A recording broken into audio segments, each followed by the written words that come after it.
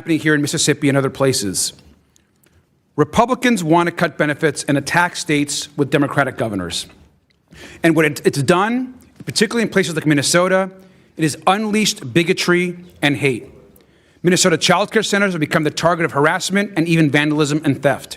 Parents are afraid to drop their kids off in the morning and go to work. This is an opportunity, again, to attack for the House majority and smear innocent people without evidence. If we cared about fraud, we'd be starting at the very top. This is critical for the country and to actually take on fraud and abuse. Mr. Chairman, I yield back.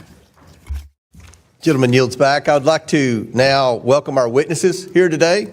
First, we have Kristen Robbins, Chairwoman of the Fraud Prevention and State Agency Oversight Policy Committee and Representative for District 37A in the Minnesota House of Representatives. Welcome. Next, we have Walter Hudson, a member of the Fraud Prevention and State Agency Oversight Policy Committee and Representative for Minnesota's District 30A. Next, we have Marion Rarick, a member of Fraud Prevention and State Agency Oversight Policy Committee and Representative for District 29B in Minnesota. Lastly, we have Brendan Ballou, a former special counsel at the Department of Justice. So thank you all for joining us, and we look very forward to your testimony today. This is an issue the American people are very interested in. Pursuant to Committee Rule 9G, the witnesses will please stand and raise their right hand. Do you swear or affirm that the testimony you are about to give is the truth, the whole truth, and nothing but the truth, so help you God? Let the record show that the witnesses answered in the affirmative. Thank you all, and you may take a seat. We appreciate you being here today and look forward to your testimony. Let me remind the witnesses that we have read your written statements, and they will appear in full in the hearing record. Please limit your oral statements to 5 minutes. As a reminder, please press the button on the microphone in front of you so that it is on and the members can hear you. When you begin to speak, the light in front of you will turn green. After 4 minutes, the light will turn yellow. When the red light comes on, your 5 minutes have expired, and we would ask that you please wrap up. I now recognize Representative Robbins for her opening statement. Good morning, Mr. Chairman and members. Thank you for inviting us to testify. As chair of the Fraud Prevention Committee in Minnesota, I've been working to uncover the massive fraud under Tim Walz, propose solutions, and hold state agencies accountable. Today, I will highlight the scale of the problem, outline the work our committee is doing to fight the fraud, and provide a roadmap for other states on how to detect and stop fraud. Minnesota is one of the highest tax states in the nation, and hardworking Minnesotans have been told that they don't pay their fair share for years. In truth, Minnesotans pay much more in taxes than in other states, and when they pay their taxes, they expect that their money is going to things that help our communities: roads, schools, healthcare, and law enforcement. They do not want their tax dollars absconded by criminals to buy resorts and apartment buildings in Kenya, property in Turkey, and luxury homes and cars in the U.S. Tim Walz and his administration have willfully turned a blind eye to crime in the face of countless whistleblower and auditor reports, as well as stories by local investigative journalists and the Center of the American Experiment. These are actual crimes that must be punished. They are crimes against our moral values and erode trust in government. The time for accountability and justice is here. First, we are unearthing staggering amounts of fraud in Minnesota. As far back as 2014, there were credible whistleblower allegations of millions in daycare fraud. Instead of shutting it down, the state minimized whistleblower reports and allowed fraud to grow. Unfortunately, child care fraud was just the tip of the iceberg. Since 2019, Tim Walz and Minnesota Democrats have allowed fraud to absolutely explode in Minnesota. There's been more than $300 million in the Feeding Our Future child nutrition program scandal, and the Feeding Our Future prosecutions revealed that as many as half of those indicted also ran other Medicaid-funded programs. Yet despite this being known back in 2023, Tim Walz and his agencies have done nothing to stop those defendants from getting additional state money. We have now found fraud in multiple Medicaid programs, including autism centers, sober homes, non-emergency medical transportation, integrated community supports, and housing stabilization. Just last month, our committee held a hearing on credible allegations of fraud in 2 new areas: adult day services and assisted living. First U.S. Attorney Joe Thompson, the leading prosecutor in these cases from the Biden administration and the Trump administration, says the fraud could be an astronomical $9 billion. In the face of mounting reports and literal criminal indictments and convictions, the Walz administration has repeatedly and publicly denied or downplayed the fraud. Just last January, the commissioner of DHS, Jody Harpstead, who'd been on the job for 5.5 years, said, "There's a lot more rumors of fraud than there is actual fraud." You cannot make this up. The Walz administration has been gaslighting Minnesotans on the scale of the fraud problem for years. In response, when Republicans took control or ended Democrat control of the Minnesota House last year, we created the Fraud Prevention and State Agency Oversight Committee. Since last February, we have held 15 hearings where we have grilled officials, exposed new areas of fraud, and repeatedly flagged failures in internal controls. I authored a new law to expand whistleblower protection, and we created a portal, mnfraud.com, resulting in a surge of new whistleblower reports that our amazing staff is still working through. Under the leadership of our Vice Chair, Patty Anderson, we passed a bipartisan bill in the Senate to create an independent Office of Inspector General. When it got to the House, Democrats killed it because the DHS commissioner testified against it. The Tim Walz administration has utterly failed to protect Minnesota taxpayers and vulnerable citizens, ignoring years of credible reports and retaliating against those who spoke up, often by claiming they were racist or Islamophobic. Tim Walz and the Democrats have repeatedly protected their political base at the expense of all Minnesotans. Other states should learn from the failures of the Walz administration, so I'll give you a quick roadmap on how to find and stop fraud. First, culture matters.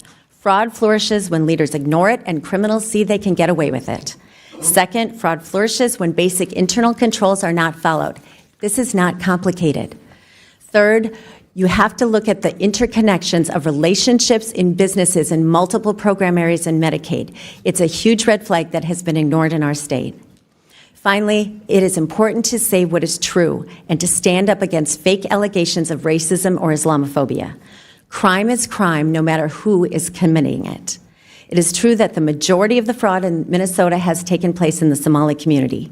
And it is also true that some of our best whistleblowers are from the Somali community. Democrats refuse to acknowledge this truth, and that has enabled criminals to steal billions and hurt our vulnerable citizens. Mr. Chairman, thank you for the opportunity to share the lessons from Minnesota and for your help in investigating these crimes. The time for justice and accountability is now. I now recognize Representative Hudson for his opening statement. Chairman, ranking member, and members of the committee, thank you for the opportunity to testify today for the record. I am Minnesota State Representative Walter Hudson, a second-term member who sits on our House Fraud Prevention and State Agency Oversight Committee. The recent national conversation about fraud in Minnesota has been fraught with distractions, diverting from critical concerns regarding process, policy, and oversight to sideshow concerns about personalities and partisan politics. My role here today is to cut through all of that and provide you with a clear picture of a culture which has developed over many years around the several generous benefit programs which Minnesota provides to our residents. Well-documented oversight failures have led to a lack of program integrity, creating incentives for people to monetize programs beyond their legislative intent to turn benefits into business. Contrary to the claim just made by the ranking member that there is no evidence of this fraud, attached to my written testimony, you will find a document which collates several reports made over the past 15 years by Minnesota's nonpartisan Office of Legislative Auditor, along with transcripts of each of our hearings from the Fraud Committee, where we heard directly from staff and leaders within the state agencies which administer these programs. Here's what that record indicates. Within the state of Minnesota, government oversight has been unable to keep up with program expansion due to a combination of factors. One, rapid expansion of funding and provider participation. Two, payment systems that prioritize access and speed. Three, verification mechanisms that occur after funds are distributed. Four, oversight capacity that does not scale with spending. and 5, diffuse accountability across agencies and contractors. This combination of factors has fostered a booming new sector of the economy that relies upon the continuation of and expansion of government programs to fuel private sector profits. I want to be clear. Even when the law is being followed precisely by every jot and tittle, incentives still exist to abuse these programs and waste taxpayer dollars by diverting funding to profit centers rather than providing a safety net for those in temporary need. Now, criminal fraud is rampant. Deputy U.S. Attorney Joe Thompson, serving the District of Minnesota, has said that he could keep 1,000 prosecutors busy, but he's limited to a mere 25, only 5 of which are tasked with building fraud cases. He estimates that the total amount of criminal fraud over 5 years may reach $9 billion, which is fully 1/2 of the money that has been directed to these programs by the state. While Governor Tim Walz and other stakeholders dispute that assessment, the point I wish to emphasize is this. Whatever the actual number is, the full scope of the problem is not just criminal fraud, but a culture of profiting from government programs in perpetuity, not as a safety net, but as an industry. I have personally met and had discussions with folks who identify themselves as consultants for multiple entities accepting government benefits. They have made a career out of showing people how to leverage the gaps in government oversight to maximize benefit payments. Now, such conduct may not actually break the law, and that's the point. We have a system whereby an entire industry can operate under the color of law, raking in tremendous profits for individuals, all while having no incentive to save the taxpayer money or lift legitimate beneficiaries out of need. Instead, as the market for funneling benefits into businesses increases, so too does the perceived need for benevolent services.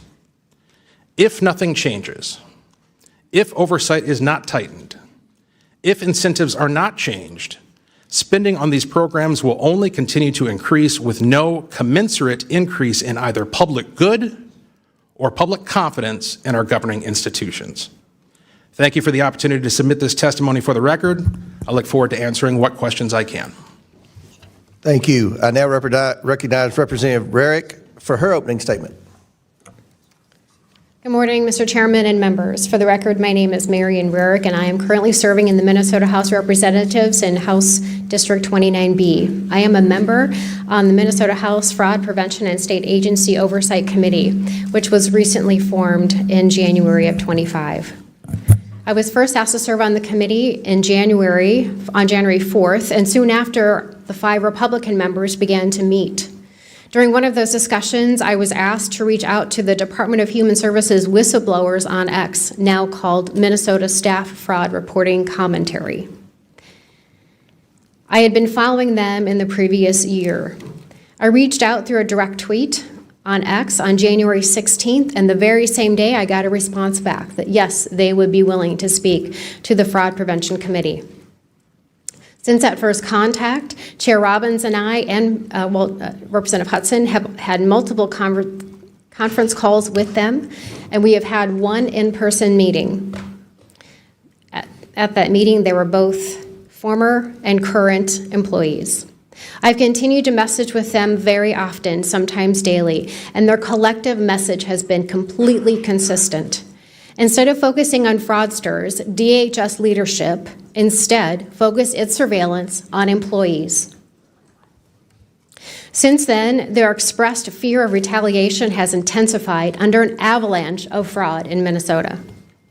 Their numbers have grown from 480 DHS employees, both current and former, to over 1,000 across multiple state agencies.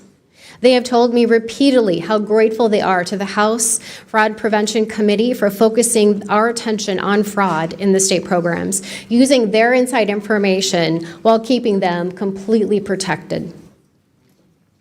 They have explained that they live in a constant state of fear of retaliation. One only has to look at what happened to Faye Bernstein to understand why. In a very recent Newsweek article dated December 13th of 25, Ms. Bernstein, a former compliance specialist, stated, Minnesota DHS functions in the opposite manner as you would think. Employees who suggest improvements or, heaven forbid, report fraud then face significant retaliation. The messenger is shot. In 2019, Bernstein said she alerted Minnesota DHS officials to sloppy contracting practices that were not legally compliant. But it's not what most people would even consider fraud. She says she was later escorted out of the building, faced lengthy investigation, got trespassed from all DHS-owned and leased properties, and received involuntary transfer to another state agency. So she says, so today if someone asks me, should I report fraud within DHS, I say no, no, no. It is career suicide plus a whole lot more. So let's talk about that plus a whole lot more. In our face-to-face meetings with a group of whistleblowers, they revealed that retaliation now includes threats of being fired with cause, which means you do not get unemployment insurance in the state of Minnesota, being blacklisted from all state agencies, and I would note most likely our largest counties as well, which are Democrat-run. And then there was a veiled threat of the use of military intelligence against them. They later informed me that it was discovered that in some targeted employees or suspected whistleblowers' personnel files were pictures of their homes and their cars. They also described that supervisors asked them questions about their families that to them felt like a threat. One example was, we need to know where your kids go to school and where their bus stops are. I will also note that whistleblowers we spoke to described many times that DHS used surveillance programs to surveil employees' emails and chats and other communications, looking for keywords like fraud, double billing, underspending, and overpayments. One example that the whistleblowers let me know about Lieutenant Governor Flanagan. April 12th, 2024. Flanagan comes to a DHS Health and Human Services Equity Conference at the Heritage Center and Brooklyn Center. On stage, Flanagan acknowledges the X account and the fraud concerns it raised and publicly denounced the X users and called them weirdos and losers sitting in their mother's basement. This was in a public setting with hundreds of participants and it elicited gasps among the crowd. Thank you, Mr. Chairman. Thank you. I now recognize Mr. Ballou for his opening statement. Thank you. My name is Brennan Ballou. I'm a former federal prosecutor and a native Minnesotan. Like all Minnesotans, like all Americans who have heard this story, I am deeply distressed by the fraud on the state's social service programs. Most notably, in 2022, the Department of Justice indicted 47 people for stealing an estimated $246 million in funds meant to feed children during the COVID-19 pandemic. As late as 2025, 78 people have been indicted as part of the scheme and 56 have pleaded guilty. More recently, the department has charged over a dozen people for stealing $14 million from a program meant for children with autism and millions more from a program meant to help disabled Minnesotans maintain stable housing. This is heartbreaking for several reasons. At the most basic level, money meant for the neediest among us, the hungry, the disabled, the destitute, was stolen. I fear that skepticism of Minnesota's social safety net, one of the things that makes the state great, will grow, and it will be harder to fund these programs in the future. And I fear that the actions of a few people will be used to demonize an entire population of Somali and East African Minnesotans who overwhelmingly have made the state more vibrant, more diverse, and more prosperous. I also fear the selective interest in fraud in America, because at the same time that these crimes are rightly being investigated by state and federal authorities, the larger infrastructure for prosecuting fraud and white-collar crime is being dismantled. Let me give you a few examples. In February 2025, the Department of Justice paused enforcement of the Foreign Corrupt Practices Act, which prohibits foreign bribery and criminal violations of the Foreign Agents Registration Act, which, as the name suggests, prohibits acting as a secret agent of a foreign power. Between February and April of last year, the department disbanded its Klepto Capture Task Force, which enforced sanctions against Russian oligarchs, and the National Cryptocurrency Enforcement Team. And last year, the department forced out most of the lawyers of the Public Integrity Section, which prosecutes crimes by government officials, announced plans to dismantle the Tax Division, which prosecutes tax evasion, and shuttered the FBI task force that investigated congressional misconduct. More than just dismantling infrastructure for pursuing violations of the law, the government is, for favored defendants, appearing to enable it. In 2024, the Justice Department indicted Andrew Wiederhorn, the CEO of a casual fast food chain, for allegedly stealing $47 million from his own company. After his business donated $100,000 to the Trump inaugural committee, his case was dropped, and the line-level prosecutor on his case was fired. In 2021, the department sued Boeing for deceiving the government about the software that caused 2 plane crashes, killing 346 people. After donating $1 million to the inaugural committee, Boeing negotiated a favorable deferred prosecution agreement that the judge overseeing the case said, quote, fails to secure the necessary accountability to ensure the safety of the flying public. But he felt compelled by precedent to accept it nevertheless.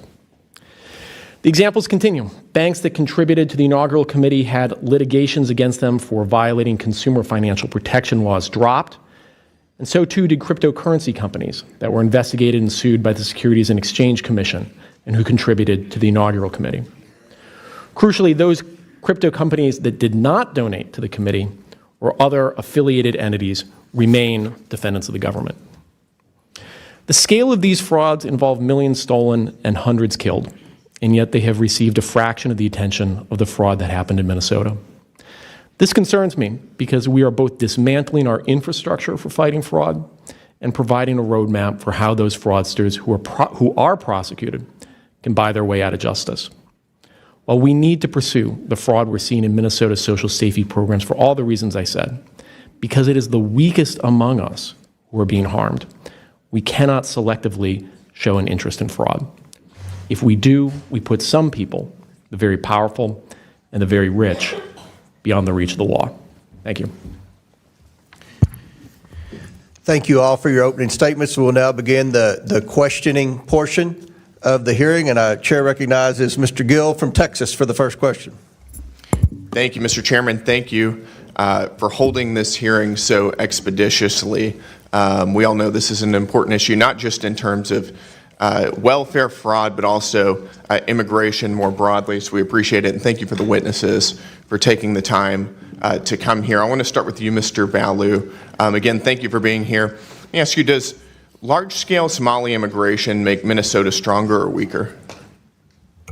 Certainly stronger. Certainly stronger. Do you know what percentage of Somali-headed households in Minnesota are on food stamps? No. 54%. Do you know what that number is for native Minnesota-headed households? Well, to be clear, a majority of the... It's 7%. There's a big difference between 54% and 7%, is there not? Excuse me, sir, could I answer the question? Let me move on. We've got a lot of questions here. What percentage of Somali-headed households in Minnesota are on Medicaid? I don't know. It's 73%. Do you know what that number is for Minnesota native households? Again, you're using the phrase Minnesota native households, but the majority... The number is 18%. That's quite an astounding difference. I think we would agree. Can I answer the question, please? Let me ask you one more, and then we can go on to that. What percentage of Somali-headed households are on welfare in general? I don't know. It's 81%. What about, let me just ask you, after 10 years of being in the United States, what percentage of Somali immigrant households continue to be on welfare? I don't know. The number is 78%.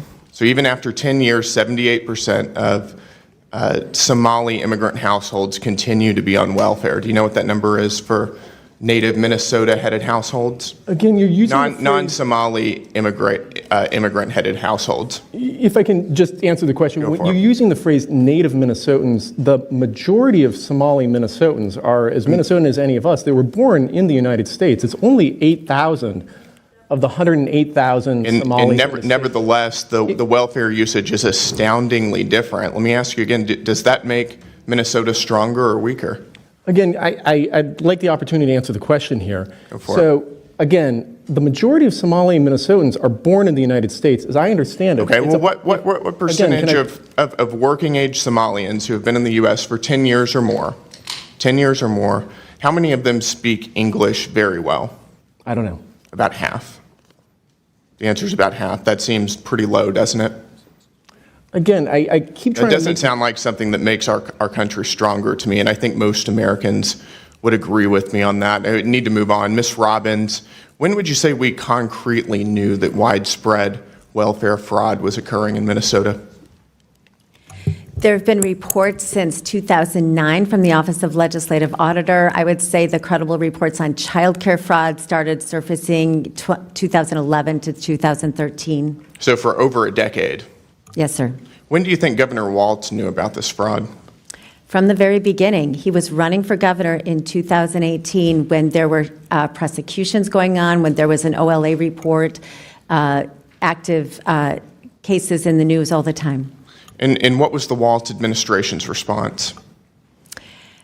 They actually did nothing when they got into office, and Lieutenant Governor Peggy Flanagan had been on the committee in the legislature that had hearings on child care fraud, and when they got into office, they did put $5 million into a little more money, but nothing changed. But nothing. And let me ask you, Mr. Hudson, thank you for being here.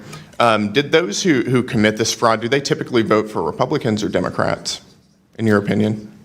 In my opinion, thank you for qualifying it like that, I would say they most definitely overwhelmingly vote for Democrats. Do they typically donate to Republicans or Democrats? Not to my knowledge. They In your don't opinion? donate to Republicans, they donate to Democrats, in my opinion, yes. Got it. So would you say this is the Somali population is an important demographic for Democrats to win over politically? Unquestionably.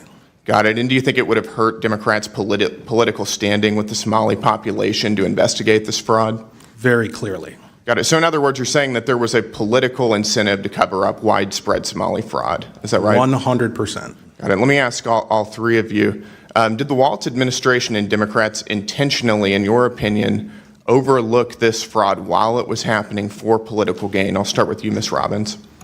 Absolutely. We have credible whistleblower reports that the Department of Human Services administration up to the OIG and the commissioner met with a group called the Minnesota Minority Child Care Association multiple times, and that they were trying to weaken protections. We wanted, Right. we had several changes we wanted to do, and they opposed all of them. And Mr. Hudson and Ms. Rarick, and then my time is up. I would agree. Absolutely. The whistleblowers confirm it. Got it. Thank you. Chair now recognizes Ranking Member Garcia. Thank you. I just want to clarify one thing. I just want to just be very clear that a vast majority of those Somali Minnesotans are United States citizens, and Somali Americans have as much right to access those services, or any Somalis, as United States members of Congress. They have the same right to access services, and we're talking about U.S. citizens. Let me also just clarify, Mr. Hudson, you said in your opening remarks that I had said that no fraud exists, and I think you can feel free to run the tape. That's not exactly not what I said. What I have been talking about, what's important for us to remember, is that wherever fraud exists, we should take it on, and we should hold folks accountable. And when people commit fraud and people get hurt, there's going to be repercussions, as there should be. We can all agree to that. We want to hold fraudsters accountable. We want to protect the victims and innocent people, so that those that can access services can continue to access services across this country. That's how it should work. But we also know that's not how it should work according to President Trump. Now, let's actually talk about real fraud and some fraudsters. Now, we all know that recently, here in Florida, President Trump granted a get-out-of-jail-free pardon to Philip S. Forms. Now, Mr. S. Forms is a nursing home mogul convicted of schemes to defraud Medicare and Medicaid of $1.3 billion. Where is that hearing? This guy just didn't steal from taxpayers. He took advantage of thousands of people, admitting them to nursing homes and living facilities that could not help them. His network of doctors gave out dangerous and harmful treatments and prescribing opioids to drug addicts just to make more money. In 2019, when S. Forms was sentenced, Trump's own DOJ issued a press release that quoted that the man behind one of the biggest healthcare frauds in history will be spending 20 years in prison. 20 years in prison, the DOJ said. Just 14 months later, Donald Trump let him walk free with a pardon. In October of this year, on his 56th birthday, S. Forms was arrested on domestic violence charges. Let's look at another case, another Trump case. Joseph Schwartz, he was sentenced for taking advantage of nursing home residents and workers and defrauding the government of $38 million. Where is that hearing? Schwartz paid lobbyists almost $1 million to secure a pardon from the president, and it worked. In November of this last year, a full and unconditional pardon was granted by President Trump for this enormous amount of fraud. Now let's look at Paul Walzak, a tax cheat whose crimes cost taxpayers almost $1.1 billion, dwarfing what we're talking about today, as he made lavish purchases like a $1 million luxury yacht. Now, Mr. Walzak was supposed to spend 18 months in prison, a fraudster who we want to go after. He should have been held accountable for his crimes. And he was supposed to pay $4.4 million back to the taxpayers. While this pardon application was pending, his mom was invited to a $1 million per person candlelight dinner at Mar-a-Lago with President Trump. She attended, and less than 3 weeks later, her son received a full and unconditional pardon. Now, I'm assuming that our witnesses here today would think this is horrific fraud and would disagree with these pardons. I'd like to just, do you agree with this pardon? I'd like to begin with our witnesses. Sir, I've not looked at the facts of the case or the law, so I cannot make a statement on that. So you can't make a statement on these pardons. You haven't read anything about them in the news, apparently.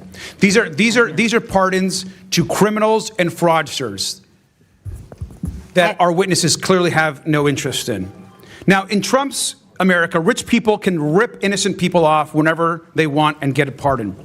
And the answer to fraud here is to cut off benefits to innocent people. Most of these folks are innocent people and kids who just need their services. Donald Trump's decision to freeze $10 billion in social services funding to 5 states does not hold criminals accountable. It hurts the very people who are harmed by fraud in the first place. Mr. Ballou, just finally, you are from Minnesota yourself. How are Minnesotans on the ground being hurt by Trump's political retribution crusade? Well, the practical effect is that the pause on payments for child care services and Medicaid services are going to result in hundreds of thousands of the neediest Minnesotans being denied, in some cases, literally life-saving payments. And also, as we've been discussing here, there is a large, of course, immigrant community and a community that makes Minnesota stronger. Can you tell us how innocent people in the Somali community are being directly harmed?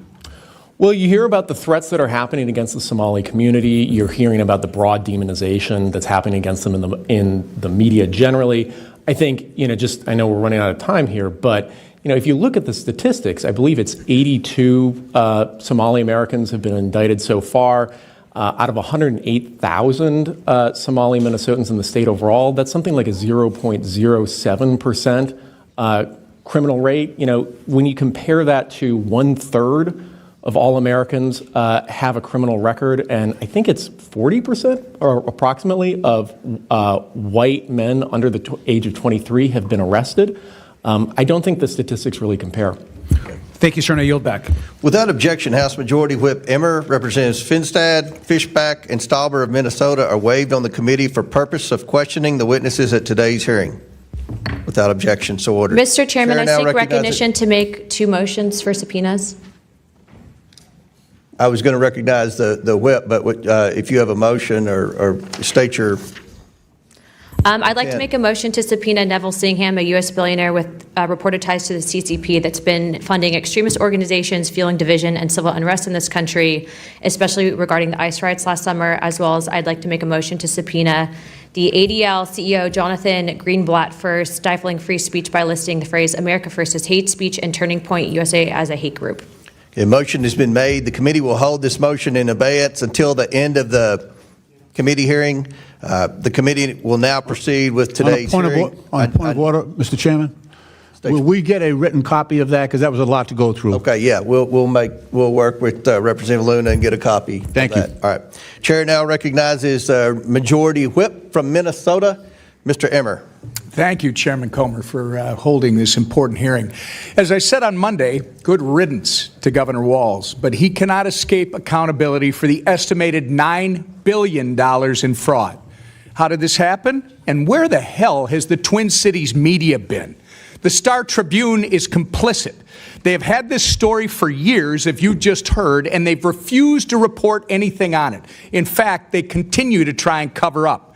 Our Minnesota Republican colleagues have demanded answers and accountability for years, but have seen nothing from Walz, his administration, our Democrat colleagues like Tina Smith, Amy Klobuchar, Ilhan Omar, and Angie Craig, or the worthless Star Tribune. Thank God for President Donald J. Trump for finally bringing attention to this issue.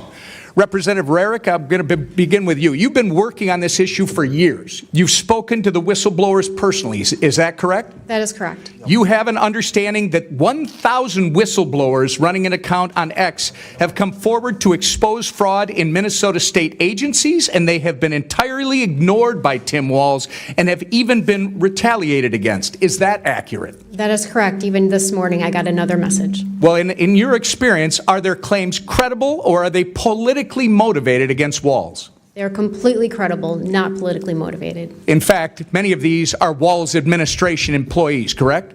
They are actually Democrats as well. Can you quickly give us one example of the retaliation these folks have been facing? Yes, I can. In my opening statement, I mentioned that the most severe ones was that they would be fired with cause, so they couldn't have unemployment insurance, that they would be blacklisted from all state agencies, and I bet that it's also Hennepin County and Ramsey County, as you know, those are Democrat-run, and much, much more. Based on what you've learned, Representative, over the last several years, do you have any doubt that Governor Tim Walz knew about this fraud as it was occurring? He absolutely knew that it was occurring. Thank you. The Housing Stability Services Program was estimated to cost about $2.6 million per year, but before it was shut down last October, it was on track to run about $122 million in 2025. In fact, I think they sucked $161 million out of it from the point it started in 2020 until it was finally shut down. Isn't that correct? That is correct, and Joe Thompson believes that 90% of that was fraud. Yeah. The Quality Leering Center, as uncovered by Nick Shirley, received almost $10 million in funding. Is that accurate? I believe it is. There are more than 80 autism centers in Minnesota under investigation. Is that true? I believe it is, yes. It's clear that someone is criminally complicit. You can't just let this amount of money get out of your administration over a period of 7 years without knowing. There was a hearing in the state regarding the fraudulent housing stabilization program, but before that hearing, Governor Walz fired the official who was slated to testify so that they could not testify and expose what was happening under Governor Walz's watch. Has Governor Walz or Attorney General Ellison fired anyone else to your knowledge, Representative? Not to my knowledge, and that was Eric Rumdahl, and his administration believes that he was not fired, but I say he was fired because it was too convenient. Great. Representative Hudson, is it true that 90% of the individuals charged, regardless of what your colleague on the panel just said with his facts and figures, 90% of the individuals charged or indicted with the $250 million Feeding Our Future COVID fraud are of Somali descent? I believe that to be correct. Are you aware that in a 2021 video, Mr. Ellison promised that he would obstruct his own agencies in their investigation of Somali fraud? I am very much aware of that. It's no wonder that criminals in the Somali community felt they were free to steal taxpayer dollars. I'm going to ask you the same question I asked Marion. Do you have any doubt that Tim Walz knew about this fraud as it was occurring? None whatsoever. Walz and Ellison were protecting fraudsters instead of investigating them, and it was purposeful. And it's no coincidence that this is occurring largely in the Somali community. Walz made a sanctuary state, Minnesota, a sanctuary state. He gave free health care, free college, and free licenses to illegals. And Walz looked the other way when Somali immigrants were stealing. Representative Robbins, do you have any doubt that Tim Walz knew about this fraud as it was occurring? None whatsoever. So all three of you have no doubt in your minds that Tim Walz knew about the $9 billion of fraud during his tenure as governor and did nothing about it. It looks like my time is about to expire, and I do want to say to all of you, on behalf of Minnesota, thank you for being here, and justice will be served. Thank you, Mr. Chairman. Thank you, Mr. Whip. Chair now recognizes Ms. Norton from Washington, D.C. Thank you, Mr. Chair. Federal assistance programs are vital for keeping working families afloat and children healthy. Nearly 25% of adults and nearly 50% of children rely on federal assistance, including child care funding, Medicaid, and Children's Health Insurance Program, and the Supplemental Nutrition Assistance Program. Fraudsters targeting government programs have a uniquely harmful impact on Americans. They deprive taxpayers of efficient use of their funds, deprive intended recipients and sometimes the most vulnerable groups in our society of the services and assistance they are eligible for, and they reduce the public trust in government. But answers to fraud is not to freeze critical safety net programs and cause more suffering for Americans who are already struggling to afford everyday expenses. I have worked with my colleagues on the Government Operations Subcommittee on ways that federal agencies can identify and prevent fraud before payments are made. My Oversight Committee Democrat colleagues and I are also proud co-sponsors of Congressional Men's Taxpayer Funds Oversight Accountability Act. This legislation would strengthen the ability of federal agencies to reliably track federal funds, enabling more efficient analysis to identify and stop fraudsters. We can continue to reduce fraud and protect funding from bad actors by empowering oversight bodies like inspectors general and the Government Accountability Office, which are often best equipped to investigate red flags and sound the alarm when there are problems to address.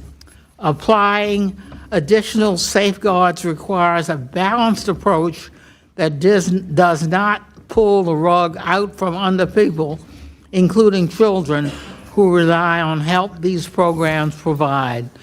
Congress must not allow partisan actors to seize on the misdeeds of a few in order to gut the vital programs that provide access to federal health care and special health education services, keep American children fed, and keep American parents to work with the knowledge that their children are safe. And I yield back.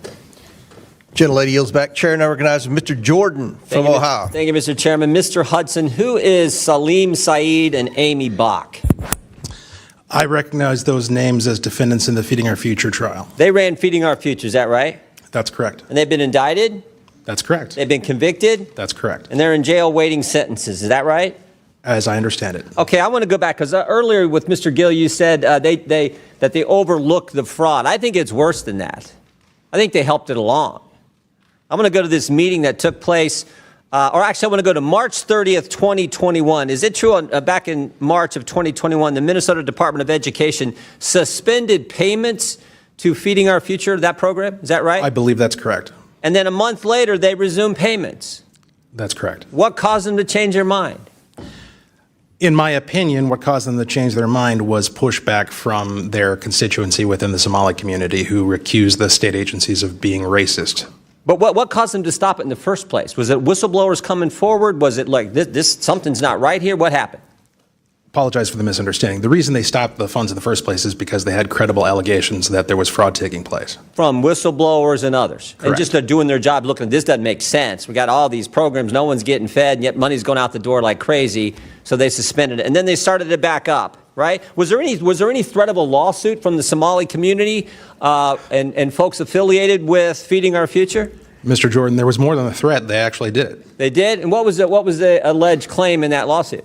That they were victims of racial discrimination. as I Oh, recall. they played the race card, huh? All this Right. fraud going on, money going out, and they played the race card. Now, when I talked about not just overlooking it, there was a meeting that took place between the Attorney General and affiliates of Feeding Our Future. Is that right? That is correct. And what happened at that meeting? Do we know?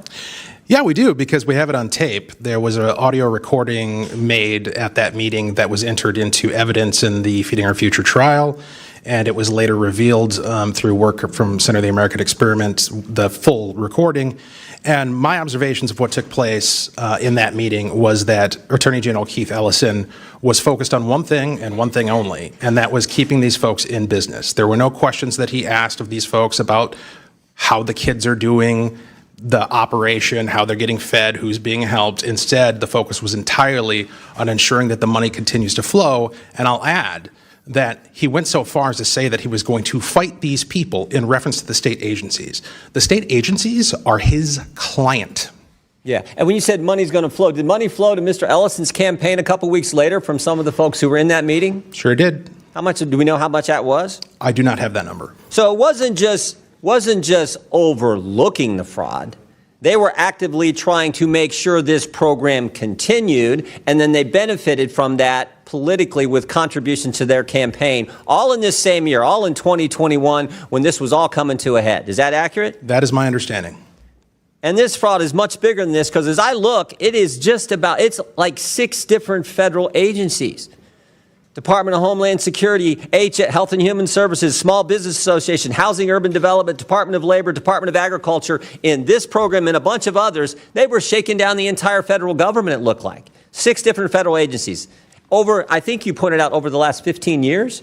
That's correct. And not only are the Democrat administration overlooking it, they're helping it along. They're assisting it. They're going after whistleblowers, as your colleague pointed out.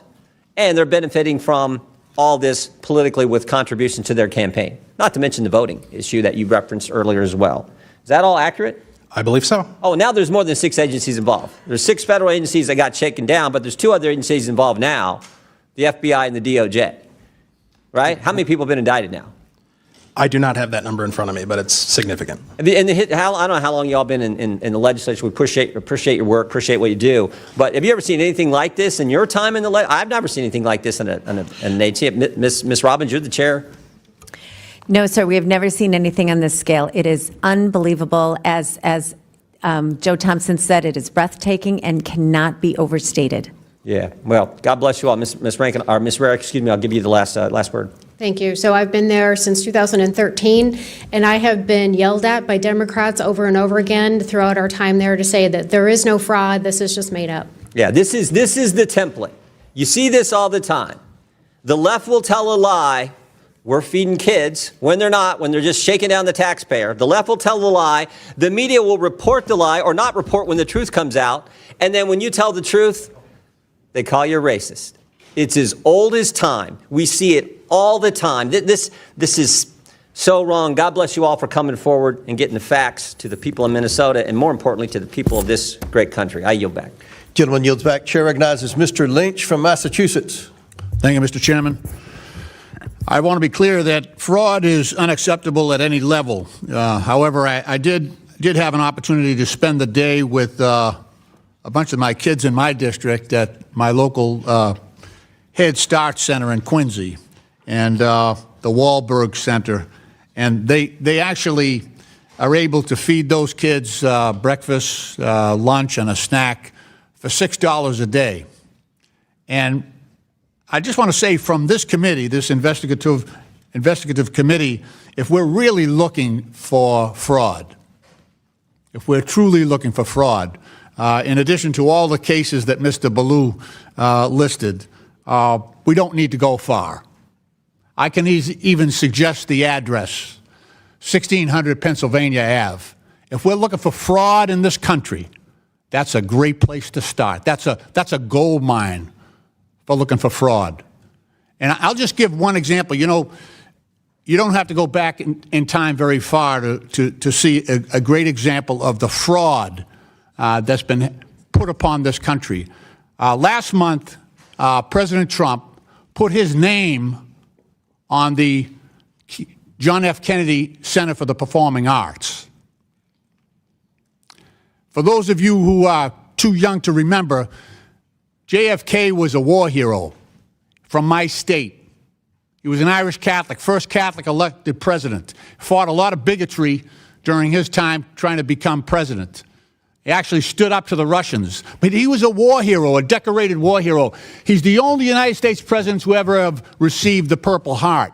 He also received the Medal of Valor from the Navy and the Marine Corps because during World War II, he was commanding a PT boat, PT 109. His vessel was struck by a destroyer in the South Pacific. And he actually risked his life to save his crew members. And after he was assassinated, LBJ, Lyndon Baines Johnson, his successor, and the United States Congress at that time recognized his service and sacrifice to this country by naming the Performing Arts Center after him.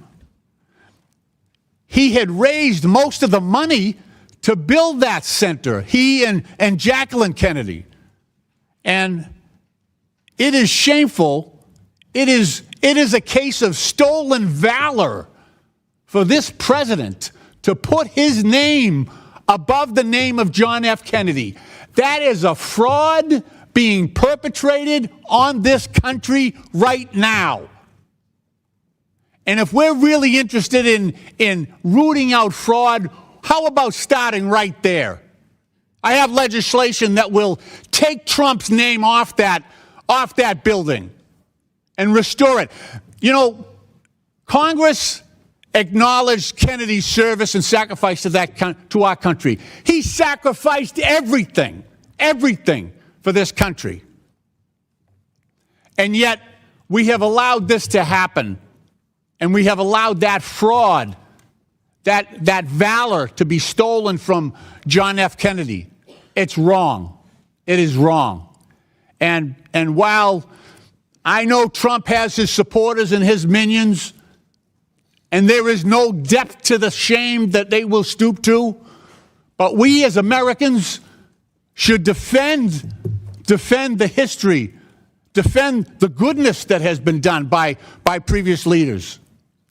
It's ironic that Jacqueline Kennedy actually established the White House Historical Society, and she did so in a manner that she said we should honor every president within the White House, regardless of party, but because of the service and the sacrifice that they have made on behalf of our country. That's a much different sentiment that is held at the White House today when you see the shameful plaques that have been put up by this president denigrating previous presidents and their service to this country.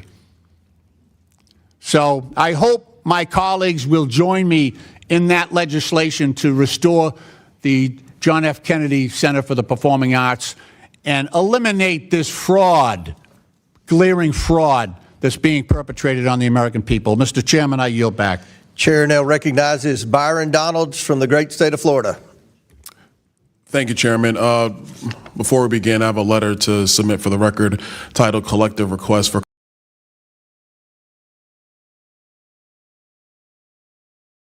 Congressional Oversight, Systematic Retaliation and Governance Failure at the Minnesota Department of Human Services. Chairman, this letter was written by the whistleblowers and has been provided to the committee. I want to submit that for the record. Without objection, so ordered.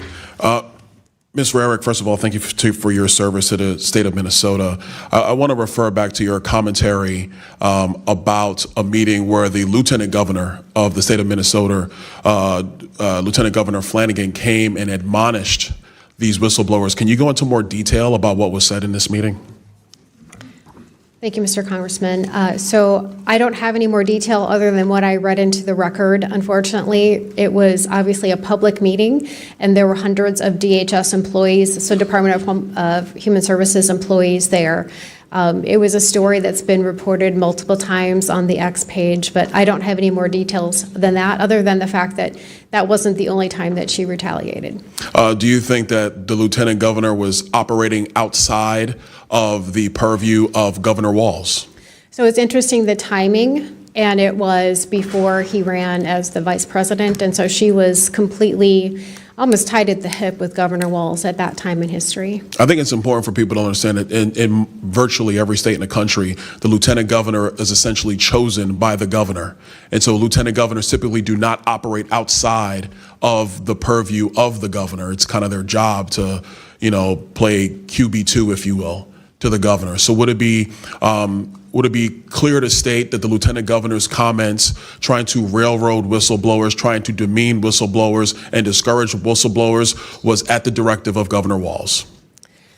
You can definitely assume that because, like I said, at that moment in time, up until the point where the governor ran for VP, she was seen at literally every press conference. She was in all the meetings. They were tied at the hip. They were always together. So if she was saying it, he had approved it. I'm certain of it. Well, I guess you could say she's kind of a knucklehead, too.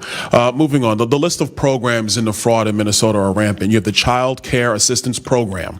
You have the Feeding Our Future. You have the Housing Stabilization Services. You have the Early Intensive Development and Behavioral Intervention. You have Integrated Community Supports.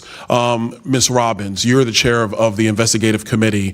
The depth of fraud that you have seen, were there controls in place in the state of Minnesota that could have prevented this fraud? And were these controls ignored by the Walz administration and by the Department of Human Services? Absolutely. So we have many whistleblower reports talking about how DHS undermined ability to strengthen internal controls. So, for example, there was an effort for the Child Care Assistance Program. They have a clear and convincing evidence standard to disqualify someone from being a provider, where all the other programs are a lower standard, preponderance of the evidence. There was an effort to make this a lower standard so it was easier to disqualify people to preponderance. And the Minnesota Minority Child Care Association, which was run by a group of Somali providers, opposed it, and DHS went along with their recommendation. And in a similar vein, we were trying to reduce the number of child care employees with children that could work in these child care centers, because that was one of the vectors of fraud, right. And they opposed that. So you had the Somali community who on purpose was petitioning the state of Minnesota to lower the standards to be able to make sure that fraud cannot be caught. Is that correct? Well, they wanted to keep the standard clear and convincing, which makes it harder to disqualify people. So it makes it harder for them to be disqualified right. from wasting taxpayer funds. Is that Absolutely. correct? Okay. Ms. Robbins, I want to stay with you. I want to talk about use of funds. You've talked about some of these funds were used to buy property in Kenya. Yes, sir. Property in Turkey. Do I have that correct? Yes. Remittances back to Somalia. Yes. I think it's important for the committee to understand that these remittances, in part, are used in what's called the Hawala. I want to make sure I have the terminology right. The Hawala network. Ms. Robbins, can you speak to what the Hawala network is? Yes. So it's an informal network where someone goes to a Hawala place in Minneapolis, which is like a money exchange or a money sending site, and they say, I want to send X amount of dollars, and then there's a receiving site in Somalia, and they put take the cash out. So money doesn't cross the border. It's an order for money here that gets transmitted to Somalia. For the time, because I'm out of time, I want to expound.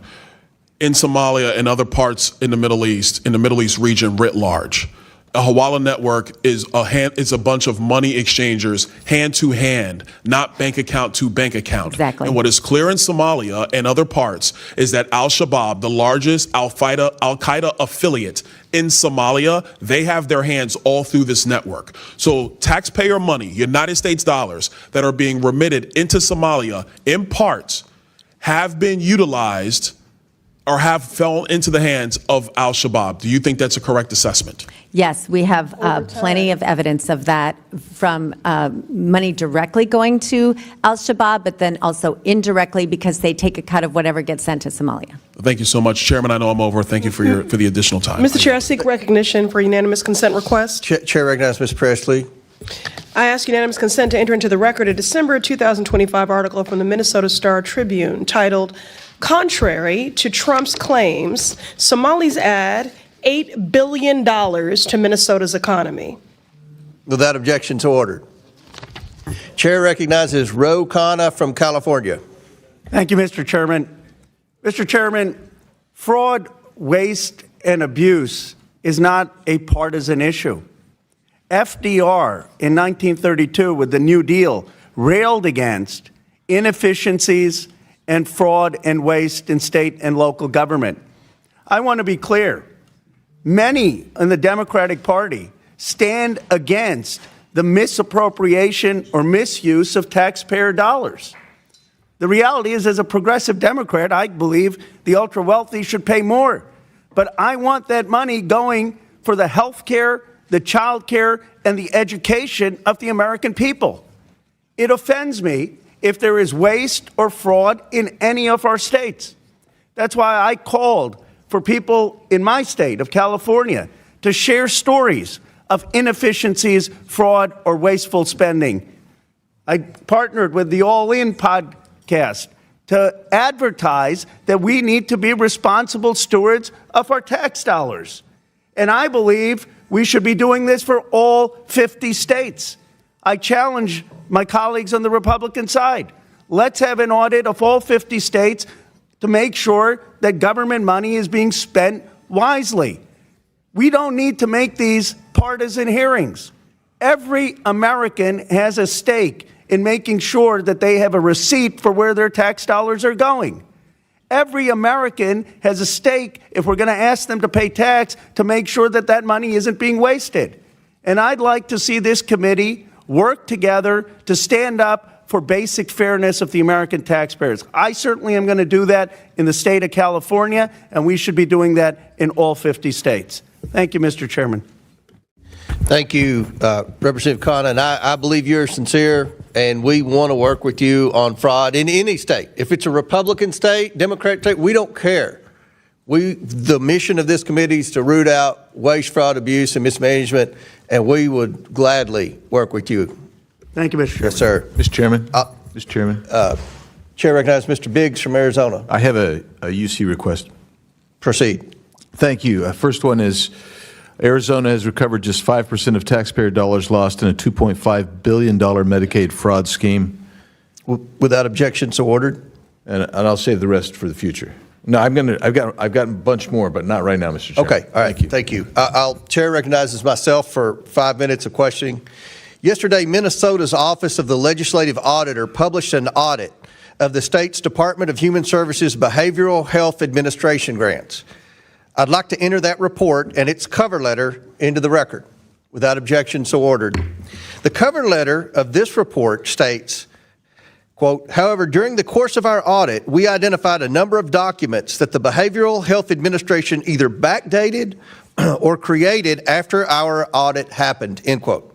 It sounds like Governor Tim Walz's Department of Human Services may have been fabricating evidence by creating documentation after the fact to mislead voters, to mislead auditors. This new report noted that one grantee who received nearly $680,000 from this agency for 1 month's work, but could not provide any documentation or proof that any work was actually completed. What's more, and this is the kicker, the report notes that the grant manager who approved this money left the agency within days of approving the grant to take a job with the very same grantee that they approved money for. So very quickly, Representative Roberts, have you ever seen anything like this in your time as a member of the Minnesota's Fraud Prevention and State Agency Oversight Policy Committee? We have heard whistleblower reports of backdating and falsification before, and we also have a record of earlier in the CCAP, the child care fraud, where they would allow the providers to submit records far after the investigation and accept them as true. So clearly, this has been a pattern at the agency, and it's unacceptable. Unbelievable. And we want to work with you. We want to work with these whistleblowers. We're serious about this. The Trump administration's on the ground. We want to catch these people, and we want to put them behind bars, and we want to hold any politician that participated in these schemes accountable. Representative Hudson, who's to blame for this dysfunction? Well, the blame can go around quite a bit, but as Tim Walz himself said, the buck stops with him. Representative Robbins, do you have any examples of how the Walz administration blocked investigators from moving forward with high-priority fraud investigations? Yes, we do, Mr. Chairman. I've met with whistleblowers and gotten documents from them about how after the original CCAP whistleblower report came out in March and April of 2019, subsequent to that, there was an Office of Inspector General within DHS that had investigative authority to do surveillance, warrants, and seize electronics, and they were shut down. They were told they could no longer do criminal investigations. They were told they could no longer meet with the Bureau of Criminal Apprehension agents that were assigned to them without supervisor's approval. And instead, when they found one of the other members talked about how they changed the language. They went from calling it fraud to calling it overbilling. And they created an overbilling committee to all the investigative agents now couldn't do criminal investigations, and they had to flag issues of overbilling, and then a committee would decide if any of that overbilling would be recouped. Committee appointed by Walz? No, appointed within DHS. Oh, appointed by the own bureaucracy. Yes, so they shut down criminal investigations. They created a committee to call it overbilling and decide if overbilling investigations would even try to recoup the money. This is evidence that Tim Walz interfered with investigators who knew there was fraud. The rumors of fraud have been taking place. I've been hearing them for a decade, and yet he interfered to try to obstruct their investigation of fraud. Yes, his agencies shut down criminal investigations. Representative Hudson, we didn't get $9 billion stolen overnight. How did the fraud in Minnesota become so widespread?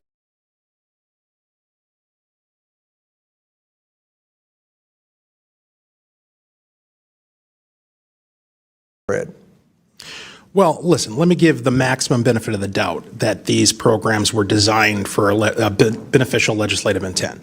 Of course. The way that it happened was by when people recognized that the system wasn't working and they raised those concerns were ignored, and a culture suppressing raising those concerns was fostered by the Walz administration. So obviously there was a lack of oversight by the Walz administration. Why would Governor Walz let $9 billion in fraud occur? Mr. Hudson. In my opinion, because it was politically beneficial to Democrats. Again, the Somali community is a huge constituency group, and we've had some tight races in Minnesota, and it makes a difference for them. Because it's a huge part of the Democrat voting base in Minnesota. Is that correct? Correct. Representative Varick, Governor Walz's announcement not to seek a third term seems to be an admission of guilt, I think, to most Americans, and an attempt by the Democrat establishment to cover up his role in the rampant fraud. He claims this is so he can focus on defending the people of Minnesota against criminals who prey on our generosity. As someone who has been in the Minnesota legislature longer than Tim Walz has been governor, can Governor Walz actually be trusted to defend Minnesotans when he allowed fraud to fester for his entire tenure as governor? Mr. Chairman, if Governor Walz was serious about stopping fraud, he would have done it in 2019 when he took office. He has done nothing other than appoint commissioners that suppressed fraud and retaliated against their own employees. And just think, this man was almost elected Vice President of the United States. This was the pick for the sitting Vice President of the United States to be the next Vice President of the United States. This is unbelievable. If people aren't held accountable, if people don't go to jail for this, this will continue, not just in Minnesota, but other states. And we're going to do everything we can on this committee to work with you all and every whistleblower in Minnesota and any other of the 49 states who wants to come forward to expose waste, fraud, and abuse. We're going to work with you and eliminate it and hold people accountable. Chair now recognizes Mr. Mfume. Is that right? Mr. Chairman, I just have a UC request. Okay, go ahead. First one is from the American Immigration Council. Immigrants contribute billions to federal and state taxes each year, as well as immigrants do not commit more crimes in the U.S. despite fear-mongering. Without objection, so ordered. Chair now recognizes Mr. Mfume from Maryland. Thank you very much, Mr. Chair. I want to thank you and the ranking member for bringing us together on this today. I have a request for unanimous consent to enter into the record a letter from James Clark, the Inspector General of the Minnesota Department of Human Services, directed to the Fraud Prevention and State Agency Oversight Committee of the House of Representatives in Minnesota, requesting information on the alleged 700 tips that have been received. I'd like to enter that with unanimous consent, Mr. Without objection, so ordered. Mr. Chair, I know we're up against the clock. Many of us are trying to get to the special briefings on the action that has taken place in Venezuela, and so we are leaving one by one. I do want to try to get a couple of things in before I have to depart also. I want to thank you again. As ranking member of this committee's subcommittee on government operations, it has been my focus to combat waste, fraud, and abuse within the federal government for the last 3.5 years. Regardless of what side you're on, what side of the aisle, or what you believe, as has been stated, everybody should be against fraud. It requires our collective attention to address the issue and to minimize the consequences that we are seeing that are taking place. Not minimize the consequences to the perpetrators, but minimize the hurt to taxpayers in this country. As ranking member of that committee, we have committed ourselves to fight this full and necessary issue over and over again. And I believe that from most of the people I've heard, we all are concurrence that stealing from taxpayers is the wrong thing, period. Now, the distinguished gentleman from Texas, Mr. Sessions, and I, who is the chairman of that subcommittee, have been working together on a bipartisan basis to create a congressional scorecard to assess the progress of key government spending programs in reducing fraud and improper payments, both through the federal government and through states. Additionally, through the American Rescue Act plan, Congress has provided funding for PRAC, as well as the Pandemic Analytics Center of Excellence to deter, detect, and prevent fraud across multiple state agencies and multiple federal agencies. I've also co-led several bills here in the House that address that type of fraud. Congress should defend these programs that seek to find a way to root out this problem, and we need to do that in a bipartisan, nonpartisan way.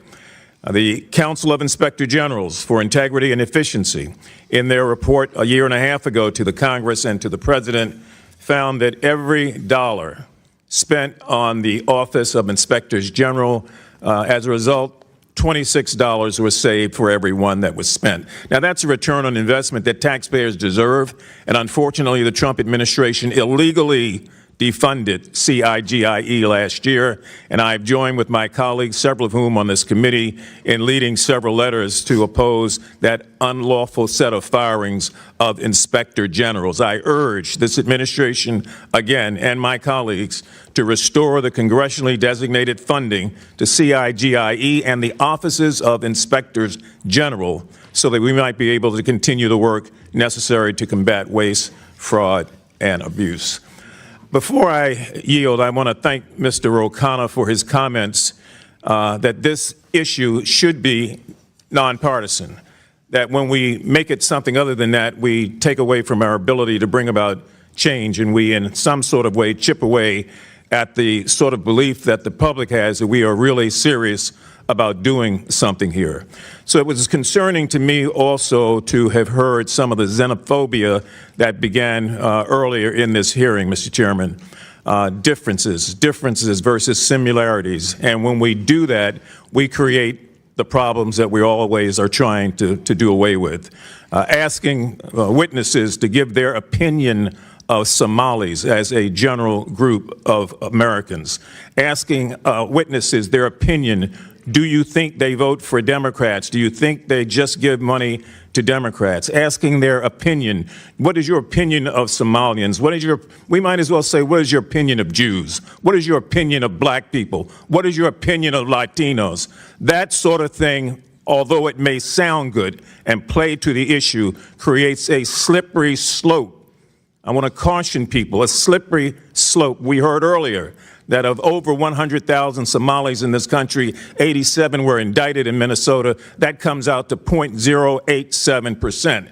Those sort of things create, I think, the disbelief that a lot of people have that we're about doing the business that we ought to do. And it gets back to the point that the gentleman from California raised, that we've got to find a way to keep this from being partisan and to keep it from being subjective.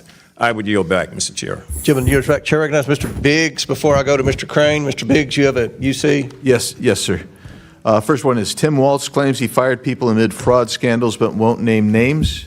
Next one, Walz appointees failed to stop rampant Minnesota fraud. Next one, exclusive DHS insider claims systemic issues in addressing fraud. Next one, here's what the Trump administration is doing to crush Minnesota's fraud epidemic. Next one, Minnesota Fraud Committee Chair claims Walz turned a blind eye to fraud warnings for years, and I'll yield back. Without objection, so ordered. Chair recognizes the gentleman from Arizona, Mr. Crane, for 5 minutes. Thank you, Mr. Chairman. Grateful to have elected officials from Minnesota here today who can provide more intimate information regarding this mind-blowing fraud coming from the Somali community in Minnesota. According to Assistant U.S. Attorney Joe Thompson, there is an estimated $9 billion or more in fraud. Many obviously believe that this is just the tip of the iceberg. I want to thank and acknowledge the independent reporters Nick Shirley and Dave Hawk who broke this story wide open. Today I'm introducing a bill to award Nick Shirley with the Congressional Medal for his explosive work in exposing astronomical fraud in Minnesota. And the reason I'm doing this is because the American people are sick and tired of this, and they're sick and tired of mainstream media not covering any of it. The biggest question that most Americans, however, have is this: is this incompetence at the executive level with the governor and attorney general? Are they involved and complicit? I'm going to start with you, Ms. Robbins. Thank you, sir. My understanding is that they were certainly aware of the fraud and they did nothing to stop it. And there were plenty of opportunities. And their commissioners and their agencies also undermined efforts to tighten internal controls. And according to Ms. Rarick, I believe you said that they were actually going after whistleblowers to suppress the expose of this fraud. Is that correct? That is what the whistleblowers have said repeatedly. Thank you. One thing that is so alarming is the reporting that many of these fraudulent companies are then donating the stolen money back to the same Democrats that are protecting them and advocate for these very programs. Is that correct, Mr. Hudson? I would agree with that statement. Well, we just had one of my Democrat colleagues said these are just opinions. You know, are these guys donating money back to Democrats? Yes, they are. I'd like to enter into the record, Mr. Chairman, an article from Breitbart News saying, with the title being Database Searches Show Somali Fraudsters Funding Democrat Politicians. So these aren't opinions. Without objection. There's actually reporting on this. Are you guys aware? You guys are elected officials in Minnesota, right? Are you guys aware of the reporting that some of the stolen money is getting funneled back to the Islamic terror group Al-Shabaab in Somalia? Ms. Robbins? Yes, sir. And we have evidence of it going back as far as 2012, where a man was convicted of sending $21,000 to Al-Shabaab. In 2011, 2 Minnesota women were convicted of sending money to different groups. Someone else, we have multiple references of how the Al-Shabaab takes a cut when the money gets to Somalia through the Hawala network. So I think there's ample evidence on this and federal convictions. Yeah, that's outrageous. Obviously, one of the biggest reasons so many Americans are outraged by this massive exposure is because we generously and often foolishly allow immigrants and people into our country, and then they rob the American people blind while our debt skyrockets and the American people struggle to make ends meet. Are you guys hearing from your constituents the same outrage that I'm hearing from mine about this issue? Minnesotans are fed up. Everywhere I go in the state, Minnesotans are so frustrated. As I said in my opening remarks, we are a highly taxed state, and they are angry that this much of their money, $9 billion, is being absconded by criminals. Mr. Hudson, are you just hearing from Republicans on this, or are Democrat constituents like, oh my God, I'm struggling to put my kids in school, struggling to make ends meet, and my tax dollars are being robbed by people, and then they're sending it all over the place, and this is complete fraud. What is going on, and why hasn't anything been done about it? I'll give you a personal example. So my family, my in-laws in particular, are politically diverse. A lot of them vote for Democrats, and they're fairly apolitical. They're not like me, all plugged in. And so I kind of use them as a bellwether for what the people are thinking. Across the board, everybody is upset about this fraud. And I'm guessing when you guys bring this up, whether it's to the Walz administration, whether it's to the AG, the number one thing that comes back at you is you're a racist, you're a white supremacist, or you're an Islamophobe. As we've seen Governor Walz now trying to answer for these questions, he's doing it at the national level. Do you guys hear the same thing at the state level as well? Yes, absolutely. They always pivot to the divisive. As I stated in my opening statement, it's diversion, right? We're going to talk about personalities. We're going to talk about partisan politics. We're going to find some way to get people yelling at each other rather than looking at the problem. Or, like you've heard my colleagues do on this panel, it's Donald Trump, baby. Yep. It's all about Donald Trump, right? The old pivot. We're not going to talk about what's going on in Somalia and not going to talk about what's going on in Minnesota with this massive fraud scandal. We're going to talk about Donald Trump. With my remaining seconds, can we play the video I have, Mr. Chairman? Or did we run out of time? We did run out of time, but can we put that in the record with that? Can we? Thank you. Thank you, Mr. Chairman. I yield back. Okay. Thank you. Representative Crane yields back. Chair recognizes Ms. Stansberry from New Mexico. Thank you, Mr. Chairman, and Happy New Year. Welcome to our guests. Thank you to our legislators for being here today and to our guests. Thank you. I come to these committee hearings. I'm ready to debate the topics. I'm grateful that you're bringing this case to our attention. Yes, we need to prosecute these crimes, period. Let's do that. And I'm also grateful to see that this committee is actually conducting a hearing that is in its jurisdiction, which is oversight over government fraud. But I do have to say, to my colleague's point that was just made, that I am surprised to see the focus, given that the President of the United States and the administration are engaged in fraudulent behavior literally daily, including just a few days ago, invading a foreign country, using the United States military to take their oil, and notifying oil and gas companies before the United States Congress, and the president claiming last night that he is personally going to control the oil and give government kickbacks to oil and gas companies. So why are we not investigating that? It definitely gives you the impression that there's a double standard in this country. I also want to say that I'm troubled to see that this hearing is being held in conjunction with an announcement that the administration made just yesterday that they were going to freeze $10 billion in federal funding for childcare and family assistance to 5 states across the country. And if you watched the president's crazy address yesterday, you heard him say it himself. But I want to say one thing, because my colleagues have pointed out all about weaponizing the government for political purposes. Well, these 5 states happen to have one thing in common. They all have Democratic governors and gubernatorial elections this year. Is this a coincidence? I don't think so, my friends.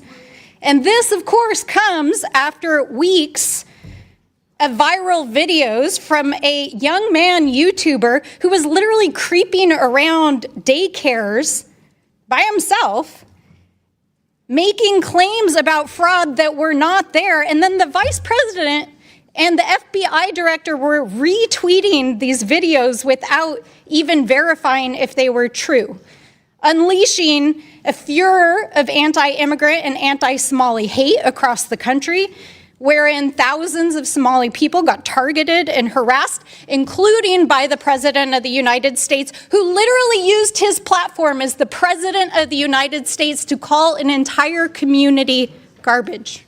He literally said that.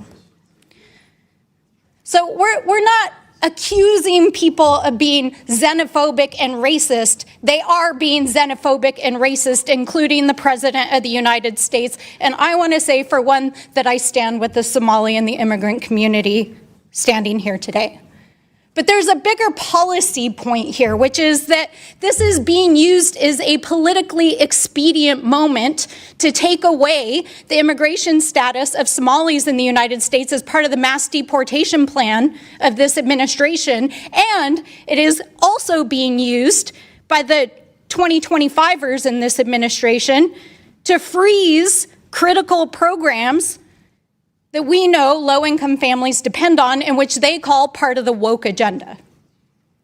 This is part of a larger effort to defund these programs, as we are seeing across these 5 states. So I think it's important to pull back the curtain a little bit about what is actually going on in this hearing and its coordination with the administration, that this is about, one, demonizing political opponents in Democratic states during a major election cycle. 2, it's about demonizing the immigrant community to support cruel and illegal mass deportation policies.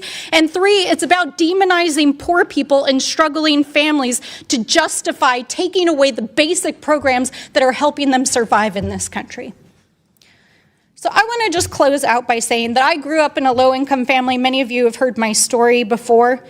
But as I woke up to the news that the president was freezing child care funding to these 5 states, I had to think about the millions of families that would be impacted by it. I think about my own mom, a single mom, just barely struggling to get by, working multiple jobs. These programs are a lifeline. They make it possible for people like me to ultimately have a pathway to success. And you all are sitting here running legislation on shower heads while millions of Americans' health insurance is expiring, while millions of Americans can't even put food on the table right now. And you're over here parading around state officials, demonizing immigrants, talking about cutting basic programs, and you're passing legislation to redefine shower heads in Congress while the President of the United States is illegally invading foreign countries. Order. Gentlelady's time's expired. I find it appalling. Order. Gentlelady's time's expired. Chair recognizes Dr. Fox from North Carolina. Oh, before Chair recognizes Mr. Biggs from Arizona. Thank you, Mr. Chairman. I have UC requests. First one, HHS freezes child care payments to Minnesota after massive fraud alleged. Next one.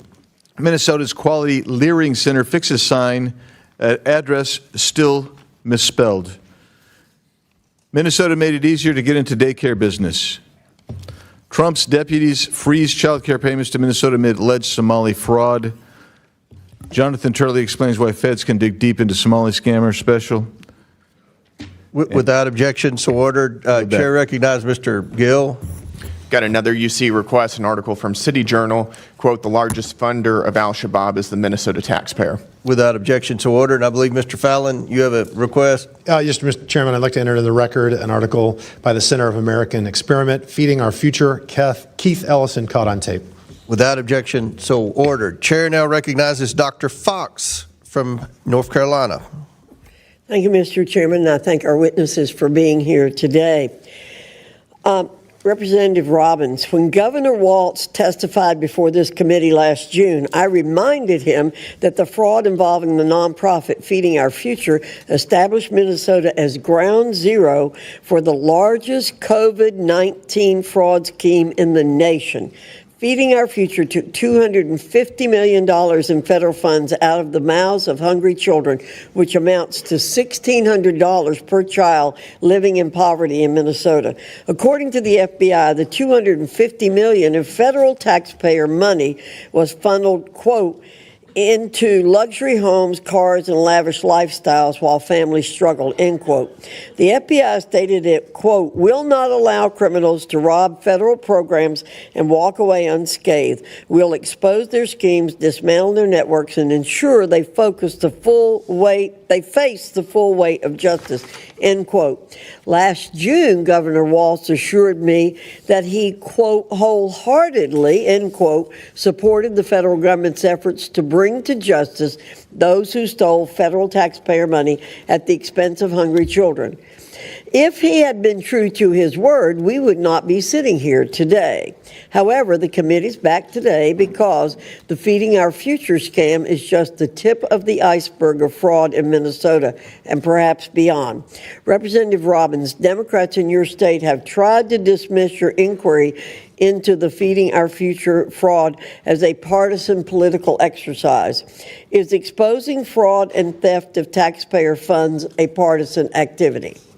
No, ma'am. As I said in our first committee hearing, it is nonpartisan. Everyone should want to protect taxpayers and vulnerable citizens.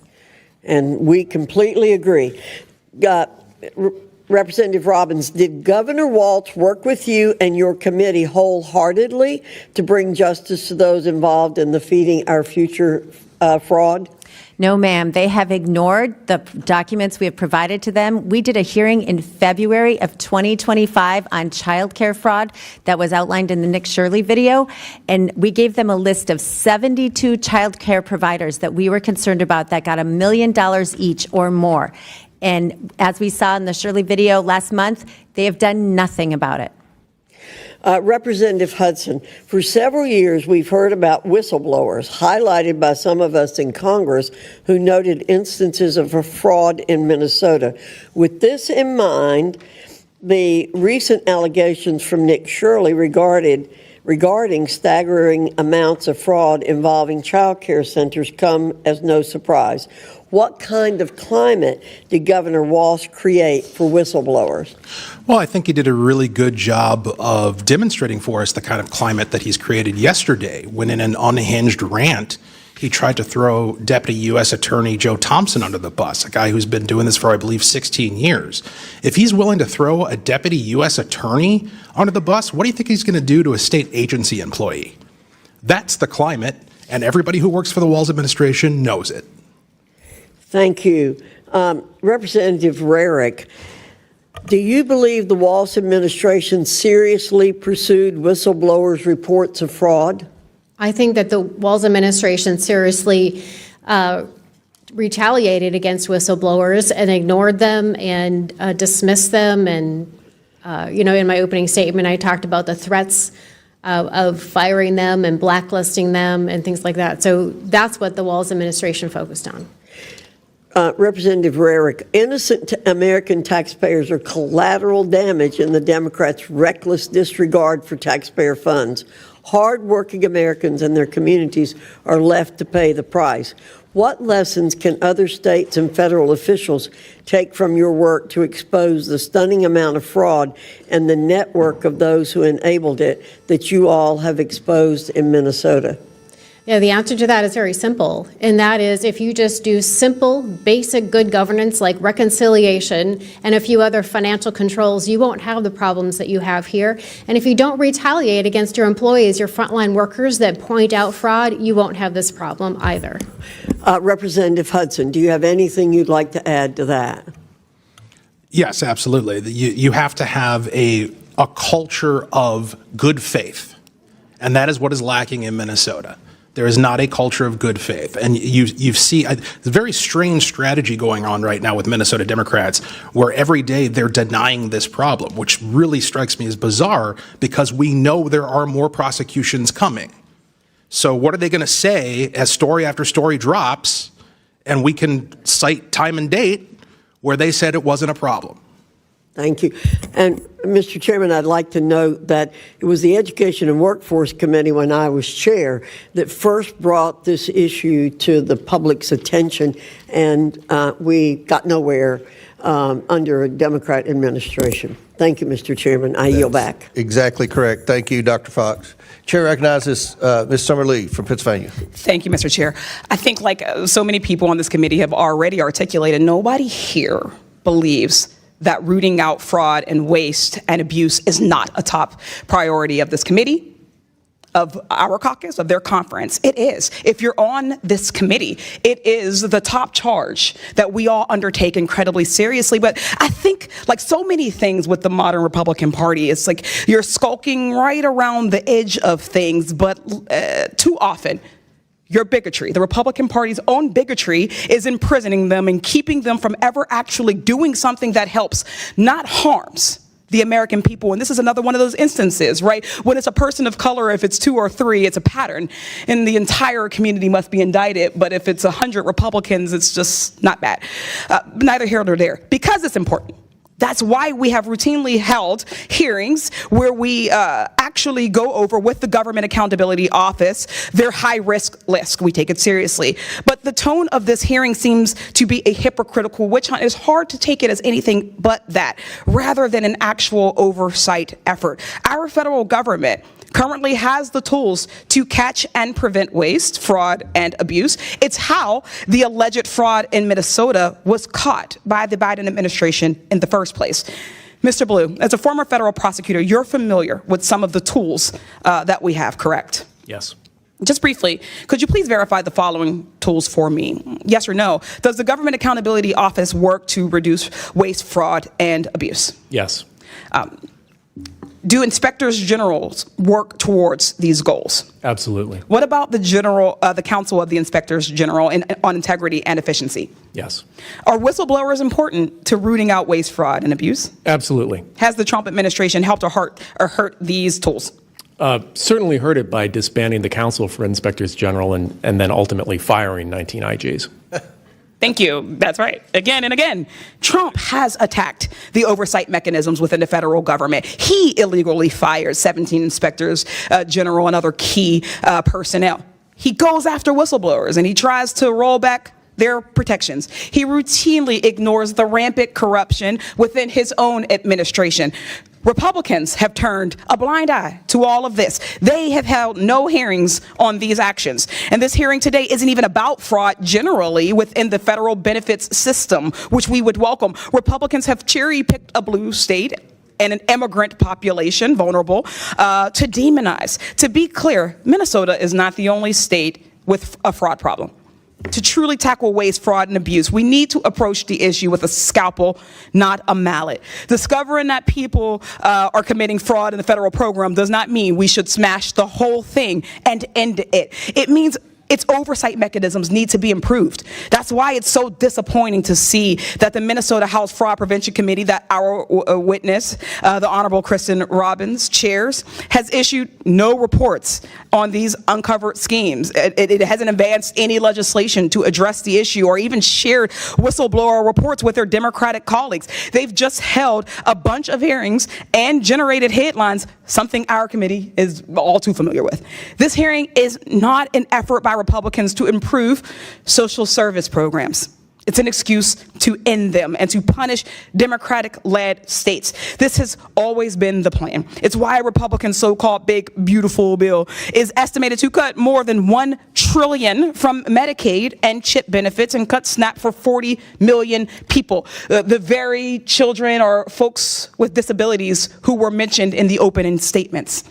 Trump has also already taken advantage of the situation in Minnesota. After a YouTuber harassed and posted unsubstantiated claims of fraud against child care centers, HHS froze child care funding to Minnesota, which would affect more than 23,000 children. Just yesterday, Trump also froze approximately $10 billion in funding for programs supporting child care, social services, grants, and cash assistance in not only Minnesota, but in other Democratic-led states of California, Colorado, New York, and Illinois, no matter what party we're elected to, we represent the people of our district, Democrat or Republican. We represent as the federal government all people of all states, irrespective of how they voted. That's the charge that I took, and I would like and hope that you all would do the same. When so many of these social service programs are being gutted and defunded, fraud becomes even more harmful, as that means even less money is going to people who need it. People need these programs. This situation should be an opportunity to take a deep look at the programs and improve their oversight abilities, not an excuse to cut them entirely. If we care about the most vulnerable, if we care about the most marginalized, this is an opportunity to do so, and I welcome us to actually do that one day. Thanks, I yield back. Ms. Lee, the IGs are hired to identify fraud. They haven't identified fraud. The IGs have failed. But anyway. You all have failed. No, you all continue to fail. We've done nothing. You've had the gavel, Mr. Comer. We barely do hearings on anything that actually affects change. You want to have spend more power money, here, more money, and more yet money. you don't do anything. Yes, he actually initiated this, sir, but thank you so much for your opinion. You have failed. I yield it back. Chair recognizes Mr. Perry from Pennsylvania for 5 minutes. Thank the chairman. And I'd just like to point out to everybody that at this very moment, we're going to consider an appropriations bill that had an earmark in it for $1 million for another Somali-led organization whose family has ties and convictions to ISIS and fentanyl-related addiction. And I think it's very difficult to just, for all of us to determine what's legitimate and what's not. But I would just ask if the committee will play the video that Mr. Crane had referred to for me at this time. Can you stop the, okay, go ahead.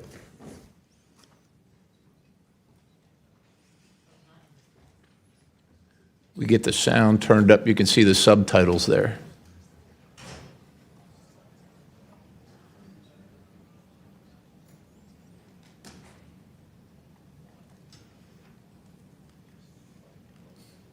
If you'll notice the campaign contribution at the bottom for $4,700,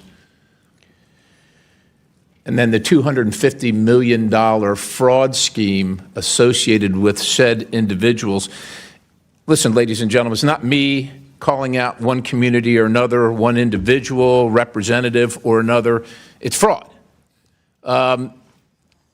Representative Robbins, Hudson, and Rarick, thanks for your service. I know it's difficult, and you're operating in difficult circumstances where it doesn't sound like you got a lot of support.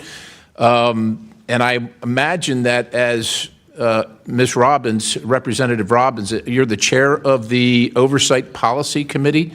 Is that right? Yes, sir. Yeah, I imagine at the state level you don't quite have the resources you need to track down all this stuff. This federal jury found that Feeding Our Future mastermind and co-defendant, and also the contributor to one of your representatives from your state, one of our colleagues here, $4,700 for a $250 million pandemic fraud scheme.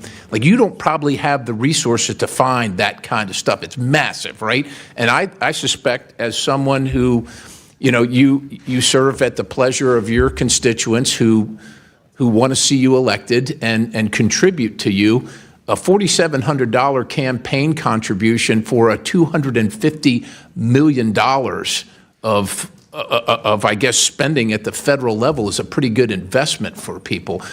We're not here to pick on anybody, but I will tell you, I think the American people are particularly affronted when their goodwill is returned by stealing their hard-earned money.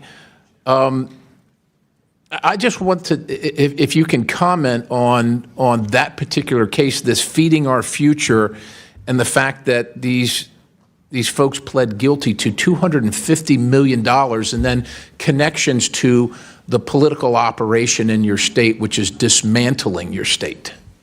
Thank you, sir. Yes, so this is the big problem. There's a network of people who have been politically supporting the Democrats, who have also been contributing to them and who have been involved in multiple schemes. So a woman who is in this child care group, the Minnesota Minority Child Care Association, Ikram Muhammad, she was later indicted in the Feeding Our Future scandal, as was her brother and her mother, and I believe a sister. And so it's a network that functions in our state that we have to get a handle on. And then one of the people indicted in that case for Feeding Our Future for money laundering $1.1 million, then they used that same company, shell company they did the money laundering with, to buy property for an assisted living facility after they were indicted. And then his wife has a company getting millions of dollars from the state to provide services to the assisted living facility bought by his shell company he's already been indicted for. They do not shut off the spigot. So that's the problem. This is completely outrageous, obviously. I'm not an attorney. Are any one of you three attorneys? Are you? So, yes, sir. You said, Representative Robbins, that you informed the governor of these things. That's what you said, right? That's your testimony here today. Yes, sir. I did a hearing on it, and I brought charts and laid out the roadmap. So there are crimes of commission and crimes of omission. So if the governor didn't actively be involved in this fraud, that would be a crime of commission. But if he knew about it and didn't do anything about it, would you consider that a crime of omission? Yes, sir. And what should be done about crimes of omission regarding taxpayer funds? So they should be prosecuted. And as you said, we don't have a lot of resources on our committee. As legislators, we don't have access to bank records, health records, the state payment system. So when we get credible allegations of fraud, we bring it to the U.S. Attorney and the Office of Legislative Auditor, because they can get access to those records and then bring the prosecutions criminally. Thank you, Chair. I yield. Mr. Chairman. Before I go to Ms. Randall, Chair recognizes Mr. Biggs for UC. Thank you, Mr. Chairman. Number one, Washington Post calls for welfare reform after Minnesota fraud scandal. Exclusive. Treasury and House panel launch probes into Tim Walz's handling of $1 billion of food aid fraud. Additionally, referring to the earmark that Mr. Perry just referred to. Additionally, the Somali fraud scandal gave Trump a kill switch. What happens if he doesn't use it? Resurfaced video shows how Somali scammers use daycare centers to scam the state. Scrutinizing SNAP will help ensure the neediest get food stamps. Masterclass. A.G. Hamilton schools WAPO hack playing race card to defend Somali fraud ring in Minnesota. Tim Walz was brought down by a scandal hiding in plain sight. Unearthed surveillance video shows parents allegedly helping with fraud. I yield back, Mr. Chairman. Gentleman yields back without objection, so ordered. Gentleman yields back. Ms. Randall, a couple of our witnesses have requested bathroom breaks. I told them, the ranking member and I agreed, they can go and come back. We're going to keep the hearing going. If your questions were pertaining to one of them, we'll skip to someone else. If that, do you want to go ahead? All right, Chair recognizes you for 5 minutes. Thank you, Mr. Chair. I have prepared some remarks that I definitely want to get to about the importance of child care funding for all of us in all of our districts. I think we all recognize that we are in a child care crisis. We have lost so many parents, especially women, from the workforce because they just cannot find adequate child care. But I have to start by addressing some of what we have heard in this committee so far today. I didn't get myself together to ask any of my colleagues to yield to for a question, so I'll ask you, and if you don't know the answer, it's okay, I do. What % of sexual assaults in the United States are committed by white men? I do not know. 57%. Of the January 6th insurrectionists who were pardoned, do you know how many have been charged and convicted and arrested of additional crimes, including child sexual assault, kidnapping, production of child pornography, rape, conspiracy to murder an FBI agent, domestic violence by strangulation? I do not have that information. No, 33 since their pardons.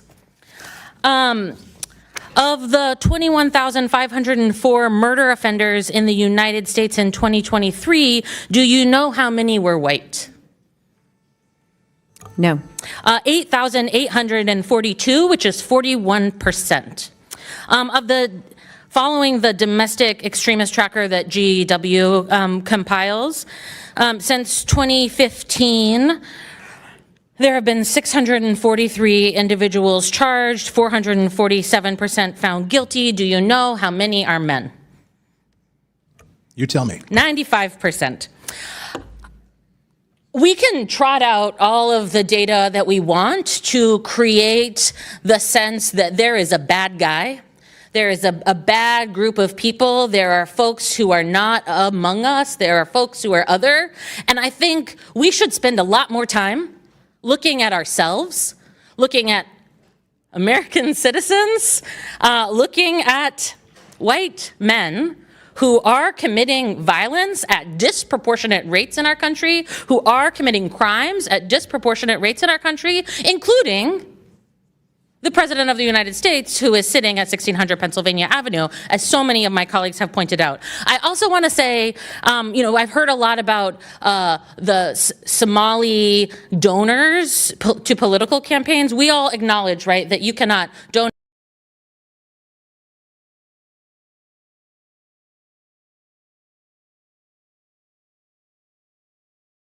to a political campaign in the United States unless you are an American citizen, right? I'm just gonna acknowledge that. You know who else is getting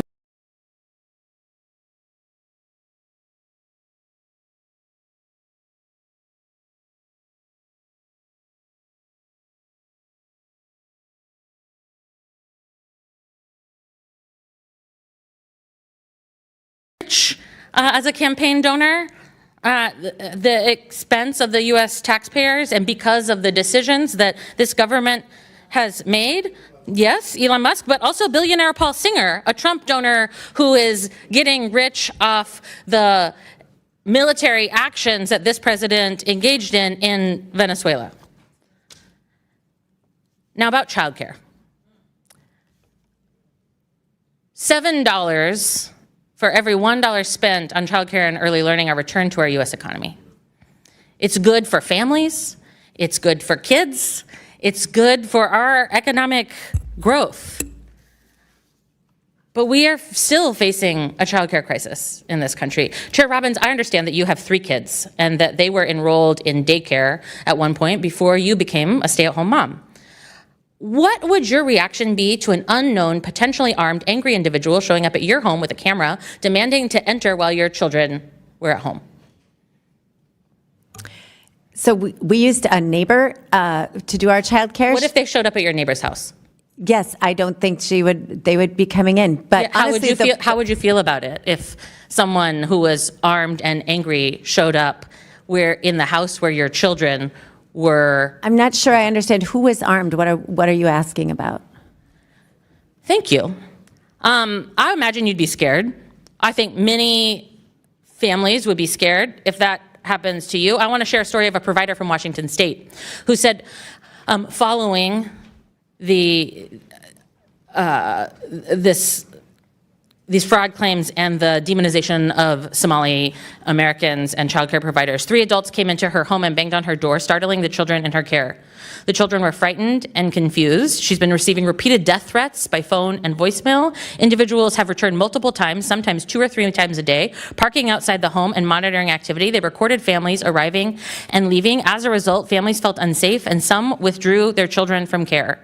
A nearby provider closed their program entirely due to fear. Another provider shared that she was approached by a man with a gun outside her home who interrogated her about her childcare program, and she is now too scared to step outside.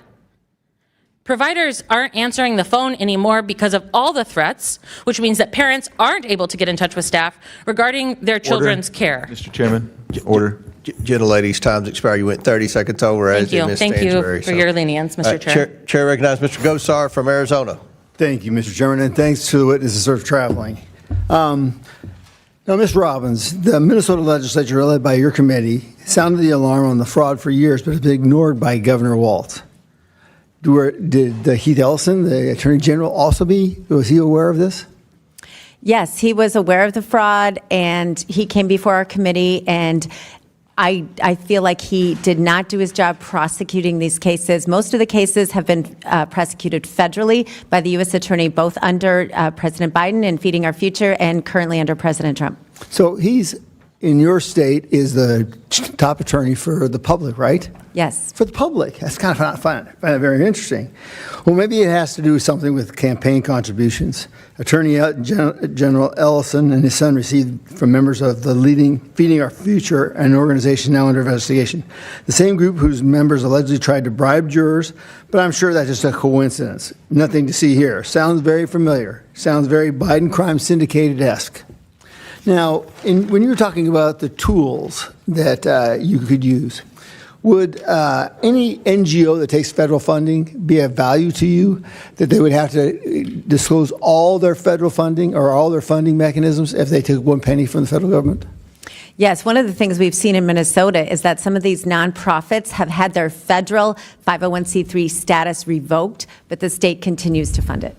It's interesting you say that because, the IRS actually does this study, actually has those numbers, but when we order it, it's blanked out. It's redacted. All of it's redacted. I wonder if there's some interesting aspects to that, follow the money trail. Now, Representative Hudson, the head of Feeding Our Futures was sentenced in November for his role in the largest COVID fraud scheme in U.S. history, according to the DOJ. This is a predictable result of the massive COVID spending with little or no oversight. In fact, we spent between $4.3 and $7.5 trillion during COVID, and we don't have a single receipt, not one. Okay. Now, this is a predictable outcome from the massive spending. Whether it's expanded COVID tax credits under the so-called Affordable Care Act or the programs like the massive or Minnesota HHS initiative with a no enrollment cap. Unfortunately, there are plenty of similar federal programs right here in Washington, D.C. My question for you is, in your experience, what failures make government funding streams particularly susceptible to fraud? Well, as I outlined in my opening statement and my written testimony, basically we're spending far more money than we have the operational capacity to monitor. Like they're just, now Deputy U.S. Attorney, he was U.S. Attorney at the time, Joe Thompson, said, we can't prosecute our way out of this. That's another way of saying it. We have to have controls on the front end. Well, and with the massive amounts like I just talked to you about in COVID, it actually, it gives the environment for fraud. It just builds on it, right? Correct. Well, Ms. Rarick, what concrete actions did the Walz administration take to intimidate whistleblowers into silence? So I think the first thing he did was he put in place commissioners. Right now we have a deputy commissioner over the Department of Human Services that is known to whistleblowers as being like the queen of retaliation. So when you put somebody in charge that is known to retaliate, that's a problem. I would also note on your previous question about the COVID money, and we discovered in our committee that the auditor, so there was a bid for auditing the COVID money, and the auditor was known to be our Minnesota State Auditor, Blaha. So that's another Democrat within the whole fold of the Democrats in Walz as well. Would it surprise you that we spent $13 trillion from Bill Clinton to Donald Trump in that span of time? $13 trillion with not a single receipt. That is absolutely shocking. I used to do accounting, and that's deplorable. That's something that you should be in prison for that. Yeah, absolutely. So, the United States has no obligation to tolerate guests who break our laws. And in this case, there seems like there's a whole bunch of them. And unfortunately, they were targeting one general area. And it's sad to me that we are always being screamed at about xenophobia, all this different type of phobias, and racist, and yet the facts still stand. So, Mr. Chairman, I find it very interesting today's hearing, and I applaud you for doing it. Thank you. I yield back. Thank you. Gentlemen, our chair now recognizes the lady from Texas, Ms. Jasmine Crockett. Mr. Chairman, ma'am, I'm sorry, Ms. Crockett. Chair recognizes Mr. Biggs. I apologize for that. That's right. There's some more you see. Senator John Kennedy brings Somali fraud to the Senate floor. Viral videos, David says he filed complaint against Walz over fraud allegations. Minnesota adds Medicaid fraud verification amid alleged $9 billion loss. Minnesota's Somali fraudsters paid for rich lifestyles with stolen money. What investigators still haven't asked about Minnesota's fraud, I hope to ask that. Trump deploys 2,000 federal agents to Minnesota. Venezuela's been dealt with. Somali scammers should be next. Beyond parody, Craigslist ad from a daycare center in Minneapolis seeks to hire 20 child actors. Dr. Oz orders full-scale federal audit of Minnesota Medicaid. Did you miss the story about alleged Medicaid fraud from a Somali-run health services provider in Maine? A YouTuber's follow-up video on Minnesota fraud is just as wild. HHS to close Biden-era loophole that lets states pay child care providers without counting attendance. Yield that. Thank Without objection, so ordered. Chair now recognize Ms. Jasmine Crockett from Texas. Thank you so much, Mr. Chair, and for every witness that is here, thank you so much for your time and your attention. I just have one quick question. I have not been here the entire hearing, but I don't think this question has been posed for each of you, and we can start at the far end. Do you believe that all Somalis are engaged in fraud? I do not, and I'd like to... Okay, just yes or no. Next. Of course not. Oh, absolutely not. We have good Somali people in our state. Okay. Absolutely not. Okay, thank you so much. I just want to make sure I level set because it seems like we want to continue to, especially as we just heard those particular articles entered into the record, we want to continue to just make it seem as if you are Somali, then somehow you are a fraudster. And this administration has decided that it wants a target on their backs. And so when my colleague, Ms. Randall, decided that she wanted to talk about the threats that are being made towards various Somali people, the reason she brought it up is because this particular side of the aisle has a tendency of if one person does something bad, especially if they are an immigrant, then we are going to cast aside that entire community. So I wanted to level set, and I appreciate your honesty because that's something that we very rarely get from my colleagues on the other side of the aisle. In fact, if we want to talk about fraud, I got a lot of fraud that we're going to talk about because we're going to get into this, but I am very curious to hear. Let me ask you, Mr. Ballou, are you aware of allegations that $50,000 in taxpayer dollars have been given to someone that is currently sitting in this administration by the name of Tom Homan? Are you aware? Okay, that's a yes. I am. Okay. And last I checked, and correct me if I'm wrong if you have different information, but he was given that $50,000 in exchange for being able to provide contracts and kickbacks to people as soon as Trump was going to get into office. The DOJ was actually investigating this, but as soon as Trump got into office, last I checked, he actually said, go ahead and throw away that case. So it was a Department of Justice investigation, and he accepted the money from an undercover FBI agent in cash. Are you aware as to whether or not we ever got that $50,000 back? I'm not. Oh, okay. Are you aware as to whether or not this committee has decided to investigate that? I'm not. Are you aware as to whether or not any committee in Congress has decided to investigate the fact that we know that he took $50,000 from an undercover officer, and yet we still don't have that money, nor does he have any charges? I'm not. Oh, okay. All right. So let's get into it. We're living through the most corrupt presidential administration in American history, a $300 million ballroom, a $230 million payout from the Department of Justice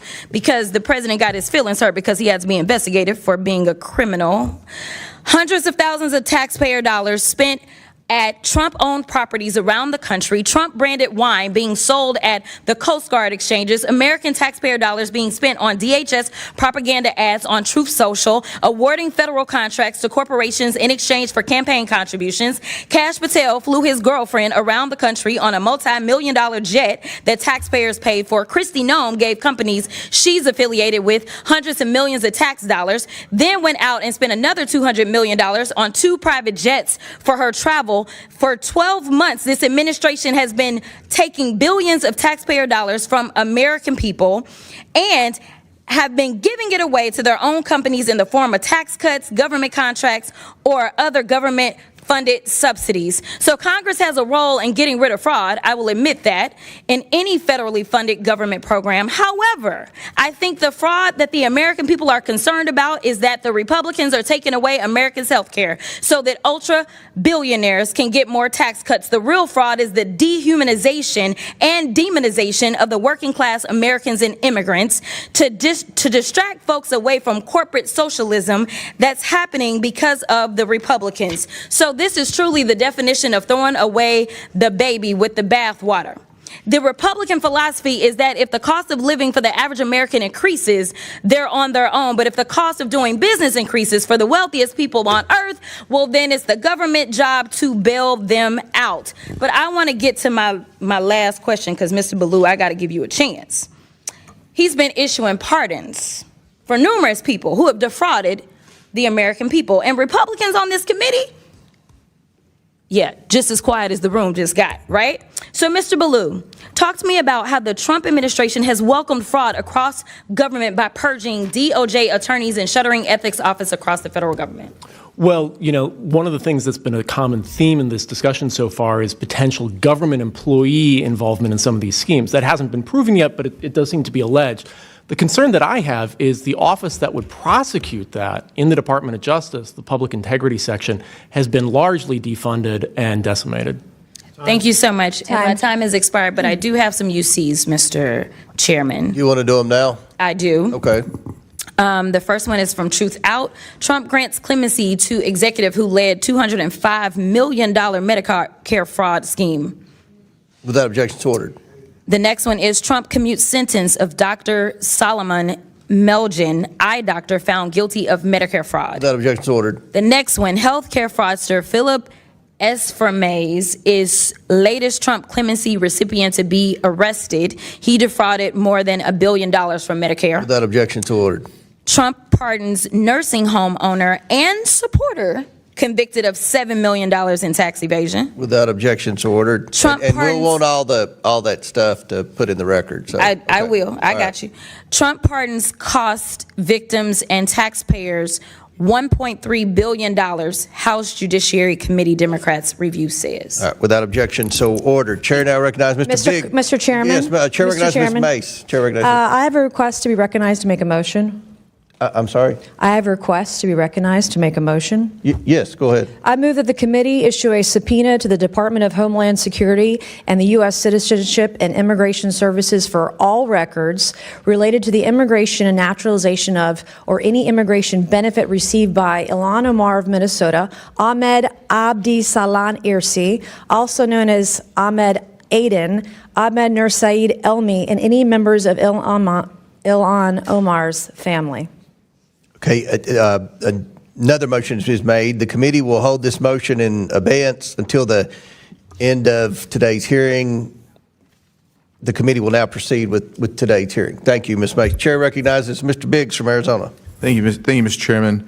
A report that came out yesterday indicates that on average, almost $1 million a day in cash is being sent from Minnesota out of the country by a small group of Somali carriers. Are any of you familiar with that on the panel? I'm not familiar with that particular story, but that story has been in Minnesota for a long time, where millions of dollars has gone out of MSTP, our airport, in cash to Somalia. Mr. Chairman, I ask that this be admitted as part of Without objection, to ordered. Thank you. The Biden administration required states to pay health care and daycare providers before verifying any attendance at a daycare and before care was delivered. That's fine. Would you say that policy facilitated the funneling of funds or defrauding of government funds? We'll start with, we'll go down the panel. We'll start with Representative Robbins, please. My understanding is that there weren't ever enough internal controls, but under Medicaid rules, the Walz administration already had the opportunity to stop payment when there were credible allegations of fraud. They had the opportunity to do prepayment review. They could do all of those things, and they did not use those tools. Not only does paying people before they deliver a service introduce an obvious opportunity for people to abscond with public dollars. But we've heard these arguments in our communities back in Minnesota from Minnesota Democrats that it's just so important that we pay people up front because they can't afford to wait for the reimbursements. Yeah, Ms. Rarick. Yeah, this is absolutely counter to good accounting and good accountability. So I would definitely say that you should be providing the service and getting paid after. Mr. Ballou, what do you think? I can't speak to that policy only because I'm learning about it just now. But I will say, my So then the question then is, do you think it's a good idea to pay for the service up front before it's delivered and without accounting? I can only speak to the criminal side of things, not the administrative side. But my concern here, again, is to the extent that there would be violations because of that change, the office responsible for prosecuting those crimes. Okay, so that's so you didn't want to answer the question. You want to filibuster. Thanks, brother. Appreciate it. Now, here where we're going to go is one of the things that you mentioned, Representative Robbins, is physical facilities and real estate. And as we've seen and looked at this, as I've looked at this, all of the public reporting that's out there, looked at a little bit of Exhibit A, that's like 2,800 pages or 2,300, whatever it is. Didn't get to look at all of it, but looked at some of it. I want to know, did anybody go in and find out who's owning all these properties? Because you have basically vacant properties ostensibly holding themselves out to be daycare centers. Who owns those properties? Anybody look into that? So some of our staff is looking at it currently, and I would encourage people to think about this as you look at your other states. So we have people who own the properties and then other people related to them or close to them that provide the services, and they both get remuneration. And then we have people who homestead assisted living facilities, small single-family homes, and say it's a business, but then they shouldn't be allowed to homestead. We have instances where there are multiple assisted living facilities that have been homesteaded. So the ownership of the properties and the ownership of the business is very important. This has gotten to be such a problem in Minnesota that people invest in the daycare business as an investment. And so getting not only who runs the facility, but who the ownership is critical, because that's where a lot of the money goes. That's my point, is that you're setting up a series and facilitating straw man purchases of actual real property to actually launder or hide money coming from the state and defraud the state. And I would encourage both the feds and the state to really take a close look at that. I did find it interesting. Well, let me just ask the last question I've got time for here is, well, I got to ask two. The $18 billion, I'm saying $18 billion, that's the total nut over the last 5 years, if I understand your testimony right, Representative Hudson, and half of it was defrauded. That is the estimate from the U.S. Attorney's Office. Okay. Has the Walz administration put into place any new procedures since this has come to a very viral head in the last, 6 weeks? They've appointed a couple of guys and shifted around a couple of chairs on the deck, but it's the equivalent of throwing a glass of water at a stove that's on fire. Thank you. Mr. Chairman, I have a few more UCs, if I may. Go ahead. Thank you. Victims shocked after Biden grants clemency to Kids for Cash judge and $54 million embezzler. Shocked. Biden clemency for convicted fraudsters met with outrage. It's a slap in the face. Comer on Fox News. Biden crime family pardons serve as a confession of their corruption. Biden pardons more people in his criminal clan and commutes sentence of Leonard Peltier. Op-ed from the former legislative auditor, Jim Nobles, what's the right number? And then finally, Mr. Chairman, 18 U.S. Code 666, theft or bribery concerning programs receiving federal funds, seems apt in this case. Mr. Chairman, I'll yield back. Thank you. Gentleman yields back. Chair recognizes Ms. Presley from Massachusetts. Thank you, Mr. Chair. Let me just begin by making this plain. Credible fraud must be investigated and prevented. Every dollar that is stolen from public programs is a dollar that is taken from a child who needs care, a senior who needs food, or a family that is already struggling to make ends meet. Ms. Robbins, I want to just begin with a basic question, and please answer yes or no. When someone is convicted of defrauding the public, do you believe that they should be held accountable? Yes. So if we're serious about fraud, then we also have to be serious about accountability. Ms. Robbins, do you mind just expounding, what does accountability look like to you? We want to prosecute everyone who's committed a crime, and we want to fire officials in the agencies that are liable for allowing the failure of internal controls. Okay, so Ms. Robbins, let me be more clear. What should happen to fraudsters who steal public dollars? They should go to jail. So in my opinion, accountability means restitution. It means consequences, like incarceration, that help ensure that it doesn't happen again, as a real deterrent and accountability. It means that money taken from families and the public is returned to them. But that is not the standard that is being set by Donald Trump, who is wielding his clemency authority to allow fraudsters to escape accountability altogether. Last month, my office published a clemency report titled Trump's Clemency Gap, How Trump's Pardons Are Ignoring the People Who Need Them the Most. I ask unanimous consent to enter this into the record. Thank you. Now to the witnesses who serve in the Minnesota State Legislature on the Fraud Prevention Committee, let's walk through these pardons for fraudsters, and we all care about fraud. So Ms. Robbins, Mr. Hudson, and Ms. Rarick, Donald Trump pardoned George Santos, who defrauded voters and owed them $370,000 in restitution to victims. Raise your hand if you oppose this pardon. Thank you, Mr. Ballou. Ma'am, I would have to look at the law and the facts of the case. We cannot know the facts of all these individual cases. Don't deflect.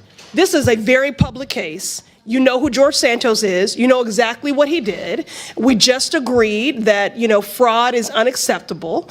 And you just talked about accountability. You said if people commit fraud and exploit the public good, that they should be incarcerated. So this is not a complicated question.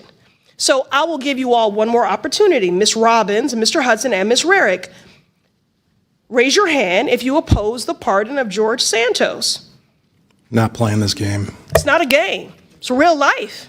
It's not a game at all. Okay, but I will take your refusal to go on record, not only as cowardice, but that you do agree with that pardon of that fraudster. Moving on, Donald Trump also gave, and this has never been done before, presidential pardons to corporations that committed fraud. One example is the crypto company BitMEX that violated U.S. law and was fined $100 million.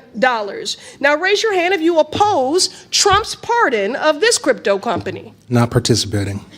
Thank you, Mr. Ballou. Okay, again, I'll take your refusal to raise your hand in opposition. That means that you support this pardon of this corporation that frauded folks to the tune of $100 million. Refusal to participate is not an expression. Reclaiming my time. To participate is not an expression one way or the other. You know the rules of committee. This is my time. I know that I am here as a member of the public. Reclaiming my time. You are not, Mr. Chair. Mr. Chair. That's what I know. You are not in order with the rules of the committee. This is my time.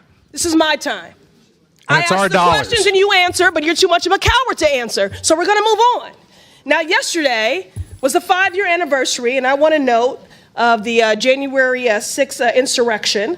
And on Donald Trump's first day in office, he pardoned 1,500 insurrectionists, including Brian Christopher Mock, who's from Minnesota. Are y'all going to say you don't know who that is? He's from Minnesota. Now, he kicked, shoved, and threw a flagpole at police officers, law enforcement that you claim to support.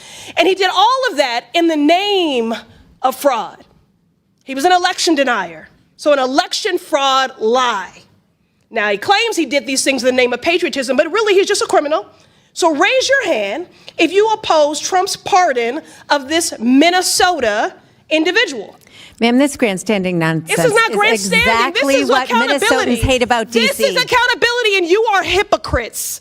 So again, I will take your Thanks refusal for to demonstrating my not opening Mr. statement. Chairman, reclaiming order, my decorum. time. She's off the Reclaiming rails. my time. I'm not off the rails, please. You are Enough totally with your off the tropes. rails. Nancy, Order. enough with your Rails. tropes. Give me Order. my time back. Order, Mr. Chairman. If Republicans were come here to be serious about accused reclaiming by somebody who was Time supposed to expired. serve me. Restore You the press time. your time Reclaim expired. my You're over my time. constituents. You have no time left. You You're don't get to over accuse time. me of things that Time you to can't do. overtime. You're out of Order. time. Reclaiming my You're out of time. time. There's You're no out time of left. time. We're done here. You're not We're gonna have done. time. Touch in out of time. At least 10 You didn't lose seconds. any Chairman, out of seconds. time. Time's Restore the expired. Out of time. order My time and is out of not time. expired. Ms. Presley, You you've all already are very secured your unserious. MSNBC spot tonight. I'm not Now, your time's I'm required. looking for Chair accountability, recognizes Ms. and you Mace want to from You're run gonna be from the so good on hypocrisy MSNBC. Chair of your recognizes king Ms. Mace. and this administration. Thank you, Mr. Chair Chairman. recognizes Ms. And Mace. Mr. Chairman, I agree. You She's don't going to be care a great about host on hungry children. You wanna be MSNBC. cutting This is back. my I time. wouldn't want to jump in front of reclaim Ms. my Mace if I time. were you, Ms. Presley. I reclaim my time. This is my time.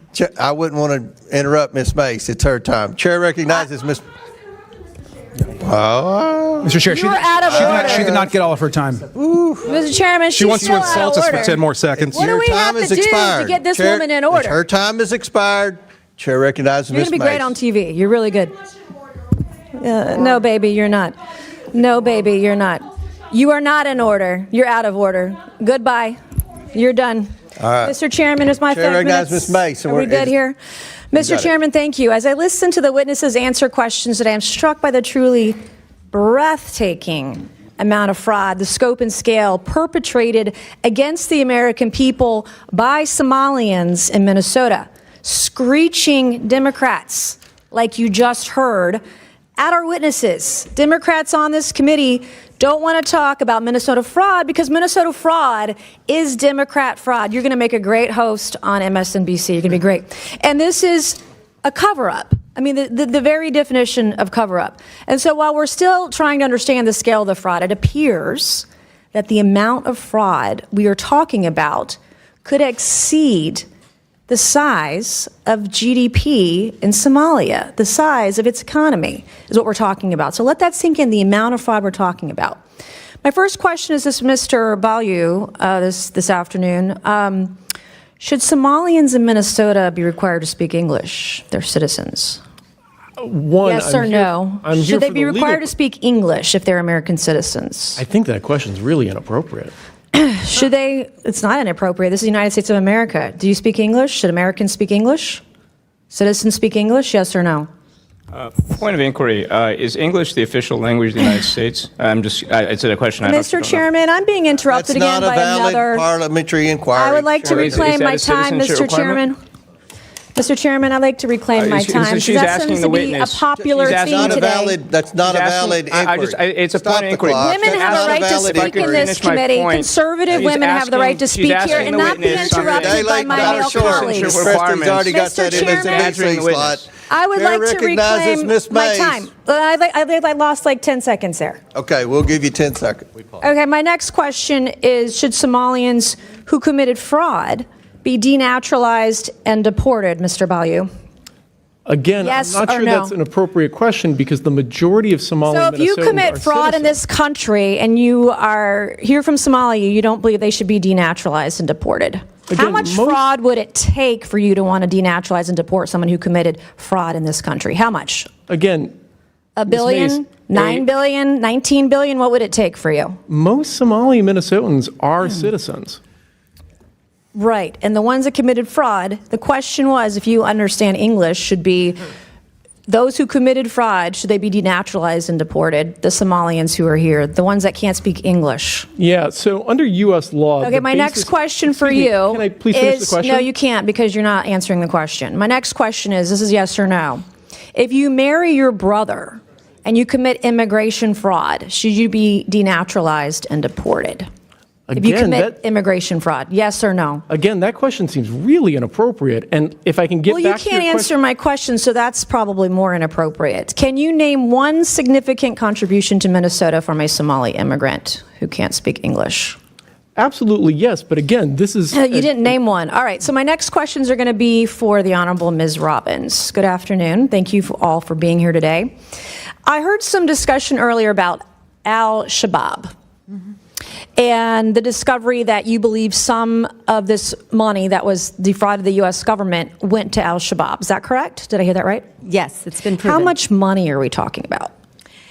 You know, we don't have an amount. So there's been specific cases where it's been charged where we have an amount, but then of the millions that go to Somalia over the years in remittances, a portion of that we understand is taken as sort of a tax or corruption by al-Shabaab when it enters the country. Can you explain to us who al-Shabaab is?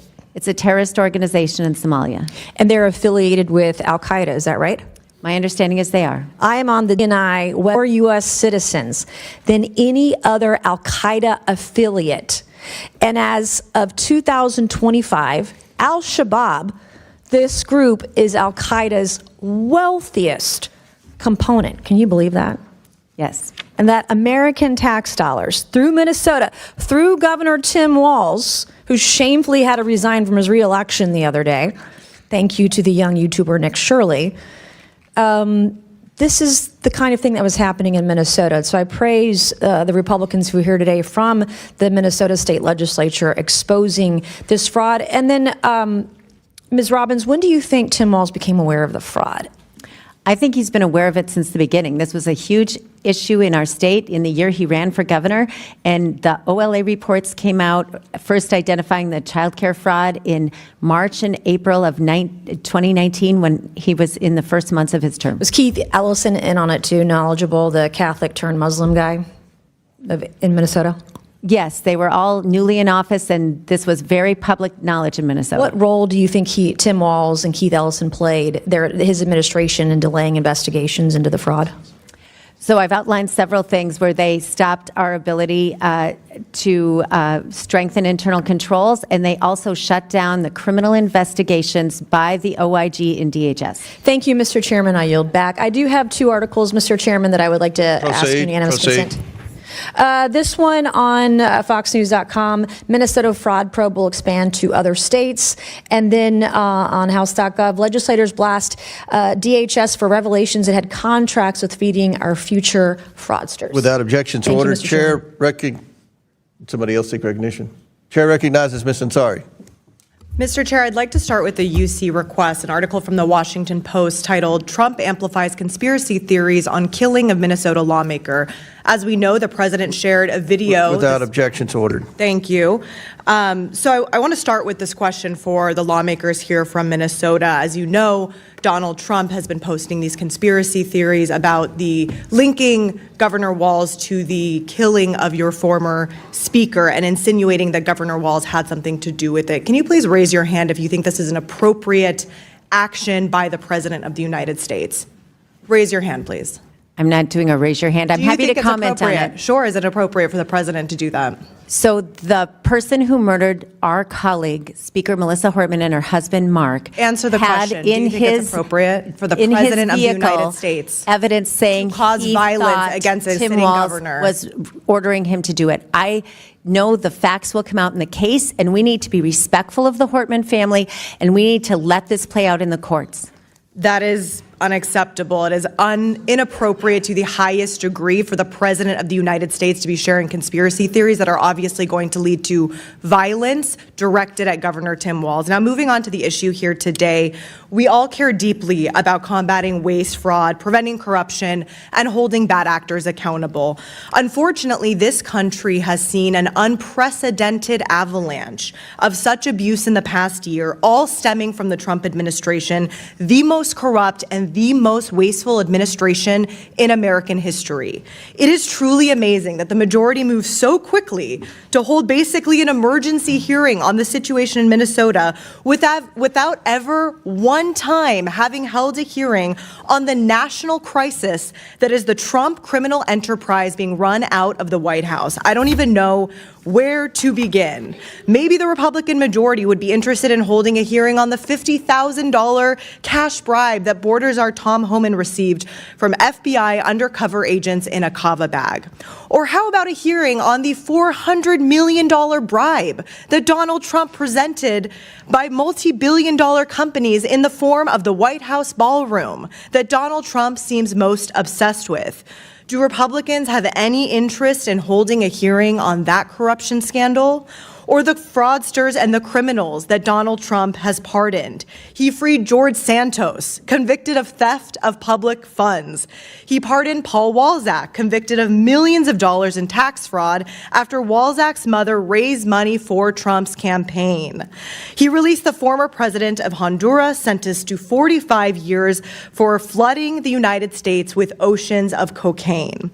And these are just a few examples. I haven't even brought up Doge and Elon Musk corruptions, Trump's firing of inspectors general who are in place to root out fraud, and career U.S. attorneys who are doing the bidding of Donald Trump in prosecuting his personal and political enemies. Is there any interest in holding an oversight hearing on any of those issues? Now, I want to talk about one specifically appalling instance of blatant corruption in the Trump White House, reported by the New York Times, that the Republican majority has shown literally zero interest in investigating. This is regarding World Liberty Financial, the cryptocurrency company founded in 2024 by Eric Trump, Donald Trump Jr., Alex Witkoff, and Zach Witkoff, among others.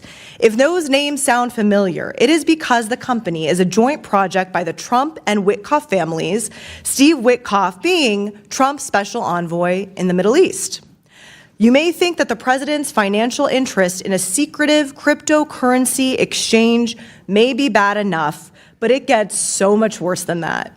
Emirati investment firm MGX invested $2 billion in the Trump-Witkoff crypto business, personally enriching the sitting president of the United States, his family, and Witkoff as a White House employee. This is at the same time that Witkoff is an envoy to the Middle East. He's the one negotiating with the Emiratis as an official representative of the United States government. While Witkoff and his sons were negotiating this private crypto deal, Steve Witkoff was also in charge of negotiating with the very same officials as a U.S. official to give the Emiratis something they desperately wanted from us: highly advanced and specialized computer chips. To make the corruption even more explicit, just after the crypto deal went through, Donald Trump gave his go-ahead for the transfer of hundreds of thousands of advanced chips to the Emiratis, despite the extremely concerning national security implications. It's perhaps one of the largest and most obvious corruption schemes in U.S. history, implicating a foreign government paying off the President of the United States and the White House to the tune of literally billions of dollars in exchange for sensitive U.S. technologies. So please let the Republicans spare us with their feigned concerns about waste, fraud, and corruption. I yield back. Gentlelady yields back. Chair recognizes Mr. Fallon from Texas. Mr. Chairman, thank you. We're here today in this hearing because there exists damning and Thank you. Mr. Chairman, thank you. We're here today in this hearing because there exists damning and overwhelming evidence of massive industrial-scale fraud occurring in Minnesota right now, and it's been going on for years. This is a huge story, and while many want to ignore it, deflect from it, or be masters of obfuscation, which we have seen here today, this should be a page one, front and center, above-the-fold headline for media outlets across the country. But it's not. And I think it's very interesting. ABC, NBC, CBS, you can find 74 stories today run before you even get a hint of this scandal. This should be a headline. And unfortunately, it's a back page fine print. Still, as bad as the network's coverage, albeit, it's ludicrously abysmal, it's better than CNN. This very morning, CNN ran 51 stories on its website, including such riveting breaking news articles such as dogs that are trained to sniff mold, a flock of gay sheep, K-pop's newest release entitled Demon Hunters, inside glimpse of P. Diddy Combs' prison cell, and Chinese robots playing soccer, but nary a mention of the tens of billions of dollars of American taxpayer money that's been stolen from honest folks in America by scumbag thieves. This is the Oversight Committee. We should have one overriding emotion, whether it's Republican or Democrat. We should all be outraged that crooks and thieves and dirtbags are robbing the American people. So I was very curious as to see how the Democrats would play today. Would they expose this fraud and be willing to work with us, or would they go to their playbook of Donald Trump, bad. And when we were in Doge, it was Elon Musk and billionaires, bad. And they haven't really disappointed. January 6th as well has been mentioned. Has nothing to do with what we're talking about today. The ranking member's opening comments even bizarrely talked about presidential pardons. And he railed against POTUS. It's nothing to do with the matter at hand. But for the record, Joe Biden issued 250% more pardons and commutations than Donald Trump. In fact, 2,545 more. Again, back to the matter. This money's been stolen systemically by a gang of thieves while the very people charged with the oversight, namely the Walz administration, have been complicit. They've looked the other way.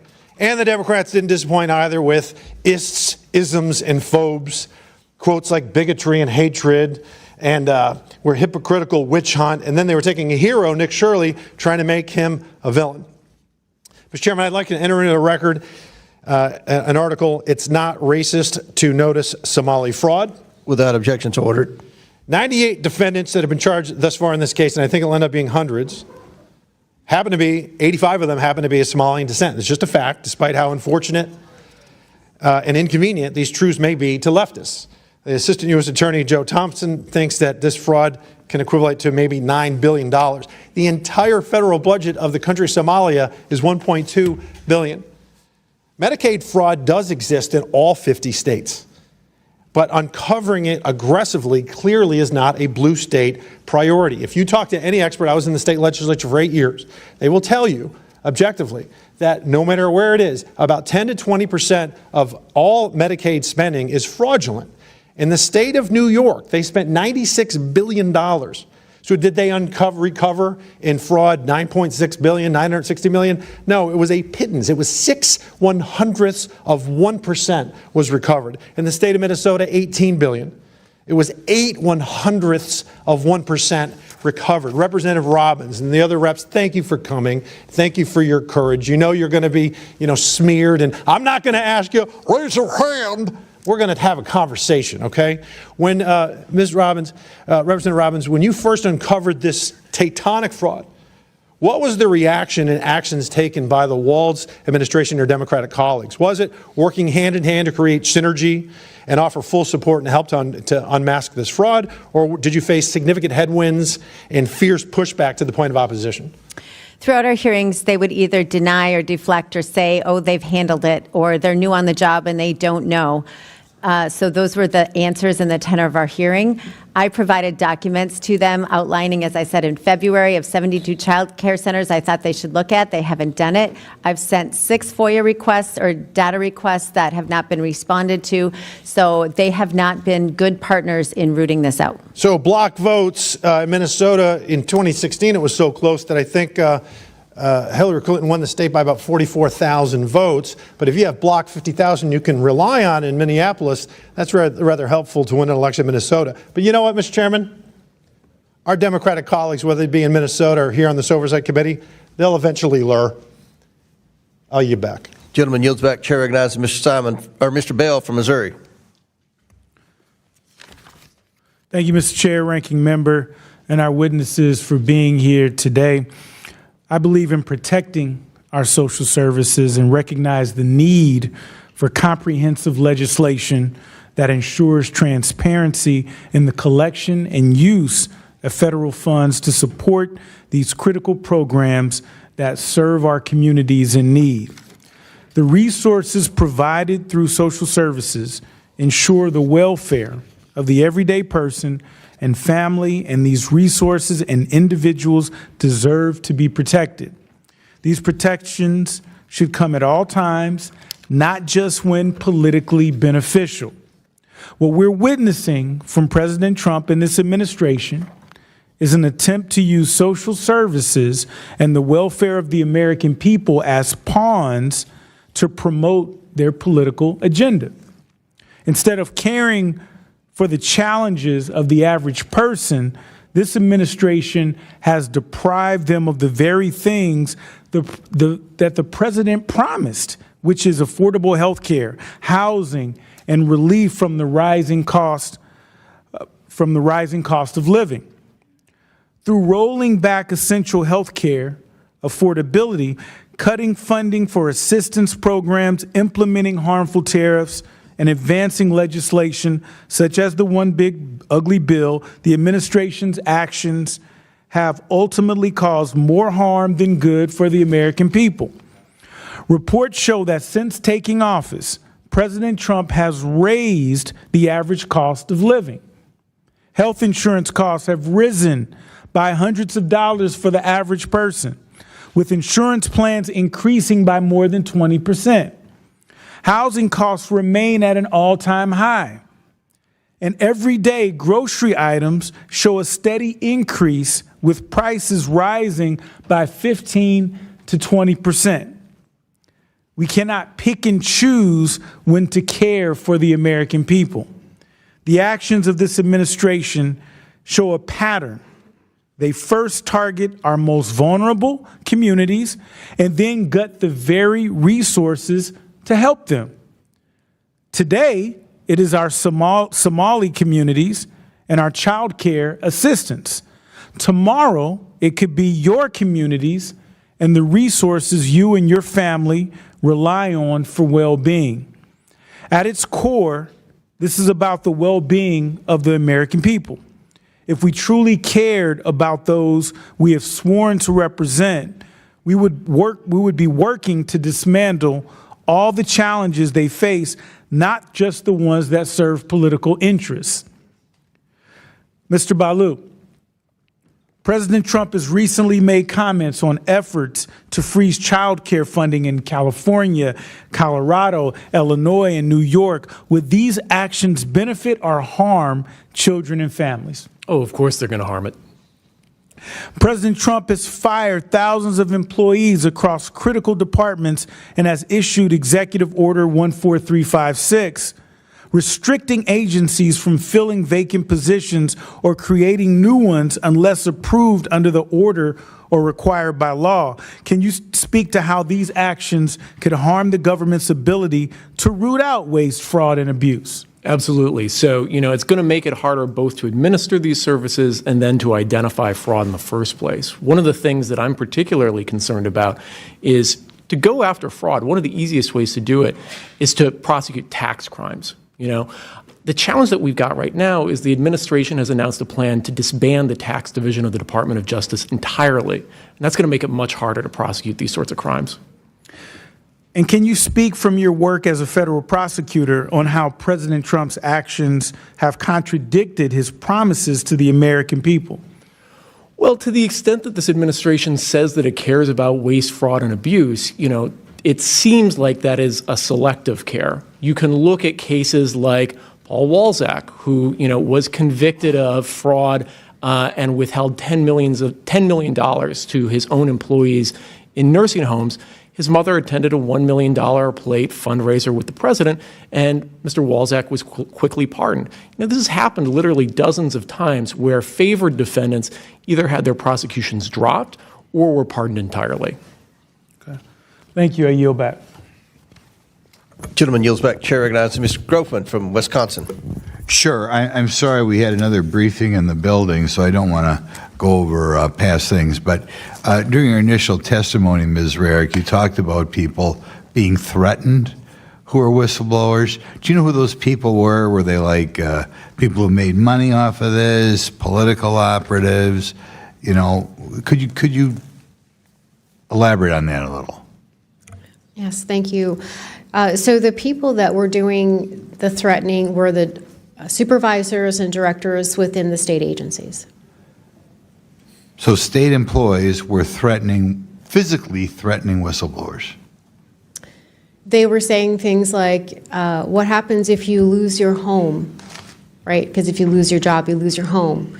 They had pictures in their personnel files of their own homes and their cars. They asked where their children went to school and where their bus stop was. So there was direct threats and indirect threats.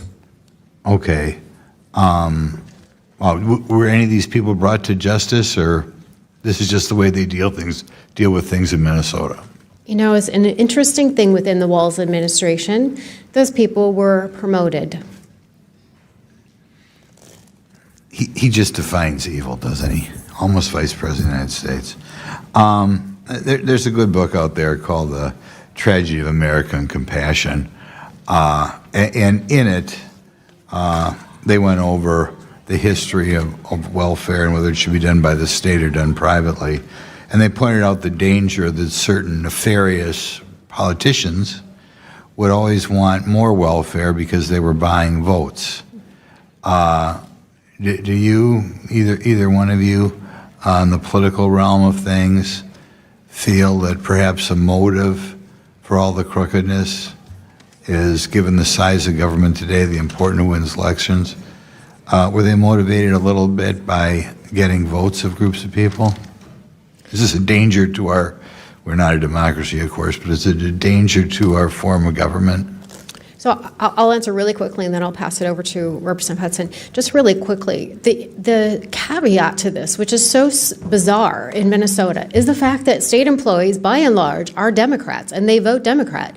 And the Walz administration, including Flanagan and his former chief of staff, Schmitter, were so brutal that these former Democrat employees want nothing to do with the Democrat Party anymore in Minnesota because they have been treated so horrifically.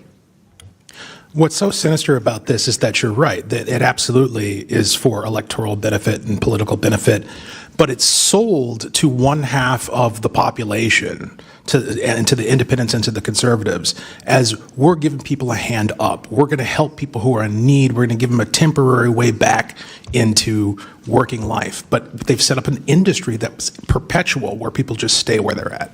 Right. So there's really an electoral incentive to make sure people don't get out of poverty. I'll give you another question. I used to be in the state legislature myself in Wisconsin, and I know that when we put together your budget, you have Fed funds, unlike money that, Wisconsin was getting in through our own income or sales tax. Insofar as the legislature is playing with Fed funds, you're not exactly as maybe careful with every dollar that's flowing through.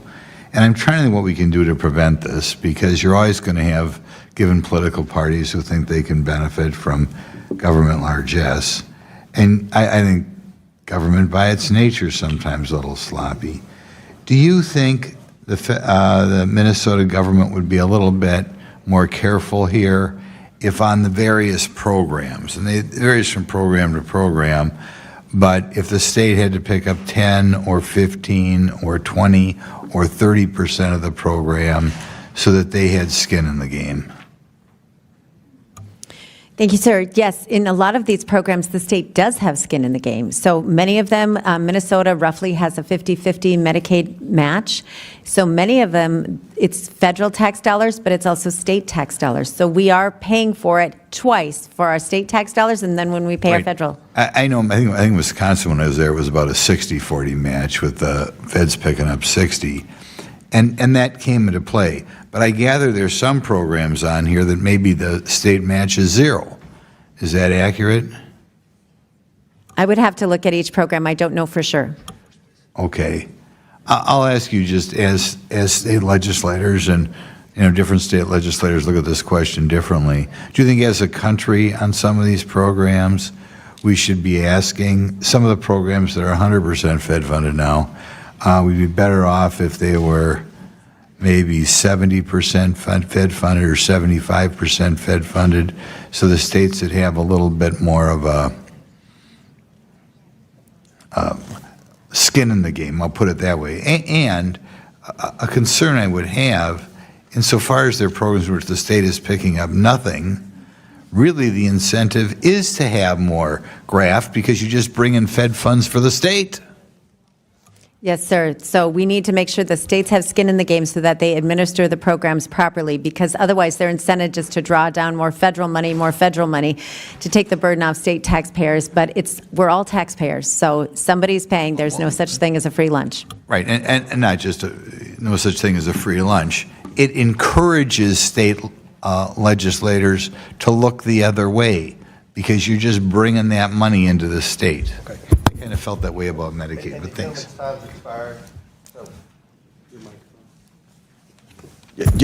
I'm sorry, Glenn. Gentlemen, time's expired on that. Yeah. Okay. Chair recognizes, who's next? Ms. Simon. Thank you, Mr. Chairman. I ask unanimous consent to enter into the record a January 6, 2026 article from the New York Times, Health Department to freeze $10 billion in funding to 5 Democratic states. Without objection to order. Thank you, sir. I appreciate us having this conversation, and I do apologize to our witnesses. Being in the last briefing took us out of this space, but you coming here to provide us some opportunity to discuss this is important, because I think it is true. We have to recognize that fraud is fraud, and theft is theft. And anybody, and I say anyone, who takes away food out of the mouths of children, who denies child care to women, particularly young women, who are going to school and working and doing everything right, who need a little hand up. I don't know who in here has had to walk their baby to childcare and go to school full time and work full time as a young mom. I know I did. And I know that I received, but 27 years ago, child care stipends. So we can be mad at the criminals in every state, including your state, who took resources from children. But I also want to go back to the unanimous consent that I just talked about. I think we don't have to go too far back, maybe 2 days, to recognize that the President of the United States and the administration is halting billions of dollars now, billions of dollars to child care providers and centers around this country. In fact, I have a story that we just received in my office. We heard today that there needs to be accountability. But what about accountability to a young woman that we talked to today in our office who was told by her child care center, and she is going to school full time at the local community college, that the President of the United States will be halting all funding, and within 6 weeks she may not have an opportunity to continue her studies because guess what? There's a party in power that wants to punish the poor, not just in Democratic states, but all over the country. The reducing of SNAP benefits, the shocking taking away of resources from sick children, the halting, and I'll say it again, the stopping of clinical trials for sick babies. What we will do as Democrats is acknowledge that fraud is fraud.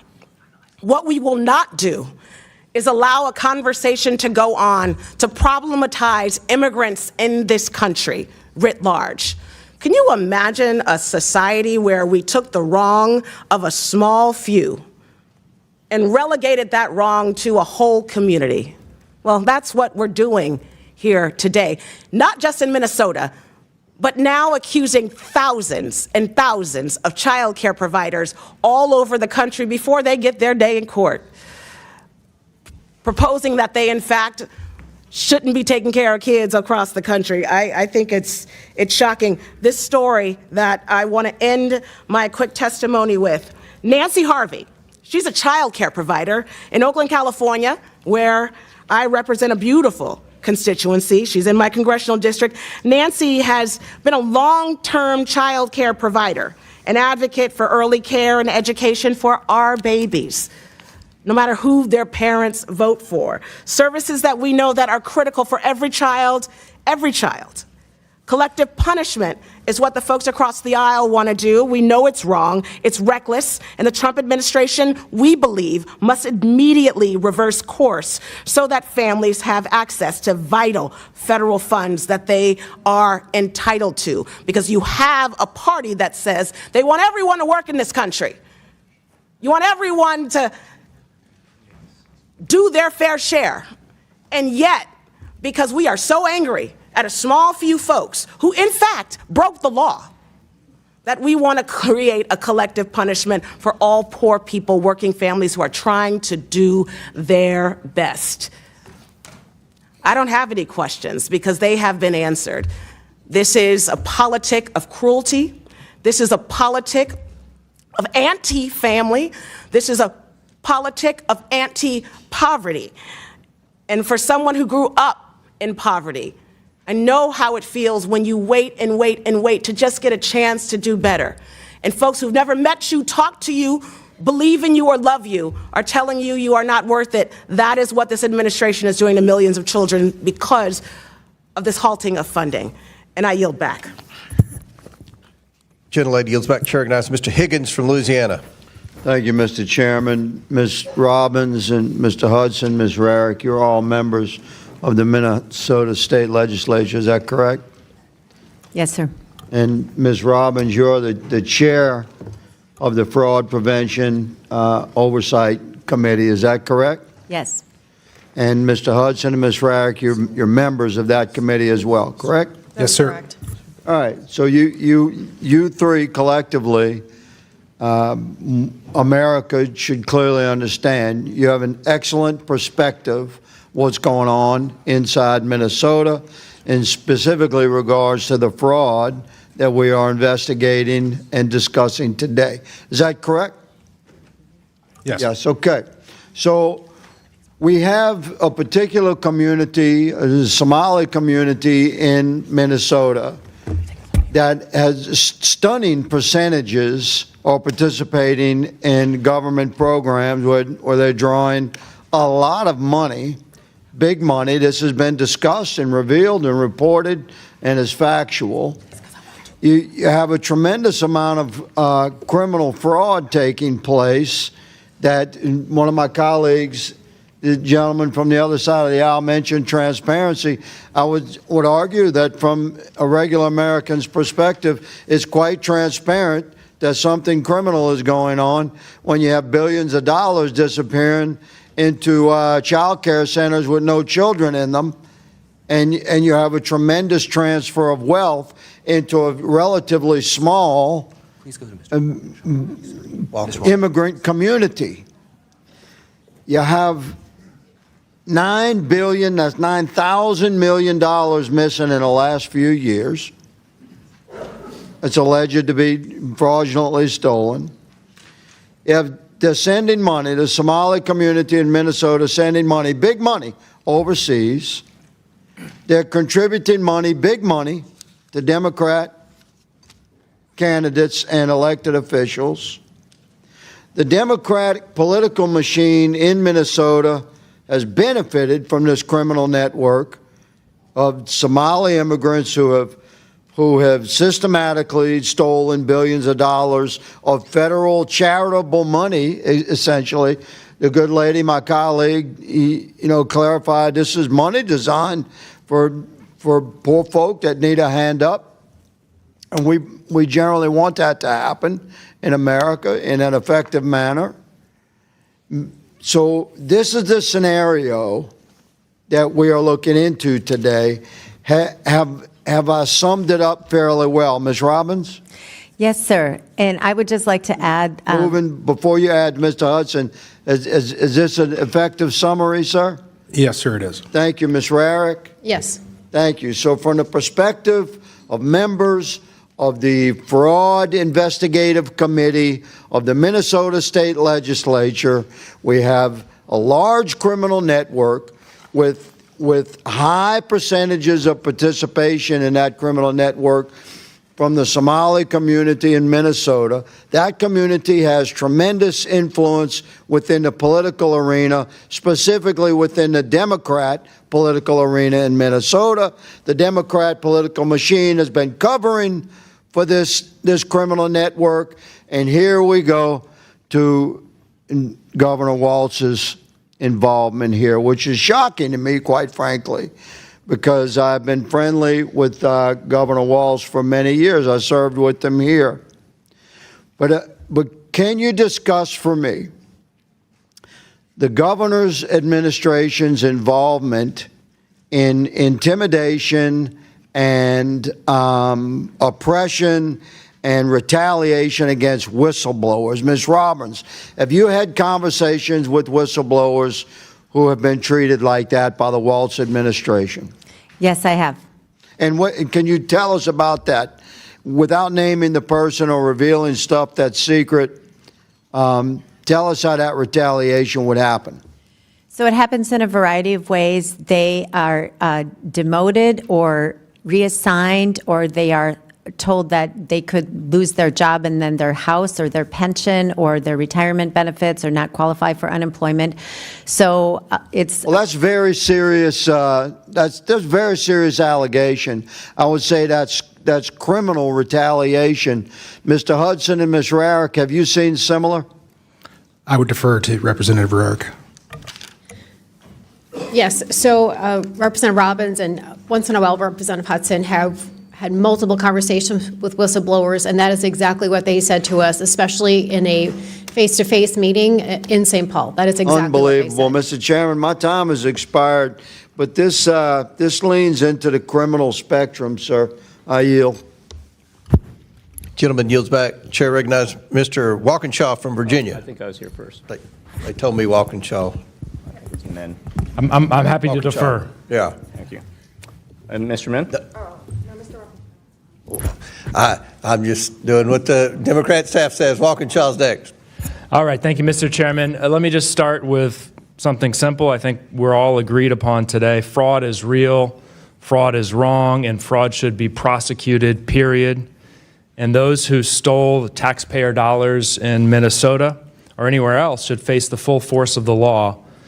But what we're seeing today, and the premise of this hearing, is selective outrage about fraud.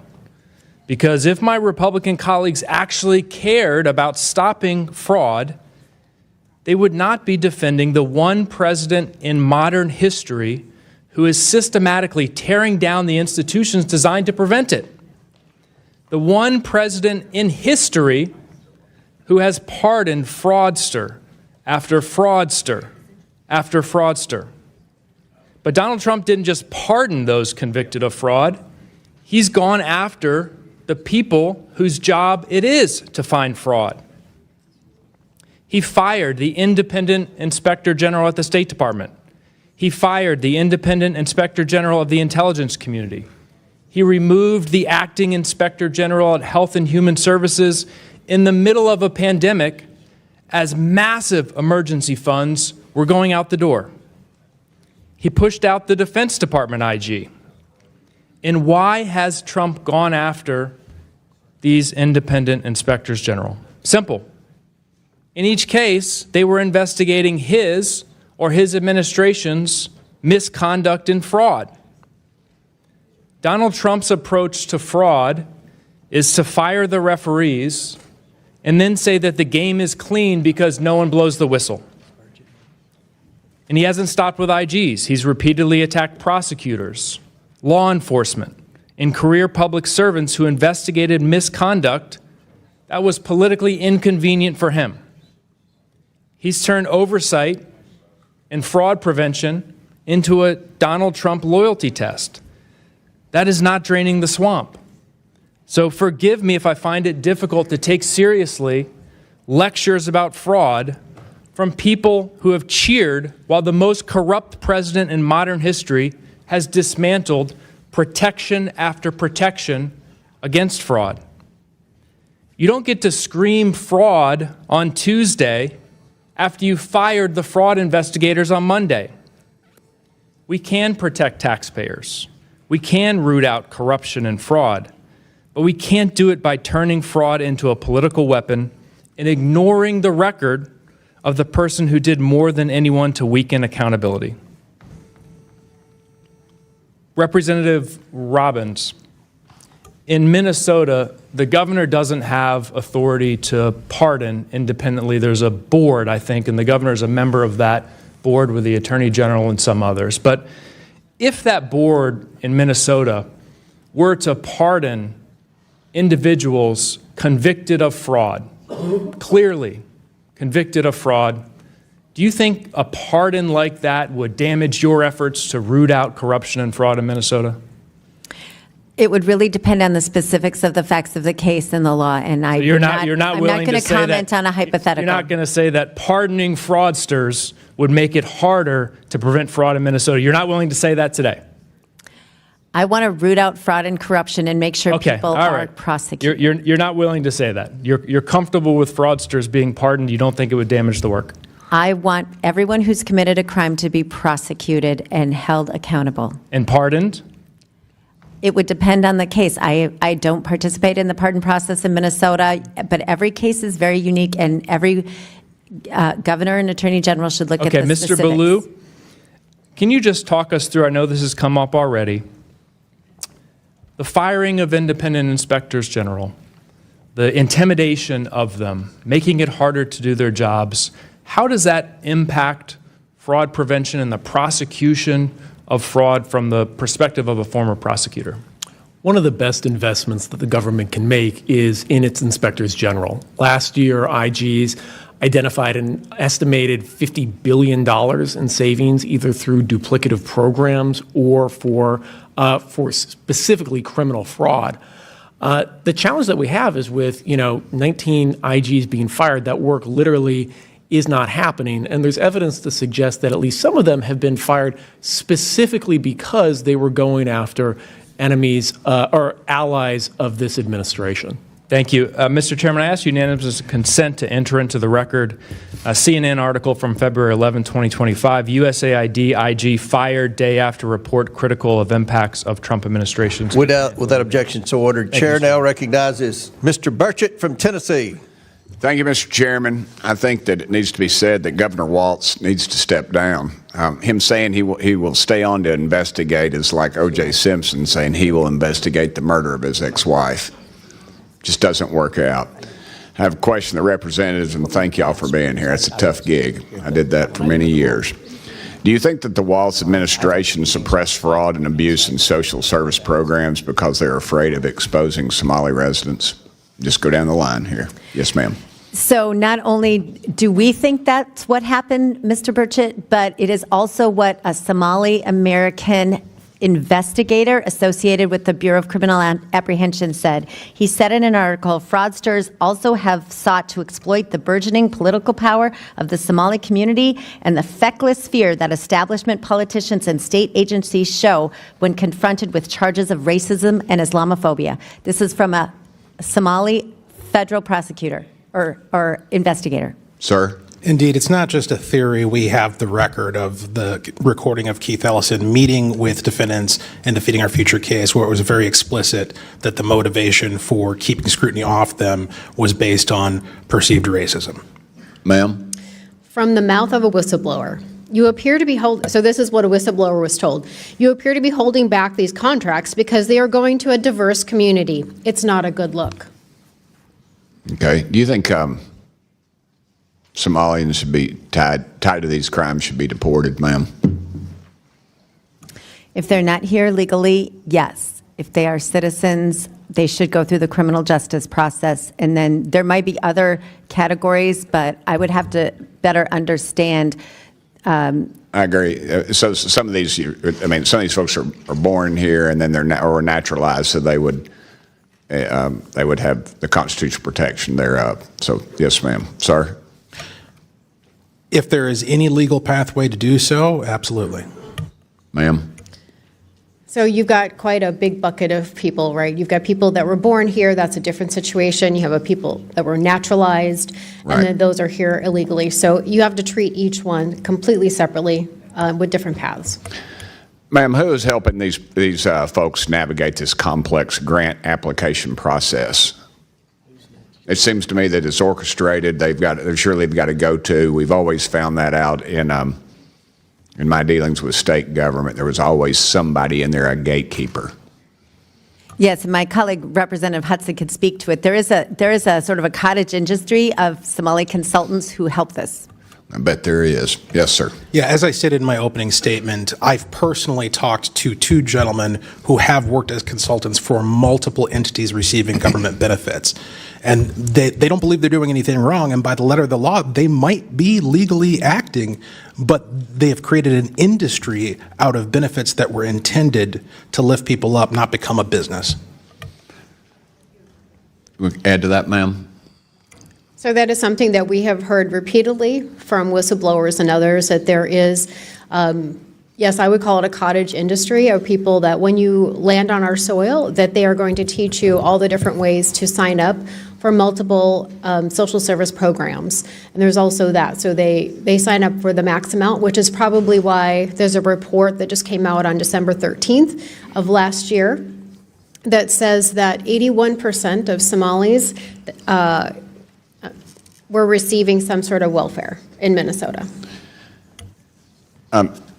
If you don't know the answer to this, just tell me. Do you have any knowledge or heard any talk that the Somalis are directing any of these funds to American U.S. tax dollars to Al-Shabaab, terrorist organization? There have been past criminal convictions in this, and currently we believe it's mostly happening indirectly as they send money to Somalia that Al-Shabaab takes a cut. Y'all agree with that? We good with that? Do you think the design of the social service programs incentivizes fraud and abuse? Absolutely. There's no doubt about it. When you are willing to hand over a sack of money to somebody on the assumption that they're going to provide a benevolent service and then you never check to see if they actually did, obviously you're going to invite fraud, waste, and abuse. Ma'am. Yeah, absolutely. We just stood up a new program that we'll probably talk about in a little bit, which is the Paid Family Leave Program. It was literally designed by Democrats to have waste, fraud, and abuse on a grand scale. Okay, I'm going to be out of time. Mr. Chairman, thank you. But I think America, we're sick of the hearings. We're sick of all this. We need justice. We need convictions. If these folks are guilty, and that needs to happen. America is sick of this. It needs to happen. Thank y'all so much, and thank you for your bravery. Very well said. Chair recognizes Mr. Subramanian. Thank you, Mr. Chair. I'm so glad that committee Republicans finally want to talk about fraud and corruption and misuse of federal funds. This majority, though, has conveniently avoided this topic, but let's talk about the fraud in this administration. And let's start with President Trump accepting a $400 million plane as a gift from Qatar, which the president announced he would transfer afterwards to his presidential library, basically to himself. And then the president announced a $1 trillion economic agreement with Qatar and a security guarantee for them as well, an unprecedented one. Next, Trump has also accepted hundreds of millions of dollars in undisclosed amounts for his ballroom project, including from companies who had civil and potentially criminal charges that were then dropped against them by this administration. And it's not just President Trump. Secretary Kristi Noem has paid more than $200 million in DHS ad contracts last fall and bypassed the normal competitive bidding process to award some of the funds to a firm with deep ties to herself. And then Secretary Noem also spent $170 million of taxpayer dollars on new jets, including one for her own private travel. Family members of the president have entered into $2 billion in business deals with the UAE government and their government officials, while the U.S. Conveniently then signed a major CHIPS agreement with the UAE. And then after his election, President Trump put $4 billion in shares of his media company in a trust to be run by his son. And then President Trump maintained ownership of his business empire while letting his family run the day-to-day. And then in September, Forbes estimated that President Trump's meme coin tokens were worth $709 million, and his World Liberty financial tokens were worth more than $338 million, but we don't know exactly how that happened. Then President Trump also stopped the enforcement of foreign and bribery and fraud so that we could have American companies commit fraud abroad as well and not get prosecuted. President Trump also has made hundreds of visits to his own properties using taxpayer dollars, a lot of golfing included, and used his presidency for personal profit to those properties. In 2019, the GAO reported a trip to Mar-a-Lago costs over $3 million, and so if you add that up, that's a lot of taxpayer money being misused and a lot of fraud.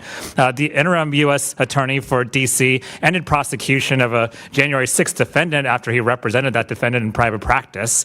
President Trump pardoned fraudster Trevor Milton, a former CEO convicted of fraud in 2022, who, with the stroke of Trump's pen, escaped paying the $600 million in restitution that prosecutors argued he should pay to people who've invested in his company. According to the Washington Post, at least 20 people who have received clemency from Trump were given forgiveness for financial penalties totaling tens of millions of dollars. And then President Trump pardoned Binance founder Changpeng Zhao, a money launderer, after getting support for a family crypto venture. And then President Trump also pardoned CEO Andrew Weidenhorn for stealing $47 million of his own money from his own company company, but had his case dropped after he donated to the president. And then President Trump also pardoned the founder of the electric vehicle company, Nikola, who was convicted of fraud and donated $1.8 million to political committees supporting President Trump. And prior to his confirmation, Secretary Hegset's wife owned thousands of dollars in defense stocks, including companies that contract with the DoD. And DoD Secretary Hegseth brought his wife, who has defense company investments, to meetings with foreign defense officials at a NATO gathering where Ukraine policy was discussed. And from recently passed funding legislation, U.S. senators can claim over $500,000 in taxpayer dollars over phone record collections during the January 6th investigation. We just commemorated the 5th anniversary of January 6th. And then border czar Tom Homan dodged FBI background checks and accepted $50,000 from undercover agents acting as business people in exchange for government contracts. The DOJ investigation of that was shut down by this administration. President Trump wrote on his social media platform, Truth Social, "This is a great time to buy DJT," less than 4 hours before lifting the tariffs he imposed days earlier, raising accusations of improprieties. I'd say the accusations are probably well-founded. President Trump's FBI director has reportedly used taxpayer dollars to escort his girlfriend's friend home from partying in Nashville. RFK Jr., the secretary, refused to fully cut ties to a vaccine lawsuit against a pharmaceutical company while serving as secretary, arrangement that profits from the suit would go to his son. Saudi-funded golf tournaments moved events to Trump golf courses, providing a financial windfall for President Trump and his family as his administration sets Middle East policy. FBI Director Kash Patel refused to divest from stock holdings in a company that controls a Chinese fast fashion firm accused of using forced labor and child labor, raising questions about the extent to which he'd enforce human trafficking laws. President Trump's God Bless the American Bibles, which was a $3 production cost and $60 tag per copy, are printed in China. The Bible, however, is exempted from Trump's tariffs on China due to an exemption for religious materials. And I could keep going. Tom Krause, the CEO of Cloud Software, was hired to work on a payment system at the Treasury Department, raising questions about competitive advantages for future contracts. A Cloud Software subsidiary previously donated $1 million to Trump's inaugural fund. And the first directive issued by the U.S. Department of Energy Secretary Chris Wright focused on advancing geothermal energy, which benefits Fervo, in which his former company Liberty Energy had invested $10 million in. Commerce Secretary Lutnick... Gentleman's time's expired, 40 seconds over, and I've been cutting members off. I have more. You have what? I have more, but I'll yield back. Okay. Chair recognizes, and you can submit anything you want to the record. We'll put it in there. Chair recognizes Ms. Boebert from Colorado. Thank you, Mr. Chairman, and thank you to the witnesses for being here today. Representative Robbins, did your Fraud Prevention Committee raise formal concerns about suspected child care fraud to DHS or state leadership before federal indictments were issued? So the original federal indictments came before I was elected back in 2015 or so, and then we thought DHS had cleaned it up, and they did not. So we did a hearing last February of 2025, and we provided them a list of child care facilities we thought they should check out. My understanding is they have not, and so we're hoping that they will take this seriously and go investigate with on-site visits what's going on in these child care facilities. And when you raised awareness, were the Governor Tim Walz and the Attorney General made aware of these warnings? Oh, I'm sure. Did the state leadership fail to act promptly? I mean, it kind of sounds like they did if you still haven't received any information regarding these warnings. Yes, we don't know that they took any action with the list we gave them. And Representative Robbins, what recommendations from your committee were given and ignored? So in general, we always try to look at internal controls, and we've asked, I mean, it's not complicated. We want them to go make sure recipients are eligible, that providers are eligible, that services are actually being provided. Our staff has gone to many of these places, and so it's not just the Nick Shirley video. Our staff has gone and looked at this, and there are literally no one there during business hours. Some of the offices where we have the address are empty. Like there's no furniture. So they are not doing their job. Thank you.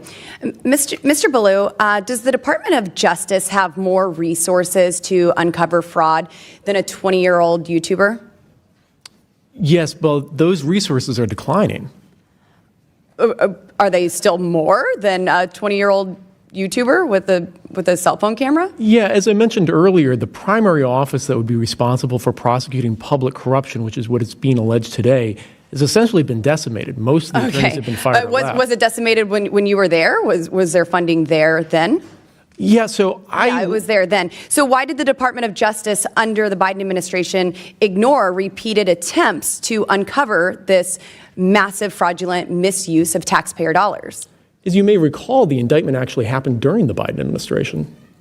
And what action has been taken in the state to ensure that this isn't happening? Because we just saw dozens and dozens of centers that are receiving hundreds of millions of dollars collectively that are not functionally operational.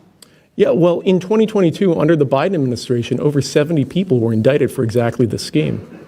So, Mr. Ballou, yes or no? A Medicaid program with low barriers to entry and minimal reimbursement requirements, that's something that would be highly vulnerable to fraud if oversight is weak, correct? Exactly, and the challenge is that oversight is being cut further because Thank you for your answer. Mr. Ballou, yes or no?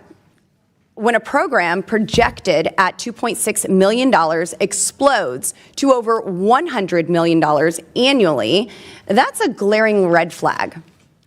The problem that we have is that all the oversight at the federal level. Yes or no? Is that a red flag when a $2.6 million program the challenge that we have explodes to over $100 million? Yes or no? The offices that yes are responsible for identifying those red flags are being defunded. Mr. Ballou, yes or no? When the same individuals or networks bill multiple Medicaid programs, that indicates organized fraud. And the challenge that we have is yes or no? Does that indicate fraud when you're getting the same individuals and networks that are billing multiple Medicaid programs? Precisely the offices that would identify that are being defunded. As they should be. Mr. Ballou, yes or no, did the Biden administration cover this up for political reasons? Because uncovering fraud on this massive scale would have hurt the 2024 Democrat vice presidential candidate. Just so I understand, are you saying that the offices that uncover fraud should be defunded?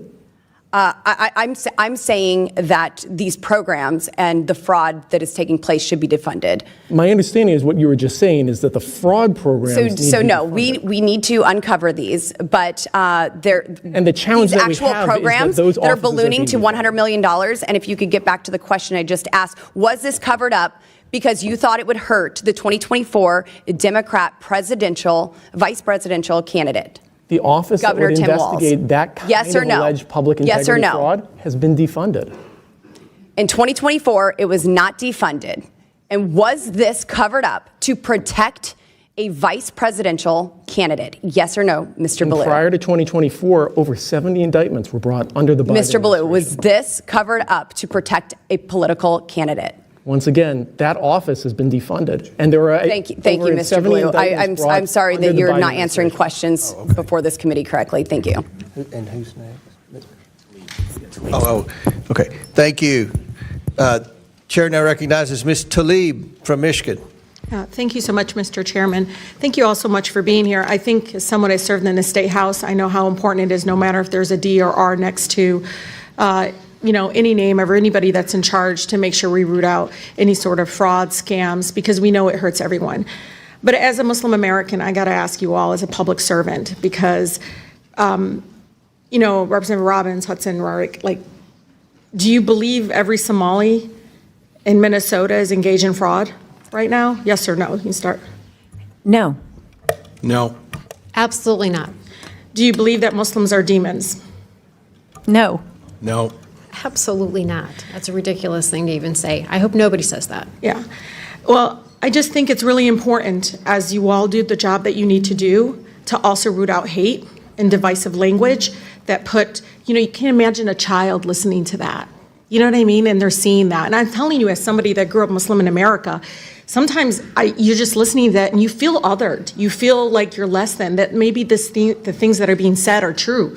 And so, Mr. Chair, I have to submit for the record, I know this is not your only source, I heard you, but, unnamed source in a viral Minnesota Somali fraud video is a right-wing lobbyist who called Muslim demons.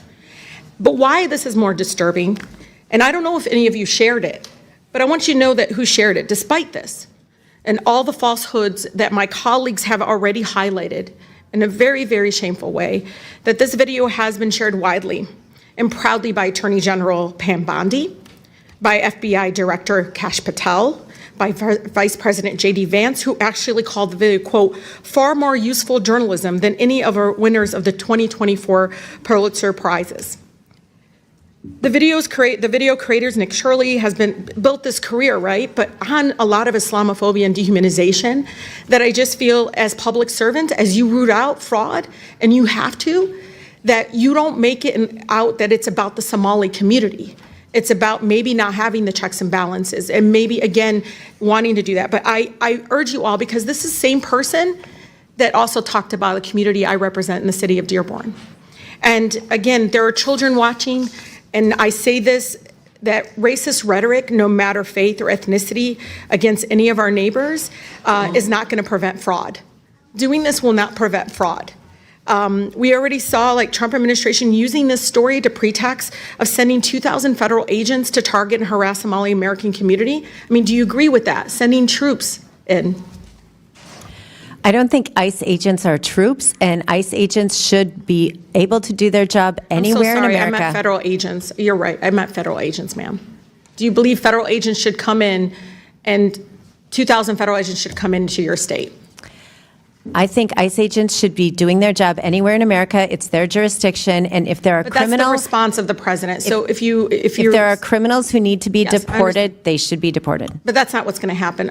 Representative Hudson. I absolutely welcome immigration enforcement in the state of Minnesota. But do you think it's really immigration enforcement because they're racially profiling? They're going to just stop people that look Somali or look Muslim or ethnic and just harass them. And I'm telling you, as somebody that for the first time ever, my mother in 50 years being here, and the sweetest woman, she'd feed anybody. She doesn't care if you're Republican, Democrat. She would make sure you're not hungry and fed. And she's carrying a passport for the first time in her life here because she knows because she wears a hijab, she might be stopped by an ICE agent.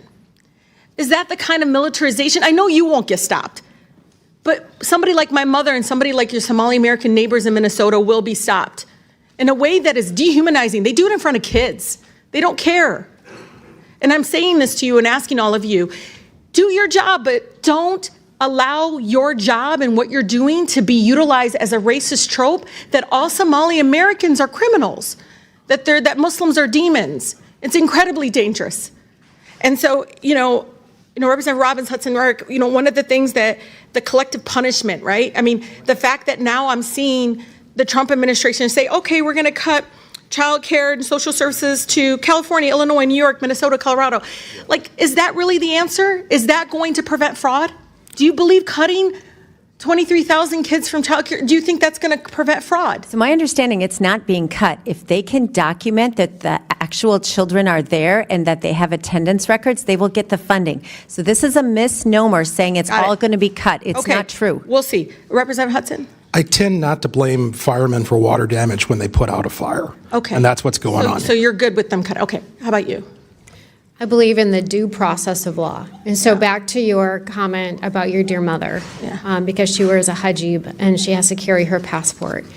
So I think that every person has value. Everyone is a child of God, right? And we may have a different name, but here's the thing, is that they all deserve respect. Absolutely. They all deserve kindness. They all deserve the process of law and due process. And I'll tell you, that is what we believe in. And I see it among my community. It's a very diverse community. We're calling people on other, folks that are, no matter what their background is, because we don't want any criminal activity or fraud because we know it hurts everybody. But I'm asking all of you, as you do this, your job, call out against the racist comments. Protect everyone in Minnesota, no matter their faith or ethnicity. So be careful in sharing these videos. I'm sorry, Chairman, this is important. Be careful. as you do your job, not to allow people that you all are trying to root out fraud to be used as a ploy to go after Muslims and Somali ladies, Americans. time's expired. Thank you. Chair, before I recognize Mr. Cloud, Mr. Gill has a unanimous consent request. Sure, yep. This is from the Minnesota Reformer, Somali American former investigator, why you're hearing about fraud in my community. Without objection, so ordered. Chair, now, do you have another one? Okay. Chair recognizes Mr. Cloud from Texas for 5 minutes. Thank you, Chairman, and I appreciate you holding this hearing. It's important, as you have mentioned at the outset, that we continue our work to uncover waste, fraud, and abuse, and especially in holding this hearing, kind of brings some light to this issue that the media really, they were scooped. And so in a sense that they're having to cover this issue when really they should have been the ones to investigate and reveal this is telling. No doubt there's fraud everywhere. When you're spending trillions of dollars, there's going to be pockets of fraud. But one of the things that's been revealing this year as we've worked through the DOGE process is uncovering the extent of the fraud, how it's been systemized, weaponized, and how we've really unveiled that it's the world's history's largest money laundering scheme. And much of this should be a bipartisan issue to go after the waste, fraud, and abuse, but what we found out is much of the taxpayer funding is going to uphold leftist organizations and their campaign practices and the like. What's particularly telling about this issue in Minnesota isn't the fact that there's waste, fraud, and abuse. No doubt that's happening in a number of states, and we need to continue the work to clean it up. But the way that this has been systemized, institutionalized, and the corrupt and corrosive nature and even criminal coercion that went on from the governor's office and his administration is particularly troubling. I think it's notable that the Biden administration was aware of this, even as they tried to sell the Harris-Walz administration on the American people, and perhaps that's why we didn't see this come to light as we should. But Representative Hudson, I appreciated something you said in your testimony in the sense that you said how the structure of these programs creates incentives that reliably produce the waste, fraud, and abuse across multiple service areas, regardless of the program or intent. And this is kind of what we see oftentimes, that for good intentions maybe, Congress upstands these programs, but over the decades what we've seen is they've expanded to where many of them almost end up being a system of waste, fraud, and abuse with a veneer of care and concern for people. And our job in Congress is to help bring the tools to make sure that that doesn't happen. And so the ranking member said, where fraud exists, we should look into it. We should hold people accountable. What we see coming from the left a lot of times is they're fine with the reactionary. We're fine in bringing prosecutions after the fact because the money's already gone out. We're fine with prosecuting people who do ballot harvesting once the ballots are in the pot and we can't separate them. But it's far better for us to prevent it. I'd like to talk to, I'll start with you, Mr. Hudson, but if y'all want to jump in, what controls states should be putting in, but really it comes down to us in saying whatever federal dollars you are receiving, you should be getting these controls in place. So could you speak to the institutionalization of this fraud and the schemes that are in place, maybe list some examples and then speak to some of the controls that you would recommend that we take on legislatively to make sure states are doing their job? It's a very big question, and I'll try to be concise. So I haven't put a whole lot of thought into what Congress should do, given my state legislative role, but I can tell you that states are primarily responsible for the administration of these programs, for setting up rules, for engaging in verification and compliance. And so what I imagine Congress can do is provide either incentive or some form of, for lack of a better term, punishment to states who fail to do that. Currently, states are actually incentivized, in a sense, to game the system against the American taxpayer. 100%. Yeah. Absolutely. And so the programs in Minnesota need to be redesigned from top to bottom. I mean, it needs to be like a demolition and a rebuild, because the way they're currently structured, I think most Americans, when they think about benefit programs, they think about like their neighbor and how they would help out their neighbor. But that's not how these programs work. It's not relational. It doesn't come with expectations or gratitude or an incentive to make your life better. It is set up to create a perpetual industry out of taking money from taxpayers. Yeah, that's troubling. Would you like to speak to that? Yes, I think one of the most practical things you can do is to require documentation from the recipient and from the provider. In Minnesota, most of these providers are set up and the recipients based on attestation. And nobody then goes and checks, are they really eligible? Are the services actually being provided? We had the Housing Stabilization Program. They estimate 90% of it was fraud. Nobody checked if services were actually being provided. And I think you could also require repayment to the feds if there's fraud, and that would make states pay attention to administration if they had to repay the money if it was not spent on the proper services. Thank you. Those are a few good tips. We'll hopefully stay in communication. My time's up. Chair, I know we opened up a can of worms there that could take another hour or two, but thank you, Chairman. I yield back. Thank you. Chair recognizes Mr. Min. Thank you, Mr. Chair. Appreciate today's hearing, and I am deeply concerned about the allegations of fraud that we are learning about around the disbursement of social services funding in Minnesota. This is fraud of the worst kind. It's literally taking food out of the mouths of hungry kids so that people can enrich themselves. And just for your clarification, I've actually spent my career fighting fraud. My first job out of law school was at the SEC. This was in the aftermath of another major set of frauds, the Enron and WorldCom accounting scandals, which of course from the private sector, not the public sector. In Congress, this has been my just over a year at this point, but I was happy to sponsor H.R. 1156, a Republican-led bill that came before this committee last year. And I think that we need aggressive enforcement and accountability when it comes to taxpayer dollars and their disbursement. That being said, I have concerns about this hearing as well as recent actions taken by the Trump administration. And it's hard for me not to look at this hearing and the context in which it's taking place and not see this as a partisan and racist hearing.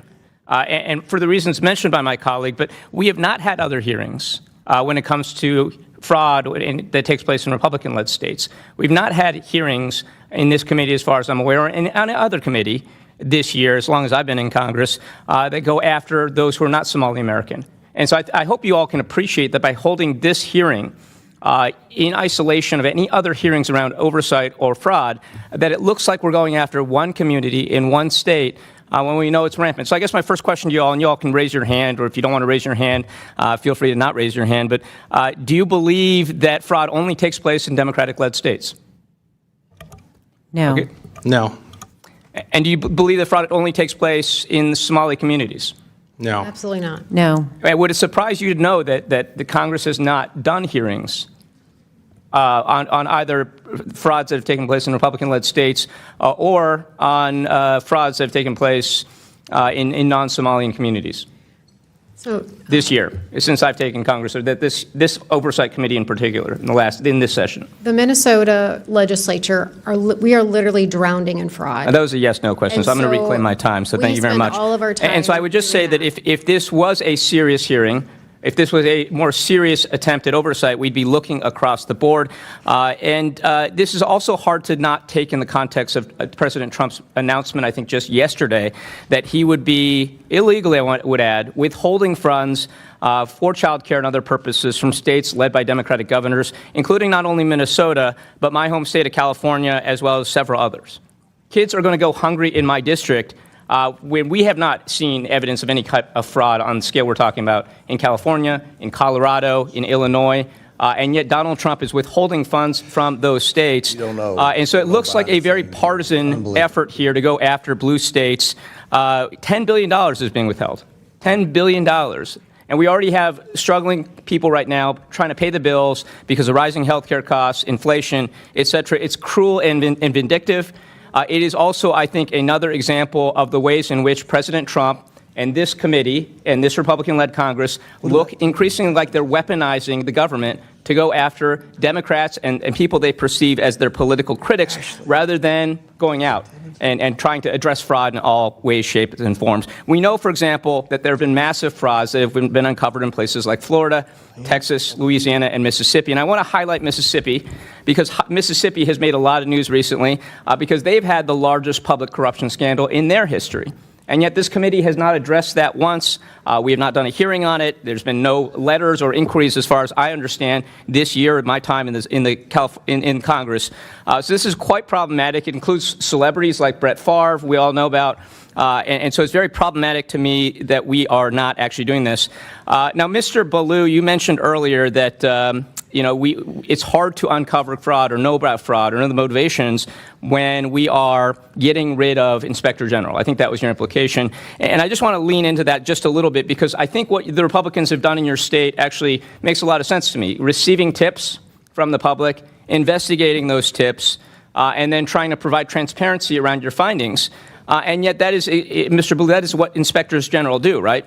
That's precisely their job. And would it surprise you to know that this committee, which is tasked with overseeing the federal government, has done 0 hearings since Donald Trump fired all the Inspector Generals at the beginning of his term? That's unfortunate. We really can't have a discussion around fraud, misuse of taxpayer dollars, or waste if we aren't talking about the fact that we just got rid of all the people that are supposed to oversee that. So I have one last question here. And your time's expired. You've gone over a minute, but you No, I did go over a minute. firing the 7 Inspector seconds. General when 7 you seconds. admit there's massive fraud in Republican states too. The IGs have failed. Can I Why ask should we you keep funding point of these parliamentary- agencies when there's evidence that the money has been defrauded? I have a parliamentary inquiry for you, sir. Well, go ahead. Are we allowed to use this committee's resources to only go after fraud or states of one party? No, we can go after fraud in any party. So are we going to look into Mississippi the way that we're looking into Minnesota? If you bring stuff forward, you have whistleblowers come forward, we'll look after it in any state. You will hold a hearing. Do I have your commitment? Well, it depends on the evidence. All right, Chair now recognizes Mr. Burleson from Missouri. Thank you, Mr. Chairman. I've already recognized Mr. Burleson. Thank you, Mr. Chairman. I appreciate it. And actually, I'd like to remind the committee that this party, this side of the aisle, has dedicated tremendous resources to rooting out waste, fraud, and abuse. In fact, the chairman set up a committee called DOGE that the other side of the aisle demonized and criticized in our efforts, in which we had multiple hearings to identify waste, fraud, and abuse throughout all of the government agencies. And so I applaud the chairman and this side for the work that we've been doing. But sadly, Minnesota has become an example because of the extent of the waste and the fraud. I have to ask, it must be embarrassing for the citizens of Minnesota, Chairwoman Robbins. So I'm not embarrassed to be from Minnesota, but I am frustrated and angry about the theft of taxpayer money. I have family that live in Minnesota. It's a wonderful state, and I know that they are angry, that they're very frustrated. So I think that we talk about the amount of money that's being wasted, $9 billion. That seems like an abstract amount, but let's break that down. $9 billion stolen from less than 6 million citizens of Minnesota, correct? That's per individual. Imagine, right? Every citizen of Minnesota, your bank account, suddenly someone took $1,500 out of your bank account. Every taxpayer, there's around 3 million citizens or taxpayers in Minnesota. Every taxpayer just had $3,000 stolen from their bank account. How does that feel to a citizen of Minnesota? Minnesotans are so frustrated because not only have we had that money stolen from us, but we had an $18 billion surplus that Tim Walz spent and then raised our taxes $11 billion and left us with a $6 billion deficit. So we've had the fiscal mismanagement on top of the fraud, and Minnesotans are completely fed up. In Missouri, there's also an opportunity cost to all that money. So in Missouri, we just greenlit a project to add more lanes to I-70, which runs from one end of the state to the other, and it was less than $3 billion. You could imagine people in Minnesota could enjoy adding additional lanes on interstates, on 3 of your interstates, I-35, I-94, I-90. Don't you think the people of Minnesota would love to have wider lane or more lanes added to their highway infrastructure? They absolutely would. But even if we stayed in the social service realm, there was $104 million in 1 year that was fraudulent in the Housing Stabilization Service. If we could have taken that $104 million and put it into supportive housing, we would have done a lot to solve the homelessness problem. So every time these dollars are fraudulently stolen, it is a huge opportunity cost for Minnesotans. Absolutely. And you've been sounding the alarm for quite some time. Why has it taken until 2025 for these to fully come to light? The Fraud Prevention and State Oversight Committee was formed in 2025 once we had a tie in the House. So when you guys, the Republicans took majority, you finally, or you were able to actually root out the waste, fraud, and abuse in Minnesota, which is why we now know about it. Yes, we're in a tie technically, but we were able to negotiate this as part of the power sharing agreement. I seek unanimous consent, Mr. Chairman, to enter into the record a article from the New York Post. Former Homeland Security agent claims prosecutors ignored Minnesota daycare fraud cases. They just evaporated. Without objection, so ordered. Thank you. So there's been investigations been going on for some time. I understand you don't report them, or have really kind of bypassed the state agencies. You report directly to the federal government. Can you elaborate on why that is? It's pretty obvious why, but. So when my staff, we have a very small staff. We have one researcher on our committee, and then we as members also do a lot of our own research. And when we get an investigation that is credible, we do as much research as we can. But as I said earlier, we don't have access to bank records, health records, or the state payment system. And so based on that, when we get something that's credible, we turn it over to the Office of Legislative Auditor and to the U.S. Attorney's Office. I have been accused of hiding whistleblower data from the department, but when the department comes to hearings, we provide documents every time. I flagged 72 child care centers. We've given them lists of all of the housing, multiple addresses where there's more than 5 providers, sometimes up to 22 providers at the same address. They've done nothing with it. But what I don't give them is the whistleblower information, because I'm protecting our whistleblowers in Minnesota. They finally are stepping up, and I have their back. Good for you, and I appreciate you for doing that. And then finally, with that, I'll end. I have more articles to submit to the record, Mr. Chairman. Do you want to submit them now, or are you going to submit them? Okay, go, proceed. Okay, one is an article produced that was about child care welfare fraud. Without objection, to ordered. A report produced by the Office of Legislative Auditor of Minnesota, Child Care Assistance Programs Assessment of Fraud Allegations. Without objection, to ordered. And then from the Minnesota House Research Group, the Child Care Assistance Programs and the Fraud Within. Without objection, so ordered. Thank you, Mr. Chairman. Chair now recognizes Mr. Frost from Florida. Thank you, Mr. Chairman. It is very important that we eliminate fraud in our social programs, and I'm glad that Governor Walz has taken real concrete steps in Minnesota to combat fraud, like signing legislation to strengthen states' agencies' ability to detect, prevent, and prosecute fraud, and establishing a statewide Inspector General Coordinating Council and appointing an independent state auditor to investigate claims. Mr. Balu, how will these actions help uncover and prevent fraud in the state? Well, it's the funding and staffing that's necessary to uncover fraud that's happening at a state level, but that staffing is not being mirrored at the federal level. What do you mean by that?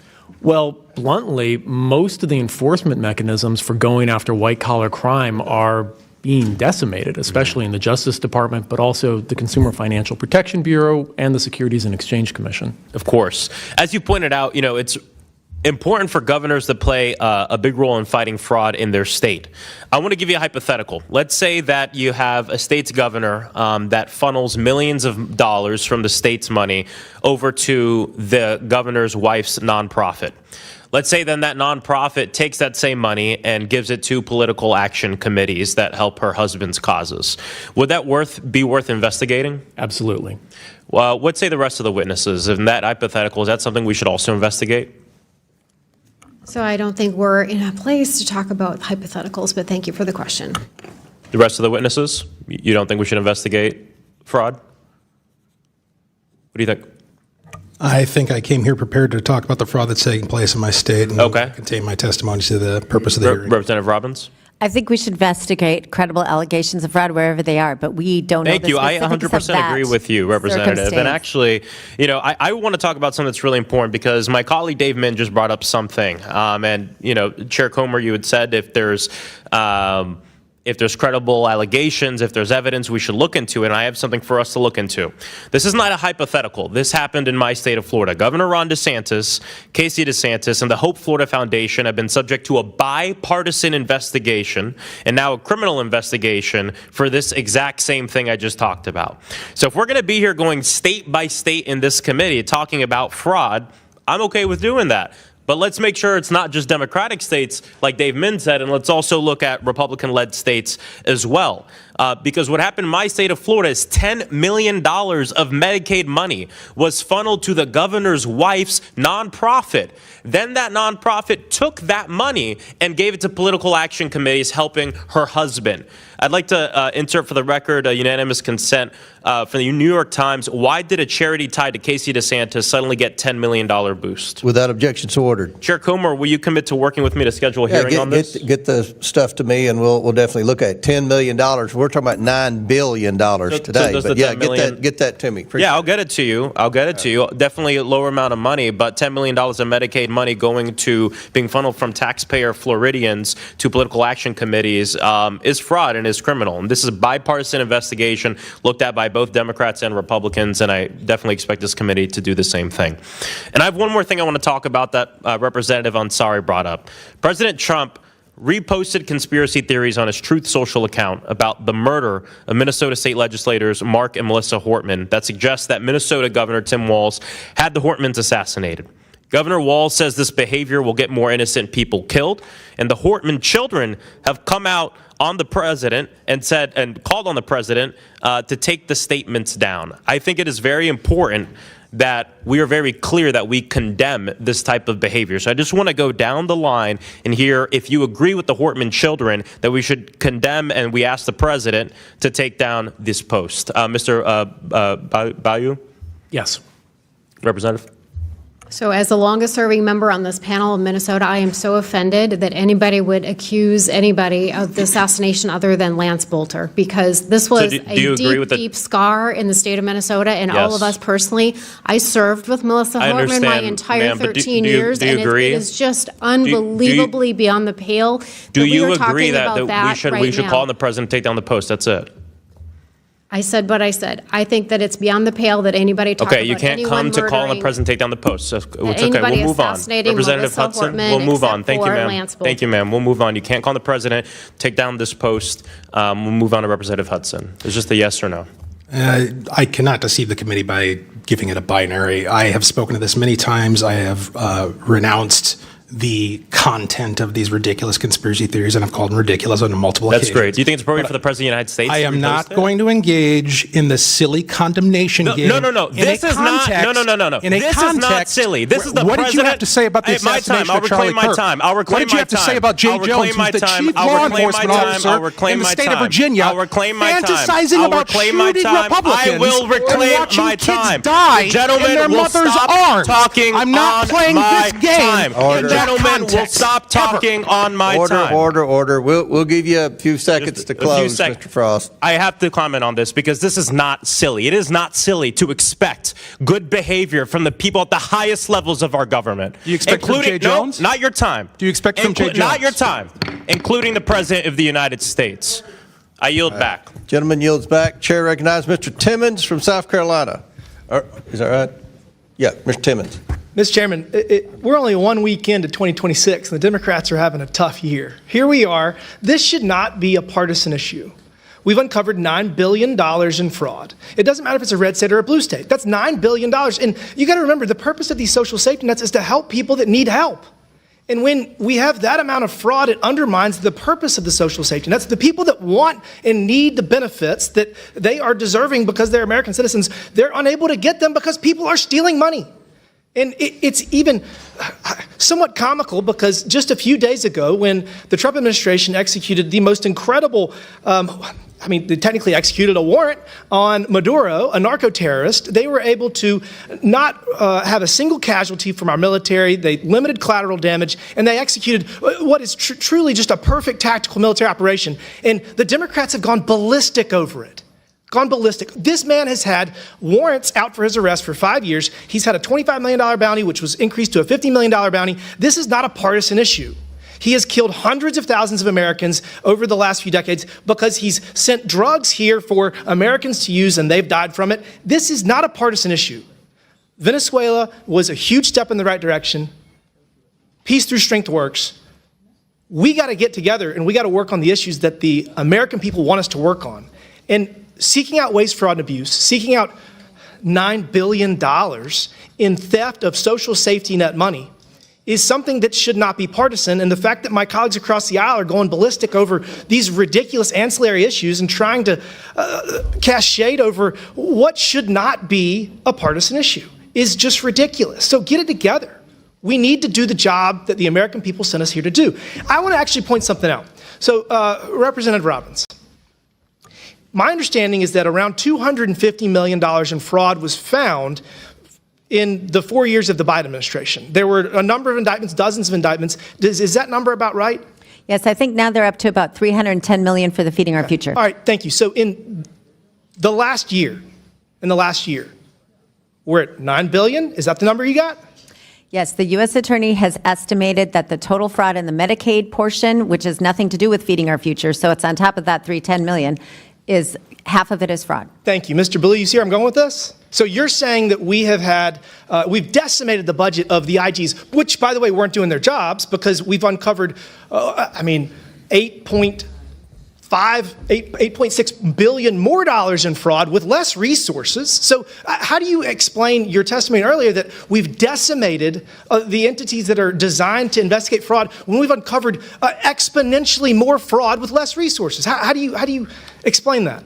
You know, what we've been talking about today is not just regular fraud, but public corruption. And so the this is the thing. we have now We are is not that the having a hearing on public corruption. We are having a hearing on $9 billion in fraud associated with Minnesota social safety nets. And so you keep pushing back on that you keep pushing back on this narrative that we should be seeking out waste, fraud, and abuse everywhere by saying that the Trump administration has decimated the entities that are designed to seek out waste, fraud, and abuse, and yet those same entities have uncovered exponentially more fraud. The problem is that they haven't charged your any logic public is flawed, officials, and you know the your public logic is integrity flawed. section has your been logic is flawed, and you know your logic is flawed. I just wanted to point it out. It's okay. So I guess I want to get to this. We have a limited amount of money.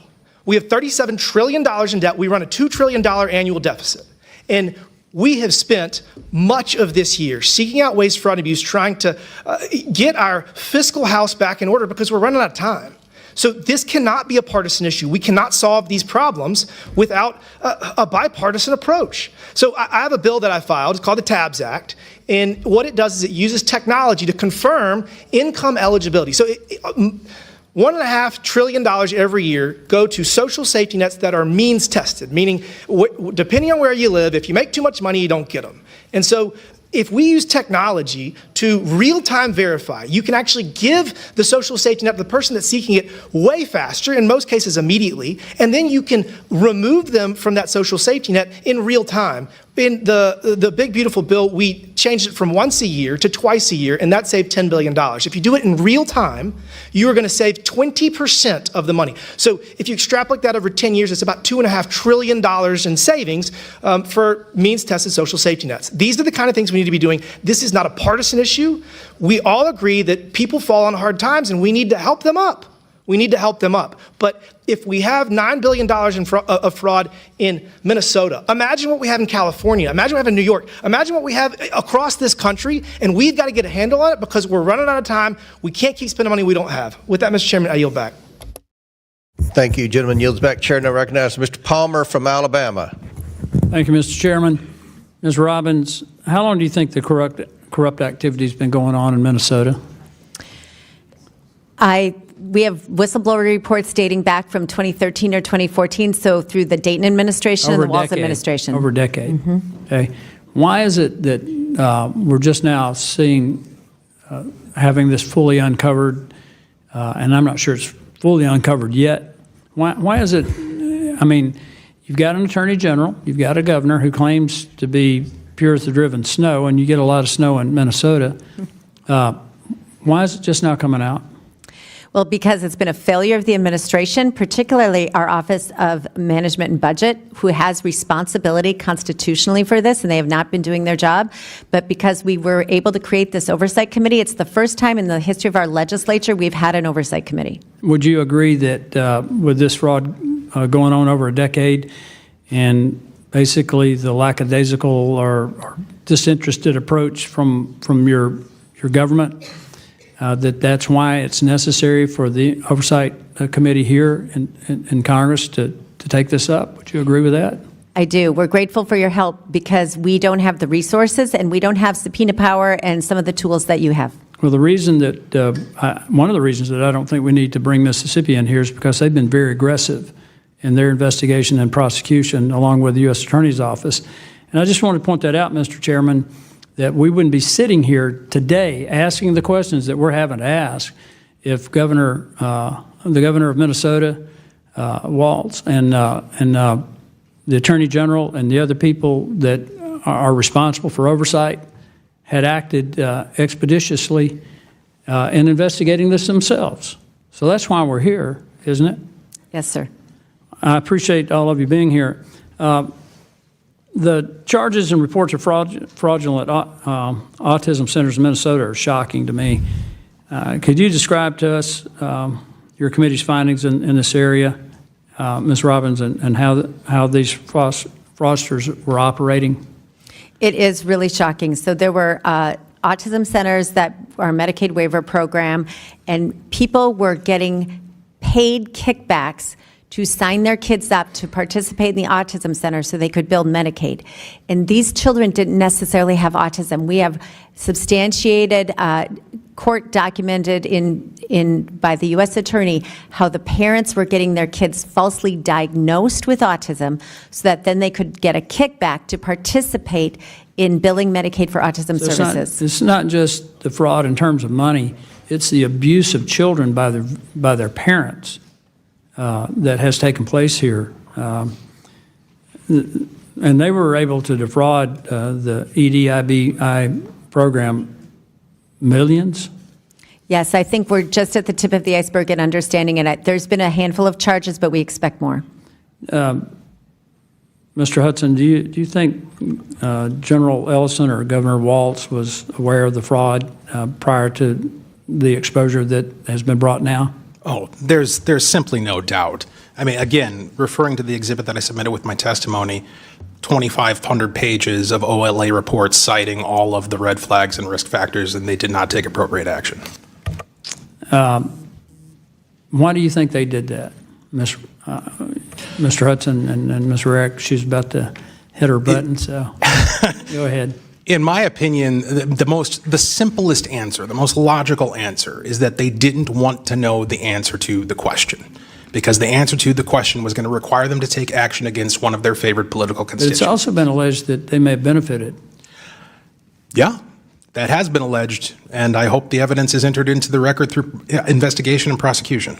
Well, it's going to be a thorough investigation. Ms. Rarick, you were about to say something? Just really quickly. So I think it should be noted, we haven't said this yet, but Jim Nobles was our legislative auditor for 38 years, and he did an article, or he did a statement in the Star Tribune on December 29th of 25, and he said literally all the state needed to do was implement standard financial controls and oversight. Why the Walz administration did not do that is still a mystery, but it's disturbing. Okay, Mr. Chairman, I think we just heard full justification for why we're having to have this hearing, why we'll have to follow up, because clearly the state of Minnesota had almost a lack of interest, maybe even an interest in covering it up. And so with that, Mr. Chairman, I yield back and look forward to further investigating this Thank you, massive Mr. fraud. Palmer. I think the evidence is clear as well. Chair, now recognize Ms. Luna from Florida. Thank you, Chairman Comer. Before I get to the questioning of some of our witnesses today, and thank you again for being here, I would like to make a motion to subpoena journalist Seth Harp for leaking classified information, including doxing a Delta Force commander on Operation Absolute Resolve, which liberated the Venezuelan people and brought a terrorist dictator to the United States to face justice for his crimes against American citizens. A motion has been made, another motion by Ms. Luna. The committee will hold this motion in abeyance till the end of today's hearing. The committee will now proceed. Chair recognizes. Thank you, Chairman Comer. I make a motion to request this in writing. Hold on. There's been a parliamentary inquiry. Yeah, by parliamentary Mr. Frost. inquiry. We'd like to request this in writing. Okay. I can submit that. If I can just right after this, I'll totally submit that to you guys, because I have some other motions that we're voting on at the end. This is a great motion in writing. We want everyone on record for this one. Thank you. Chair recognizes Ms. Luna. Thank you, Chairman Comer. Honorable Robbins, based on your record before your committee, when did Governor Walz first become aware of widespread fraud in Minnesota social service programs? I would assume that he has been aware of it since he ran for office for governor in 2018. By 2017, DHS investigators warned CCAP fraud could exceed 50%. What was that information elevated to the governor's office? Yes, there was an OLA report. Thank you, ma'am. By 2020, state officials knew Feeding Our Future invoices were fraudulent. We know that payments continued to the AG's knowledge. Did they continue to the governor's knowledge as well? Yes. Attorney General Ellison agreed on tape to fight Minnesota's own Department of Human and Health Services in exchange for Somali political and financial support. In your personal opinion, do you believe it is a possibility that Governor Walz also made that personal deal, or that he at least knew about the Attorney General's agreement? I don't know. Okay. I don't want to rehash what you guys have spent hours answering. We know that there's a big issue with the fraud in Minnesota. So on a number of things, I'd first like to point out, thank you for being here today, but because of your testimony and because of some of the evidence that we've seen brought forward, as well as I'm sure the fact that this committee, I assume, at Chairman Comer's direction, will be soon subpoenaing AG Ellison, I would like to make criminal referrals regarding Governor Walz as well as AG Ellison. As you know, U.S. Code 371 and U.S. Code 2, which deals with criminalized conspiracies to defraud the United States and establishes liability for individuals who knowingly aid or abet the commission of federal offense, includes willful blindness or deliberate inaction where duties to act exist. So I will be referring them later on today. Now, aside from that, I do just want to point out that there is a statute that you can denaturalize citizens if their applications were fraudulent, and also too if within 10 years of their naturalization that they committed fraud in the U.S. And so I take this very seriously, and it's very unfortunate that these people chose to do this, because being an American citizen is not a right, it's a privilege, especially if you were not born here. And so with that idea in mind, I would like to say that these criminals took advantage of the very country that gave them refuge. They do not deserve the privilege of remaining here, and frankly, they don't deserve to even be imprisoned here, which is why, as the chairwoman of the El Salvador caucus, I work very strongly with President Bukele, and we also know that CCOT has proven to be a great facility to house people that are denaturalized and deemed not worthy of U.S. citizenship, and I will be making referrals for those individuals if they are found guilty. Thank you for being here today. Chairman, I yield my time. Will you yield the last 2 minutes you had? Yes, sir, to you. All right. So we've talked a lot about Governor Walz. I think you all have done a tremendous job codifying the fact that there's massive amounts of waste in Minnesota. This has been taking place for years, and yet nothing's been done. The Democrats want to keep spending more money. They're like, why are we cutting off funding temporarily? We need to spend more money, throw more money at the problem. That's not working. The American people aren't going to have it. Thank you all for being here today to talk about this. I know it takes a lot of courage, and I'm sure you're probably getting threats from certain people that have benefited from this, and others that are misinformed by some of my colleagues on the other side of the aisle. We've talked about Walz. You've stated that Walz has been well aware of this, but we haven't talked a lot about Attorney General Ellison. Very quickly, do you all have anything to add about his knowledge? Was he aware of this? Go ahead, Ms. Rank.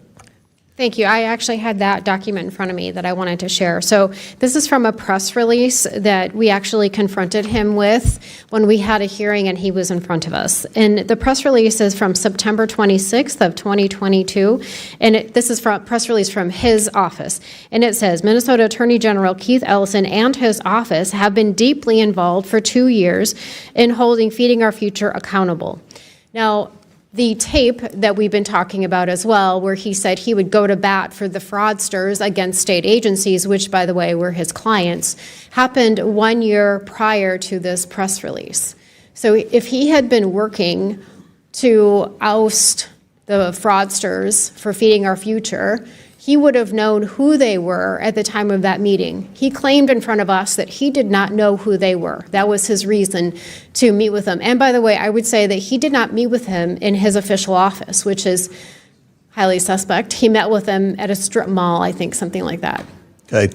Well, we've invited him to be at our next hearing on this. If he doesn't respond very soon, he will be receiving a subpoena to be here at the next hearing, and we look forward to working with you and any other whistleblowers who want to come forward to ask Mr. Ellison specific questions. Now, Chair recognizes Mr. Gill for unanimous consent.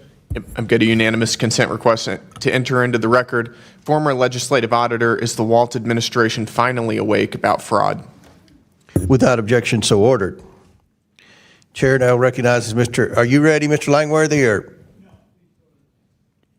So, Mr. McGuire, Chair recognizes Mr. McGuire from Virginia for 5 minutes. Thank you, Mr. Chairman, and thank you to our witnesses for being here today and for your tireless work on your committee to investigate and sound the alarm for fraud in your state. After receiving a mandate from the American people and taking office, President Trump and this administration have worked tirelessly to root out and put an end to waste, fraud, and abuse in our federal government. The recent child care fraud that has come to light in Minnesota is just the latest example of why the American people deserve to have oversight and how their taxpayer dollars are being spent. Talking with constituents in my district, I had one guy say to me, he said, John, why should we even pay taxes? The signal that we're getting around our country is that you do everything right and you pay your taxes, and these folks are buying homes in foreign countries. These fraudsters, they're stealing from the American people, we the people. And one constituent said, we're not paying taxes, we're paying criminals. We need to know where our taxpayer dollars are going. The 20 million or so illegal aliens that came into our country have come here to break the donkey's back. You know, if you want to break a donkey's back, you keep loading it on until his back breaks. And we're sick and tired of the waste, fraud, and abuse. For some reason, it seems like our friends on the other side of the aisle partner with the fraudsters and not those people that are identifying the fraud. You may remember during the Summer of Love when they were burning our cities for 80 days. Instead of supporting the police, they wanted to defund the police and use their dollars to bail them out of jail so they continue burning our cities. It makes no sense. Recently, we got Maduro out of his country to stand trial for killing and terrorizing thousands of American citizens. And instead of telling the military what a great job they did, they had protests around the country for Maduro. And by the way, I had a friend in the airport in Buenos Aires. When it was announced, the entire airport cheered. And people in Venezuela said that they've been eaten out of trash cans, and family members got into prostitution because their family was starving. They're trying to survive. As a Navy SEAL veteran, I served in Venezuela during the 90s, and it was one of the most prosperous, strongest economic countries, safest places in South America, and they've ruined it. So anyway, the people are sick and tired of the waste, fraud, and abuse. In reference to the most recent child care fraud scandal coming to light, by a spokesperson for Governor Walz said the governor has worked for years to crack down on fraud and asked the state legislature for more authority to take aggression on this action. He has strengthened oversight. Ms. Robinson, Mr. Hudson, and Mr. Rorick, as members of the Fraud Prevention and State Agency and Oversight Committee, do you agree that Governor Walz has strengthened oversight in the state of Minnesota? Yes or no? No, he belatedly took action this fall because of the enormous pressure that is coming to bear, but his agencies always had the authority that he trumpeted now. No, he simplified the problem by pretending that you can solve it by appointing somebody to look at it. This needs systemic reform. He absolutely shredded oversight, simply. Yeah, and I heard through testimony that it was career suicide to speak up. But Ms. Robinson, you've been very vocal about the mistreatment of whistleblowers by Governor Walz. Can you speak to some of the ways that Governor Walz and his administration have retaliated against whistleblowers? Yes, I've met with many whistleblowers who have spoken about how they were told that they would be demoted or reassigned. I know of people who were reassigned. We also know that they were surveilled in their place of work when people thought they might be the quote leaker. Their email and their chat functions were surveilled electronically for words like fraud or whistleblower or compliance or overbilling. So they are under a great deal of stress in the Department of Human Services, and we are grateful for the whistleblowers who have spoken out to us. So based on all of your knowledge about this scandal or this fraud in Minnesota, I think it's the tip of the iceberg. We're like $37 trillion in debt. And now, I don't know what it is about Somali, but apparently they're using that for Somali daycare centers in Washington State now. And it's come to light that there's some daycare center fraud in Ohio as well associated with Somali. So I think we're just the tip of the iceberg, and there's waste, fraud, and abuse everywhere. And maybe a big chunk of our national debt comes from waste, fraud, and abuse. So I don't care if it's a red state or a blue state. We need to have oversight. We need to protect the American people's taxpayer dollars. The child care fraud brought to light by Nick Shirley is just the latest scandal. In 2022, federal prosecutors charged 47 defendants, majority of whom were from the Minnesota Somali community, for the role they played in feeding our future. Are they still in power in Minnesota? The Democrats? No, the Feeding Our Future. What's going on with them now? So that program was a COVID-era child nutrition program, and that is over, but there's ongoing child nutrition programs that could be fraudulent. So I think they're still working their way through the Feeding Our Future case, but I think there will be need for ongoing oversight of child nutrition programs. With that, I yield back. Thank you. Chair now recognizes Mr. Langworthy from Buffalo, New York. Okay, Chair recognizes, we will go to Mr. Stauber, are you ready, prepared, or Ms. Fishbach? Yeah, Representative Fishbach prior to me. Thank you. Okay. Chair recognize, we're going to get to our wave-ons, and we may have a few more that will come in. We have a few more Republicans that haven't asked questions yet, but Ms. Fishbach. You recognize for 5 minutes. Thank you very much, Mr. Chair. And before I begin my remarks, I want to enter into the record an email shared by DHS whistleblowers. The email was written by a senior DHS official and sent to other DHS leaders. In the email, the DHS official talks about using military intelligence resources to track down whistleblowers' exact location.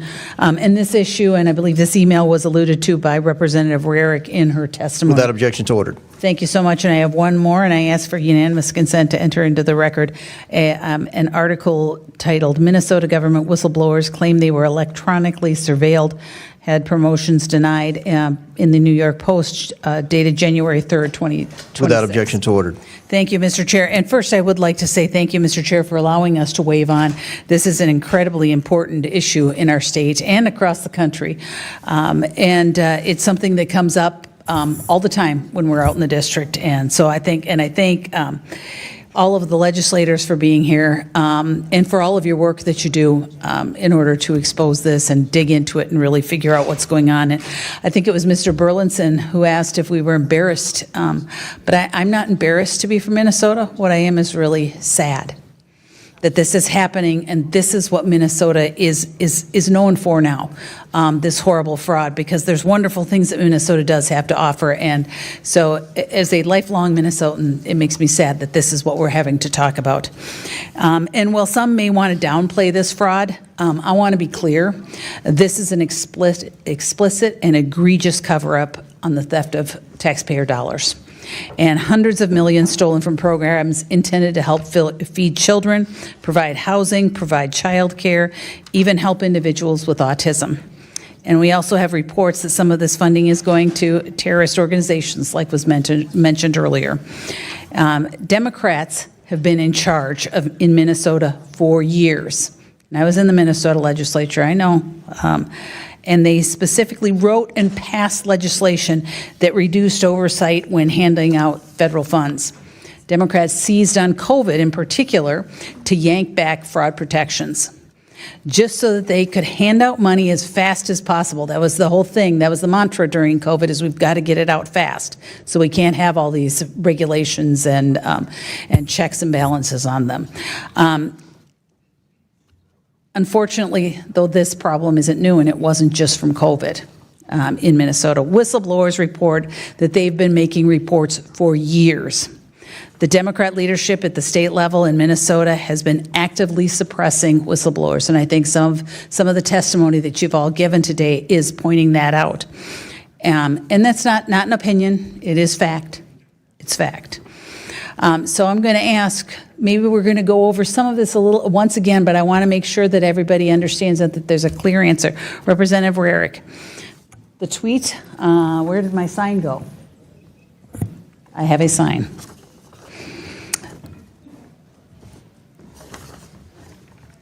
Maybe we don't. But there's an account that is working, that is, I believe, from the whistleblowers. And I just wanted to note, there we go. Thank you. This behind me is the account. Is it run by one whistleblower? Madam Congressman, no, it actually is comprised of over 1,000 state employees across multiple state agencies. So this is not just a couple of people. This is a lot of people bringing this to light. And were the whistleblowers ever made to feel unsafe on their attempts to report fraud? Yes, absolutely. I can give you 2 quotes that they have in the 7-page document that was submitted for this committee hearing. 2 things that they said is, think about your home and what if you lose your job. So these are things said to whistleblowers. Second thing was, we need information about where your kids go to school and where their bus stops are. And Representative Rarick, it's just incredible stuff. And I know you mentioned it before, but I do think it's worth repeating, because we had whistleblowers. This could have been happening, but there has been Democrat administration after Democrat administration, including Walz and the newer, they have not addressed these things. And they have not said, hey, whistleblowers, we believe you, and we're going to do something about it. And so that's the concern. And I just want to, I'm running low on time, but I wanted to just ask Representative Robbins, and I'm sorry, Mr. Hudson, but you've had some really good moments today, so I'll go to Representative Robbins. As chair of the committee, if these claims of retaliatory action are true, then it violates the law. So if these claims are true, then a state agency is violating our own state whistleblowers' laws. Is that correct? So the whistleblower statute is for civil penalties. There is no criminal penalty for whistleblower retaliation in statute currently, but we are looking at that for the next session. But that's why when people say, why haven't these people who've retaliated against the whistleblowers been prosecuted, it's because there is no criminal penalty in statute. Has there been anything by the Attorney General's office, and this is maybe a question that I'll ask if he's comes, anything by the Attorney General's office that would deal with that? No, we passed a law this session to expand whistleblower protection, because prior to this session, they could only report up through their supervisor or to the state attorney general. And when they did, they were either ghosted or they were retaliated against. So we expanded it, so now they can report to legislators and they can report to law enforcement. And that's how we got this just deluge of whistleblower reports, because now they have somewhere safe to report. And you have been very indulgent, and I'll just say, after 15 years of Democrat administration in Minnesota, this massive fraud is coming to an end, because we are going to get to it, and I appreciate the work that you have done on your committee, and we will do whatever we can to continue to bring it to light and prosecute those folks involved. So thank you very much, and Mr. Chair, I thank you very much for your indulgence. Thank you, Ms. Chair asks unanimous consent. Who said that? Oh, yeah, Mr. Bell. Mr. Chair, I ask unanimous consent to enter into the record this May 2025 report from the Senate Committee on Homeland Security and Government Affairs entitled Undermining the Watchdogs, the 19 independent inspectors generals fired by President Trump uncovered billions in fraud, waste, and abuse. Without objection, so ordered. All right, our next Minnesota wave on is Mr. Finstad from Minnesota. Thank you, Chairman Comer. Thank you for holding this important hearing today, and thank you to our great Minnesota legislators for being here. God bless you and your work. It's been so needed, and you have amplified and created such a voice and opportunity for us to get to the bottom of this, so thank you. Governor Walz's incompetence has put a spotlight on our state by enabling rampant fraud across federally funded, state-administered programs. And for those that aren't from Minnesota, in Minnesota, the Democrat Party goes by the DFL, Democrat Farmer Labor. Well, I'll tell you what, they kicked the farmer out a long time ago, and that F now stands for fraud. And that is wholly owned by Governor Walz, Lieutenant Governor Flanagan, and it's on them, and it will be on them forever. Minnesota taxpayers have had more than $9 billion and counting taken from their pockets, yet the Walz administration has failed to take meaningful action to stop this. Since Feeding Our Future scandal came to light, not a single individual responsible for ensuring accountability to these federally funded programs has been fired. Not a single. This would not stand a second in the private sector. I don't care if you're a bank CEO. I don't care if you're a greeter at Walmart. You would not have your job with the incompetence that Governor Walz has displayed in Minnesota. Since I was first elected in 2022, I've joined my Republican colleagues in the congressional delegation, sending numerous letters to Governor Walz and his administration to expose the lawlessness occurring in our state with no response. The Minnesota state legislators here testifying have been on the front lines working to combat this failure and Governor Walz's failure to responsibly steward over the $9 billion in taxpayer money. I thank you for appearing here today. With that being said, we're talking about programs, housing stabilization, daycare, autism centers, Feeding Our Future. I mean, these are all compassionate, good Minnesota values. We want to take care of our neighbors in need. If our neighbors, if they're struggling to find the amount of money to put food on their table, we will take the shirt off our back to help our neighbors in need. These fraudsters preyed on the goodwill of Minnesotans. Minnesota is Minnesota nice, and these fraudsters knew it, and they took advantage of us. So I'm going to start with you, Representative Rarick. Thank you again for your leadership. During your tenure in Minnesota state government, how long have you been working on this issue, and what are some of the craziest, most egregious things that you've seen really that have been identified by the incompetency of our CEO, governor of our state? Right. So I was elected in 2013, started serving then, and I literally have heard about fraud since 2013. And I'll tell you, every time that it was raised in committee by myself or my colleagues, we were essentially called racist and Islamophobic, or that the fraud really wasn't happening. I remember with the daycare fraud, when there was credible allegations that it was $100 million back in 13, 14, 15, somewhere in there. They prosecuted closer to 5 to 10 million, and so instead of the 100 million, that was what was prosecuted. And so Democrats would say, well, it's really not 100 million, it's really just a couple. And so I know that we had a gentleman behind us come and testify in front of us, and he had a tracker, and they spent the entire time besmirching his good character as opposed to actually talking about the fraud. And that's what we've experienced nonstop every day. So thank you for that testimony, but also thank you for being strong. Because the politics of intimidation, name-calling, race baiting, they want us to shut up. They want this fraud to continue. And so thank you for being strong. I represent 750,000 of our neighbors in southern Minnesota. It's God's country down there. And, I hear from my neighbors the Democrat control and what it's done to decimate our daycare industry, the affordability, the access. We just struggle with daycare in southern Minnesota. And I can't help but think that, wow, $9 billion sure would go a long ways to help our neighbors in southern Minnesota. The Walz administration has done crazy things. They've weaponized the administration. Heck, we have daycares in southern Minnesota getting fined for leaving chapstick on their office desk. They can find the time to do that, but they can't find the $9 billion. Ridiculous. Representative Robbins, the Democrats at the state and federal level, so we're talking everyone from Angie Craig, Ilhan Omar, Tina Smith, Amy Klobuchar, Tim Walz, Lieutenant Governor Flanagan. Have they helped at all in your committee work? Have they been a part of it? Have they said, hey, we want to help try to get rid of this fraud? No, I don't know of any Democrats who have called out the Walz administration for their absolute failure to protect taxpayer dollars and our vulnerable citizens. So this is just unbelievable to me that we cannot, in the face of this horrific fraud and crime that's going on, we can't for a brief moment rip the R and the D off our sweatshirt and put the USA on and say enough is enough.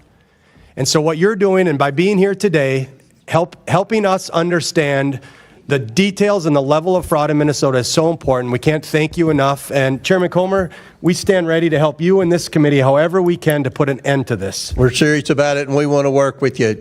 Chair recognizes Mr. Langworthy from Buffalo. Well, thank you very much, Mr. Chairman, and thank you for putting this hearing together so promptly after all of this fraud was unveiled. I'm not going to get into belaboring all the facts that have been revealed here already today, but Representative Robbins, how long do you believe that this fraud was allowed to operate in Minnesota before anyone in the state government actually decided to act? Well, we've had all this going on since 2014 at least, and the Walz administration's been in office 7 years, and they very belatedly took a few actions this fall. So they only came to the table to help pause program and have required audits because of the public pressure. So we're looking at fraud going back 11 years at this point in untold sums of money. And with the years that this has gone on, who in your mind knew about this fraud, and who do you think looked the other way? I think everybody in Minnesota knew about it. There's been so many great local investigative journalistic stories on this. And I think the governor, the lieutenant governor, the attorney general, and all of the agency heads have looked the other way. I really want to salute you and your colleagues that were on the front end of this, trying to get people to pay attention to this. And when you raised attention to this fraud long before Nick Shirley's outstanding reporting, Governor Walz and Attorney General Ellison actually refused to take your claim seriously. Isn't that correct? Yes, we gave them a list in February of last year of 72 child care centers we thought were problematic that should be investigated, and to my knowledge, they didn't do anything with the list we provided. Now, as an elected official, you obviously are out in the community. Is this blatant fraud something that people on the street are talking about? All the time. They're furious. And they know it. It's in plain sight. Everyone knows what's going on, but no one will act. Well, we're doing our best to act at the committee. You are. But the people that are actually in power, I come from New York, so I understand what blue state living's all about. It's infuriating because we see the same thing in our home state. And when you have people in power that refuse to do the right thing, even though the problem is an obvious one, it's really disheartening to the constituents and the taxpayers, the hardworking men and women paying the bills. And Representative Robbins, do you think that there was a political calculation that was made by the people that turned a blind eye, that it was more beneficial for them to allow and kind of green light the fraud? Or were they afraid of political consequences if they actually did something about that from a constituency of Somalis?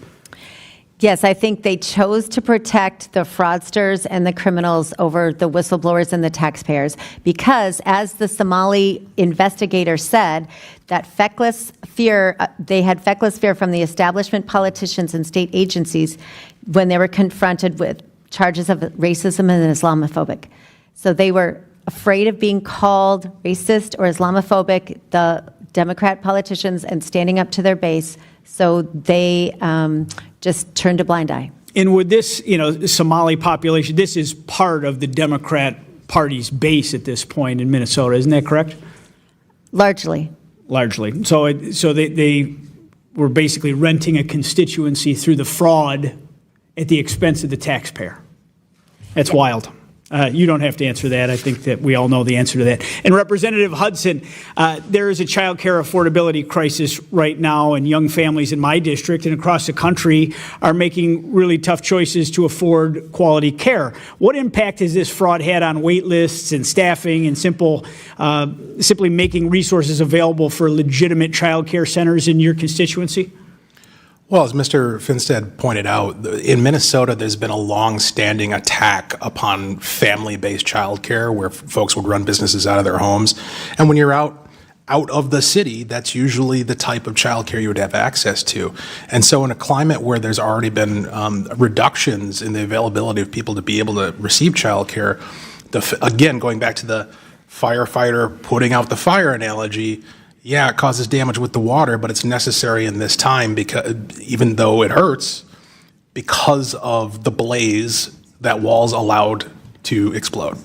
It's amazing. This $9 billion in fraud went uninvestigated, ignored, swept aside for years. Not a single rogue bureaucrat, but by every Democrat official in the state of Minnesota who presented with clear, damning evidence chose to look the other way blindly. I cannot wait to see Tim Walz and Keith Ellison in those seats where you're sitting right now. But to everyone here, we cannot ignore who truly benefited from this failure beyond the perpetrators of the fraud. And it's Governor Tim Walz and the entire Democratic leadership throughout a constituency's votes that they bought by looking the other way and letting this happen. They effectively greenlit this theft of billions of dollars in taxpayer money through years of willful ignorance. And every single American taxpayer deserves full accountability, because this isn't limited to just Minnesota. We have a lot of other states to start to look at. I mean, all the big blue handout states. I live in one of them. We have to open the Pandora's box here and find out how much money has been siphoned off from America's taxpayers. I yield back, Mr. Chairman. Well said. Chair recognizes Congressman Jack from Georgia. I also want to echo my support for Congressman Langworthy's remarks. Certainly associate myself with them. It is all political, and it's very unfortunate. I want to thank the witnesses for testifying today. I also like to thank our chairman for convening this hearing so expeditiously. Less than 2 weeks have passed since the nation was caught in this just horrible crisis, watching this unfold, and here we are with action today. We've talked a lot about the $9 billion in fraud. I like quantifying it because, more often than not, we throw around the biggest numbers here in Washington, and sometimes it's hard to quantify it. It takes about a second to count a dollar bill, and that's 9 billion seconds means that if we started counting in 1741, 285 years ago, we would just now be finishing $9 billion worth of accounts. So take that data point to heart. But I want to concentrate my line of questioning today on the whistleblowers. And I know a lot has been discussed, but as we near the end of this hearing, I want to start with Representative Rarick. And it's our understanding, as has been discussed today, the Department of Human Services whistleblowers claim that they have faced retaliation from senior Minnesota Department of Human Services officials, including appointees, on behalf of Governor Walz. And I just want you to explain to us again how these administrators have retaliated against whistleblowers. Right. So the threats were pretty intense. And as I've said, their jobs were threatened. They had strange questions, demanding answers about where their children went to school, where their bus stops were. They were told that if you don't do what we tell you to do or not do what we tell you to do, you'll lose your job. You'll lose that job with cause, which means in Minnesota that you don't get unemployment insurance. You also could lose your retirement plan. Also, you'd be blacklisted off of all state agencies, and I would note that that also includes Hennepin and Ramsey counties, our biggest counties, because they are Democrat-run, and maybe even the University of Minnesota. I'm going to throw that into probably some of our biggest cities, like Rochester, Duluth, that are very Democrat-leaning. So it's a very vast threat. They've also threatened them with sort of a vague military intelligence. So there was one, I have the email right here that was just submitted, I believe, by Congresswoman Fischbach, and it says things like, I would like to use my former colleagues in the Army to locate where you are using your IP address, and I don't have that. He says, I don't have that technology anymore, but I can get it in a heartbeat. So there were vague threats, and I believe there was more threats beyond that, but it was very expansive threats. Well, I'm glad you mentioned that. I actually wanted to talk about that. As I understand it, it was and I think it's to your point, she entered it into the record, but the interim Deputy Assistant Commissioner of Operations, for the folks watching at home, the Department of Human Services in Minnesota, allegedly was trying to use a contact in the military during the Biden administration to track whistleblowers' whereabouts. I presume this is illegal under Minnesota law, but would love for you to indulge us as to whether or not it is. I don't know for sure if it's illegal in Minnesota. If it's not, it certainly should be. I think most of what happened to the whistleblowers is illegal, but the control over the state, the control over the largest counties, the control over some of our largest cities is controlled by Democrats. And so this was allowed to continue. And to the best of your knowledge, whether it be Governor Dayton or Governor Pawlenty before, were whistleblowers treated in such a manner under those administrations, or is this unique to the Walz administration? I don't have any reports particularly through the Pawlenty administration. I know that fraud was beginning to be uncovered at the very tail end of his administration, but mostly under Democrat rule. But I don't know of this kind of retaliation in any other administration besides the Walz administration. Thank you for sharing that with us. And I just want to close out. Some Minnesota officials claim they had no knowledge of this fraud, just found out about it, which I think we all know is demonstrably false. But I'm just curious, could you elaborate for this committee on the many ways by which Governor Walz could have been made aware of this? I mean, he certainly was made aware of this, turned a blind eye. I just want to make sure that we understand as a committee the many methods by which he was informed. So there were a multitude of legislative auditor reports, so much so that I had read into the record what Jim Nobles, the last legislative auditor before Judy Randall, he had been the legislative auditor for 38 years, and he was so disgusted by the actions of Governor Walz that he wrote a couple comments in the Star Tribune saying that they literally just needed to do basic financial controls, and it's behooving to him, or confounding to him, I should say, as to why they didn't. So he is very much a nonpartisan, non-political person, and he was shocked at what he found. Well, I want to thank all of our witnesses for testimony today. Mr. Chairman, I yield back. Gentleman yields back, and I believe our last questioner is our last wave on from Minnesota, Representative Stauber. Thank you very much, Mr. Chair. And after all the conversations today, you wonder why the Department of Justice can't get the voter rolls out of Minnesota, and the Secretary of Ag can't get the SNAP benefits from Minnesota to make sure there's no fraud. Mr. Chairman, thank you very much for holding this hearing, and I also want to thank our witnesses whose years of hard work in Minnesota are exposing these revelations, are finally garnering the national attention that they deserve. And finally, I want to thank the numerous whistleblowers who are exposing Tim Walz's failures as governor. As we have heard today, these brave men and women are risking their careers to reveal the truth, while Tim Walz is actively attempting to threaten and suppress them. I'm here to say it won't work, and we stand with the whistleblowers. I want to shift gears and ask you about Minnesota's new paid family leave program that the governor has been touting during this fraud scandal. Representative Rarick, under the paid family leave program in Minnesota, who can I take leave or care for? And is it limited to family or dependents? Thank you, Congressman Stauber. No, it is not limited to just family. One would think that it was, but there is something that the Democrats built into the law that said if I set up an expectation of care, with no documentation, by the way, no attestation, absolutely no documentation, then that is good enough in Minnesota. So I could take care of somebody that's just a friend of mine? Congressman, absolutely.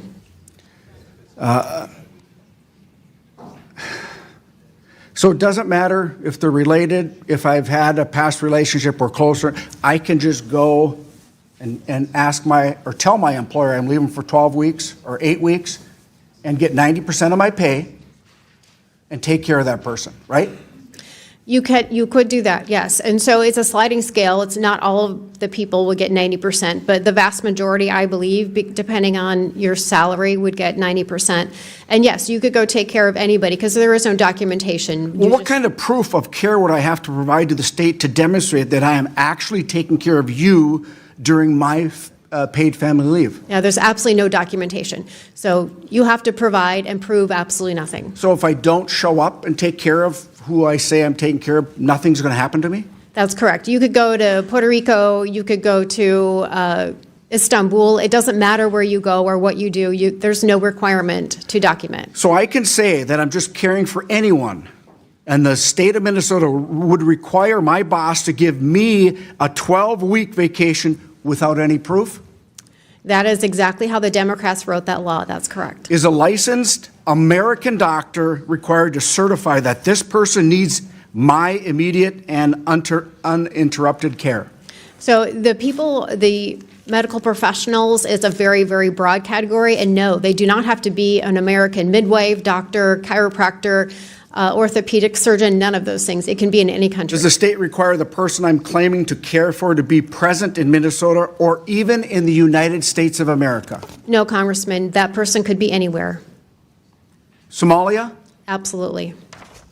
So you're telling me I can get a foreign doctor without an American license to just check a box, and I get a state-mandated paid vacation to Somalia or any other country. Is that correct? That is how the law was written by Democrats in Minnesota, yes. This is incredibly concerning. With what little time I have left, I want to open this up to the entire panel.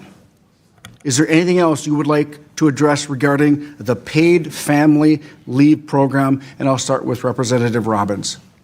Thank you. We always talk about how important it is to stop fraud on the front end. So our committee held a hearing on this paid family leave law that took effect January 1st back in November. And we grilled the Department of Employment and Economic Development, trying to get them to shore up some of these definitions, trying to put some guardrails on this program. And they just assured us over and over, they've got it covered. There won't be any fraud. Don't worry about it. But I've already had whistleblower reports since the program started, January 1st, of fraud. So we're going to have to get a handle on this, and I think it's the next fraud frontier in Minnesota. Representative Hudson, anything you'd like to add on the paid family leave program in Minnesota? Just to put the points that Representative Rarick put as concisely as possible, it is humorous but true that you could quite literally have a witch doctor approve your vacation to Somalia. That's how loose the rules are written. Listen, I'm proud to be from Minnesota.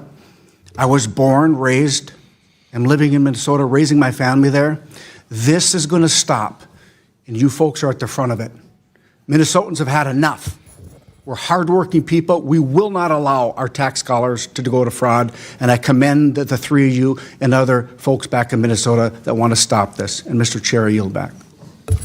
Gentleman yields back. Mr. Chair, I seek recognition to make a motion for a subpoena. State your motion. I would like to make a motion to subpoena the Department of Homeland Security for all documents and footage related to the murder of a woman by ICE that took place in Minneapolis, Minnesota today. A motion has been made. The committee will hold this motion in abeyance till the end of today's hearing. And we will prepare to close now. That concludes all of our questions. In closing, I want to again, thank our witnesses for being here today. Welcome to the House Oversight Committee. This was a pretty cordial committee hearing for us, so and very important. Before we adjourn, I want to yield to Ranking Member Garcia for his closing remarks, and then I will give my closing remarks. Thank you, Mr. Chairman. Just before we close, I just also want to mention the news of this horrific killing in Minneapolis, Minnesota. We're talking about Minnesota right now. This was a killing by an ICE agent. There are videos that are now online. There's testimony that's being brought to light. It's horrific. I encourage folks to watch those videos and see what's happened for themselves. And I'm hopeful that this committee investigates this incident and that we have full accountability. So I want to thank Representative Presley for her motion. Now, we've heard a lot today, and particularly a lot of bigoted smears against an entire community. Now, some Republican members of this committee said or implied that somehow all Somalis are now suspected fraudsters or terrorists. Now, Somali Americans are overwhelmingly U.S. citizens with the same rights as any member of this committee. And the rest, and a vast majority of them, are just hardworking folks that are trying to take care of their families and playing by the rules. And we should be clear that if we want to investigate fraud, we should start by investigating 1600 Pennsylvania. We all know that fraud is a betrayal of the public's trust, and Democrats agree that we must be rigorous in conducting oversight wherever it exists. But conducting rigorous oversight does not somehow exclude the president or the administration, or the DOJ and what's happening there, or the rampant crimes that are happening right now all across other agencies. We know that holding fraudsters accountable does not mean granting them full and unconditional presidential pardons because they are wealthy supporters of the president. President Trump last year gave out 25 get-out-of-jail-free cards from fraudsters alone, 25. He pardoned them from paying back more than $1 billion they owe to their victims. This is wrong, and it's un-American. We have to make sure that victims of fraud are not forced to suffer anymore. And we also know that cutting off child care and family support for thousands of innocent families is not the way to protect victims. In fact, it punishes victims. These attacks are harming parents, children, and child care providers as we speak. Many childcare providers, not just in Minnesota, but across the country, are receiving death threats. Childcare centers have been vandalized, and the children's information has been stolen in some cases. Childcare providers in states across the country have reported that they will have to close if they lose federal funding.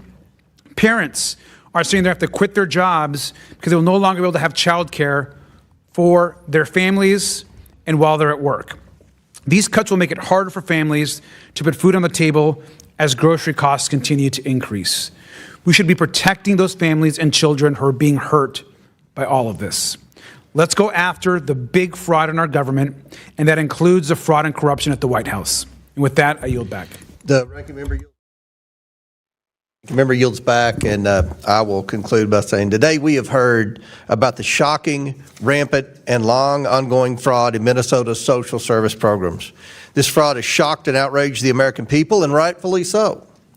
The scale of this fraud is not just something we've seen before, and I'm pretty confident this is just the tip of the iceberg. The Trump administration has taken a whole-of-government approach to rooting out fraud. The Trump administration has already uncovered at least $9 billion in fraud.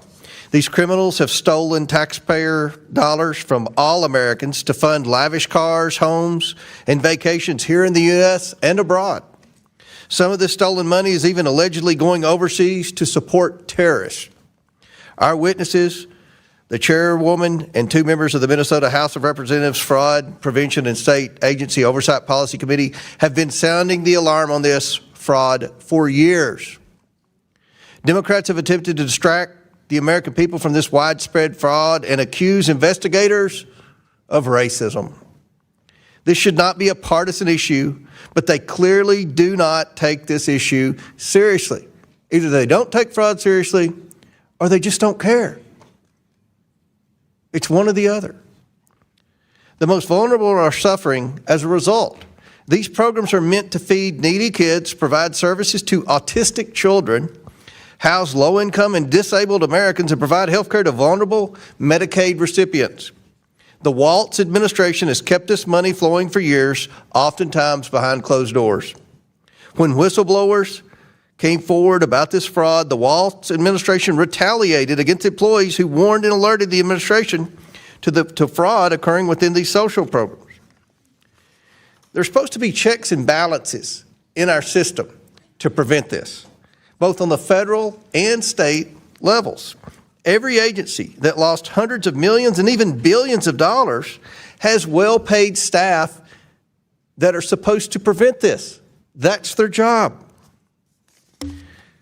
They're inspectors general. That's their job. They have huge staffs. We have jurisdiction over the IGs.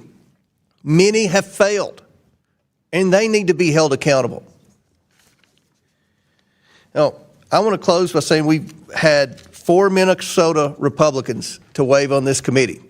If there was a committee hearing about fraud in Kentucky and I wasn't on the committee, I would want to waive on the committee. But not a single Democrat requested to waive on the committee from the state of Minnesota. And there is one member of the Minnesota delegation, Representative Omar, who coincidentally is of Somali descent, did not request to be in this hearing. I will publicly invite her to come to the next hearing. And she doesn't have to, but she can request to be waived on, and I will gladly grant that request. Now, I'm doing this motion, right? I ask unanimous consent to enter into the record an application unsealed by the United States District Court for the District of Minnesota on December 18, 2025, for law enforcement to execute a search warrant on Ultimate Home Health Services, LLC, for defrauding Minnesota's Independent Community Supports Medicaid program. This fraudulent provider's negligence resulted in the death of a man who suffered from severe mental health illness. I referenced this tragedy in my opening statement. This isn't it. This is just the beginning. We want to, again, thank you for being here. We're going to work with you to see that these federal funds go to people in Minnesota who they're supposed to go to. I support President Trump putting a halt on all federal funding to these government social programs in Minnesota until we get a handle on where this is going. And thank you all for doing that. We will work with you and do everything we can to hold people accountable and to stop the fraud and get the backs of the American taxpayers. Pursuant to the previous order, the chair declares the committee in recess subject to the call of the chair. We plan to reconvene at 4 p.m. The committee now stands in recess and the witnesses may be excused. Thank you all.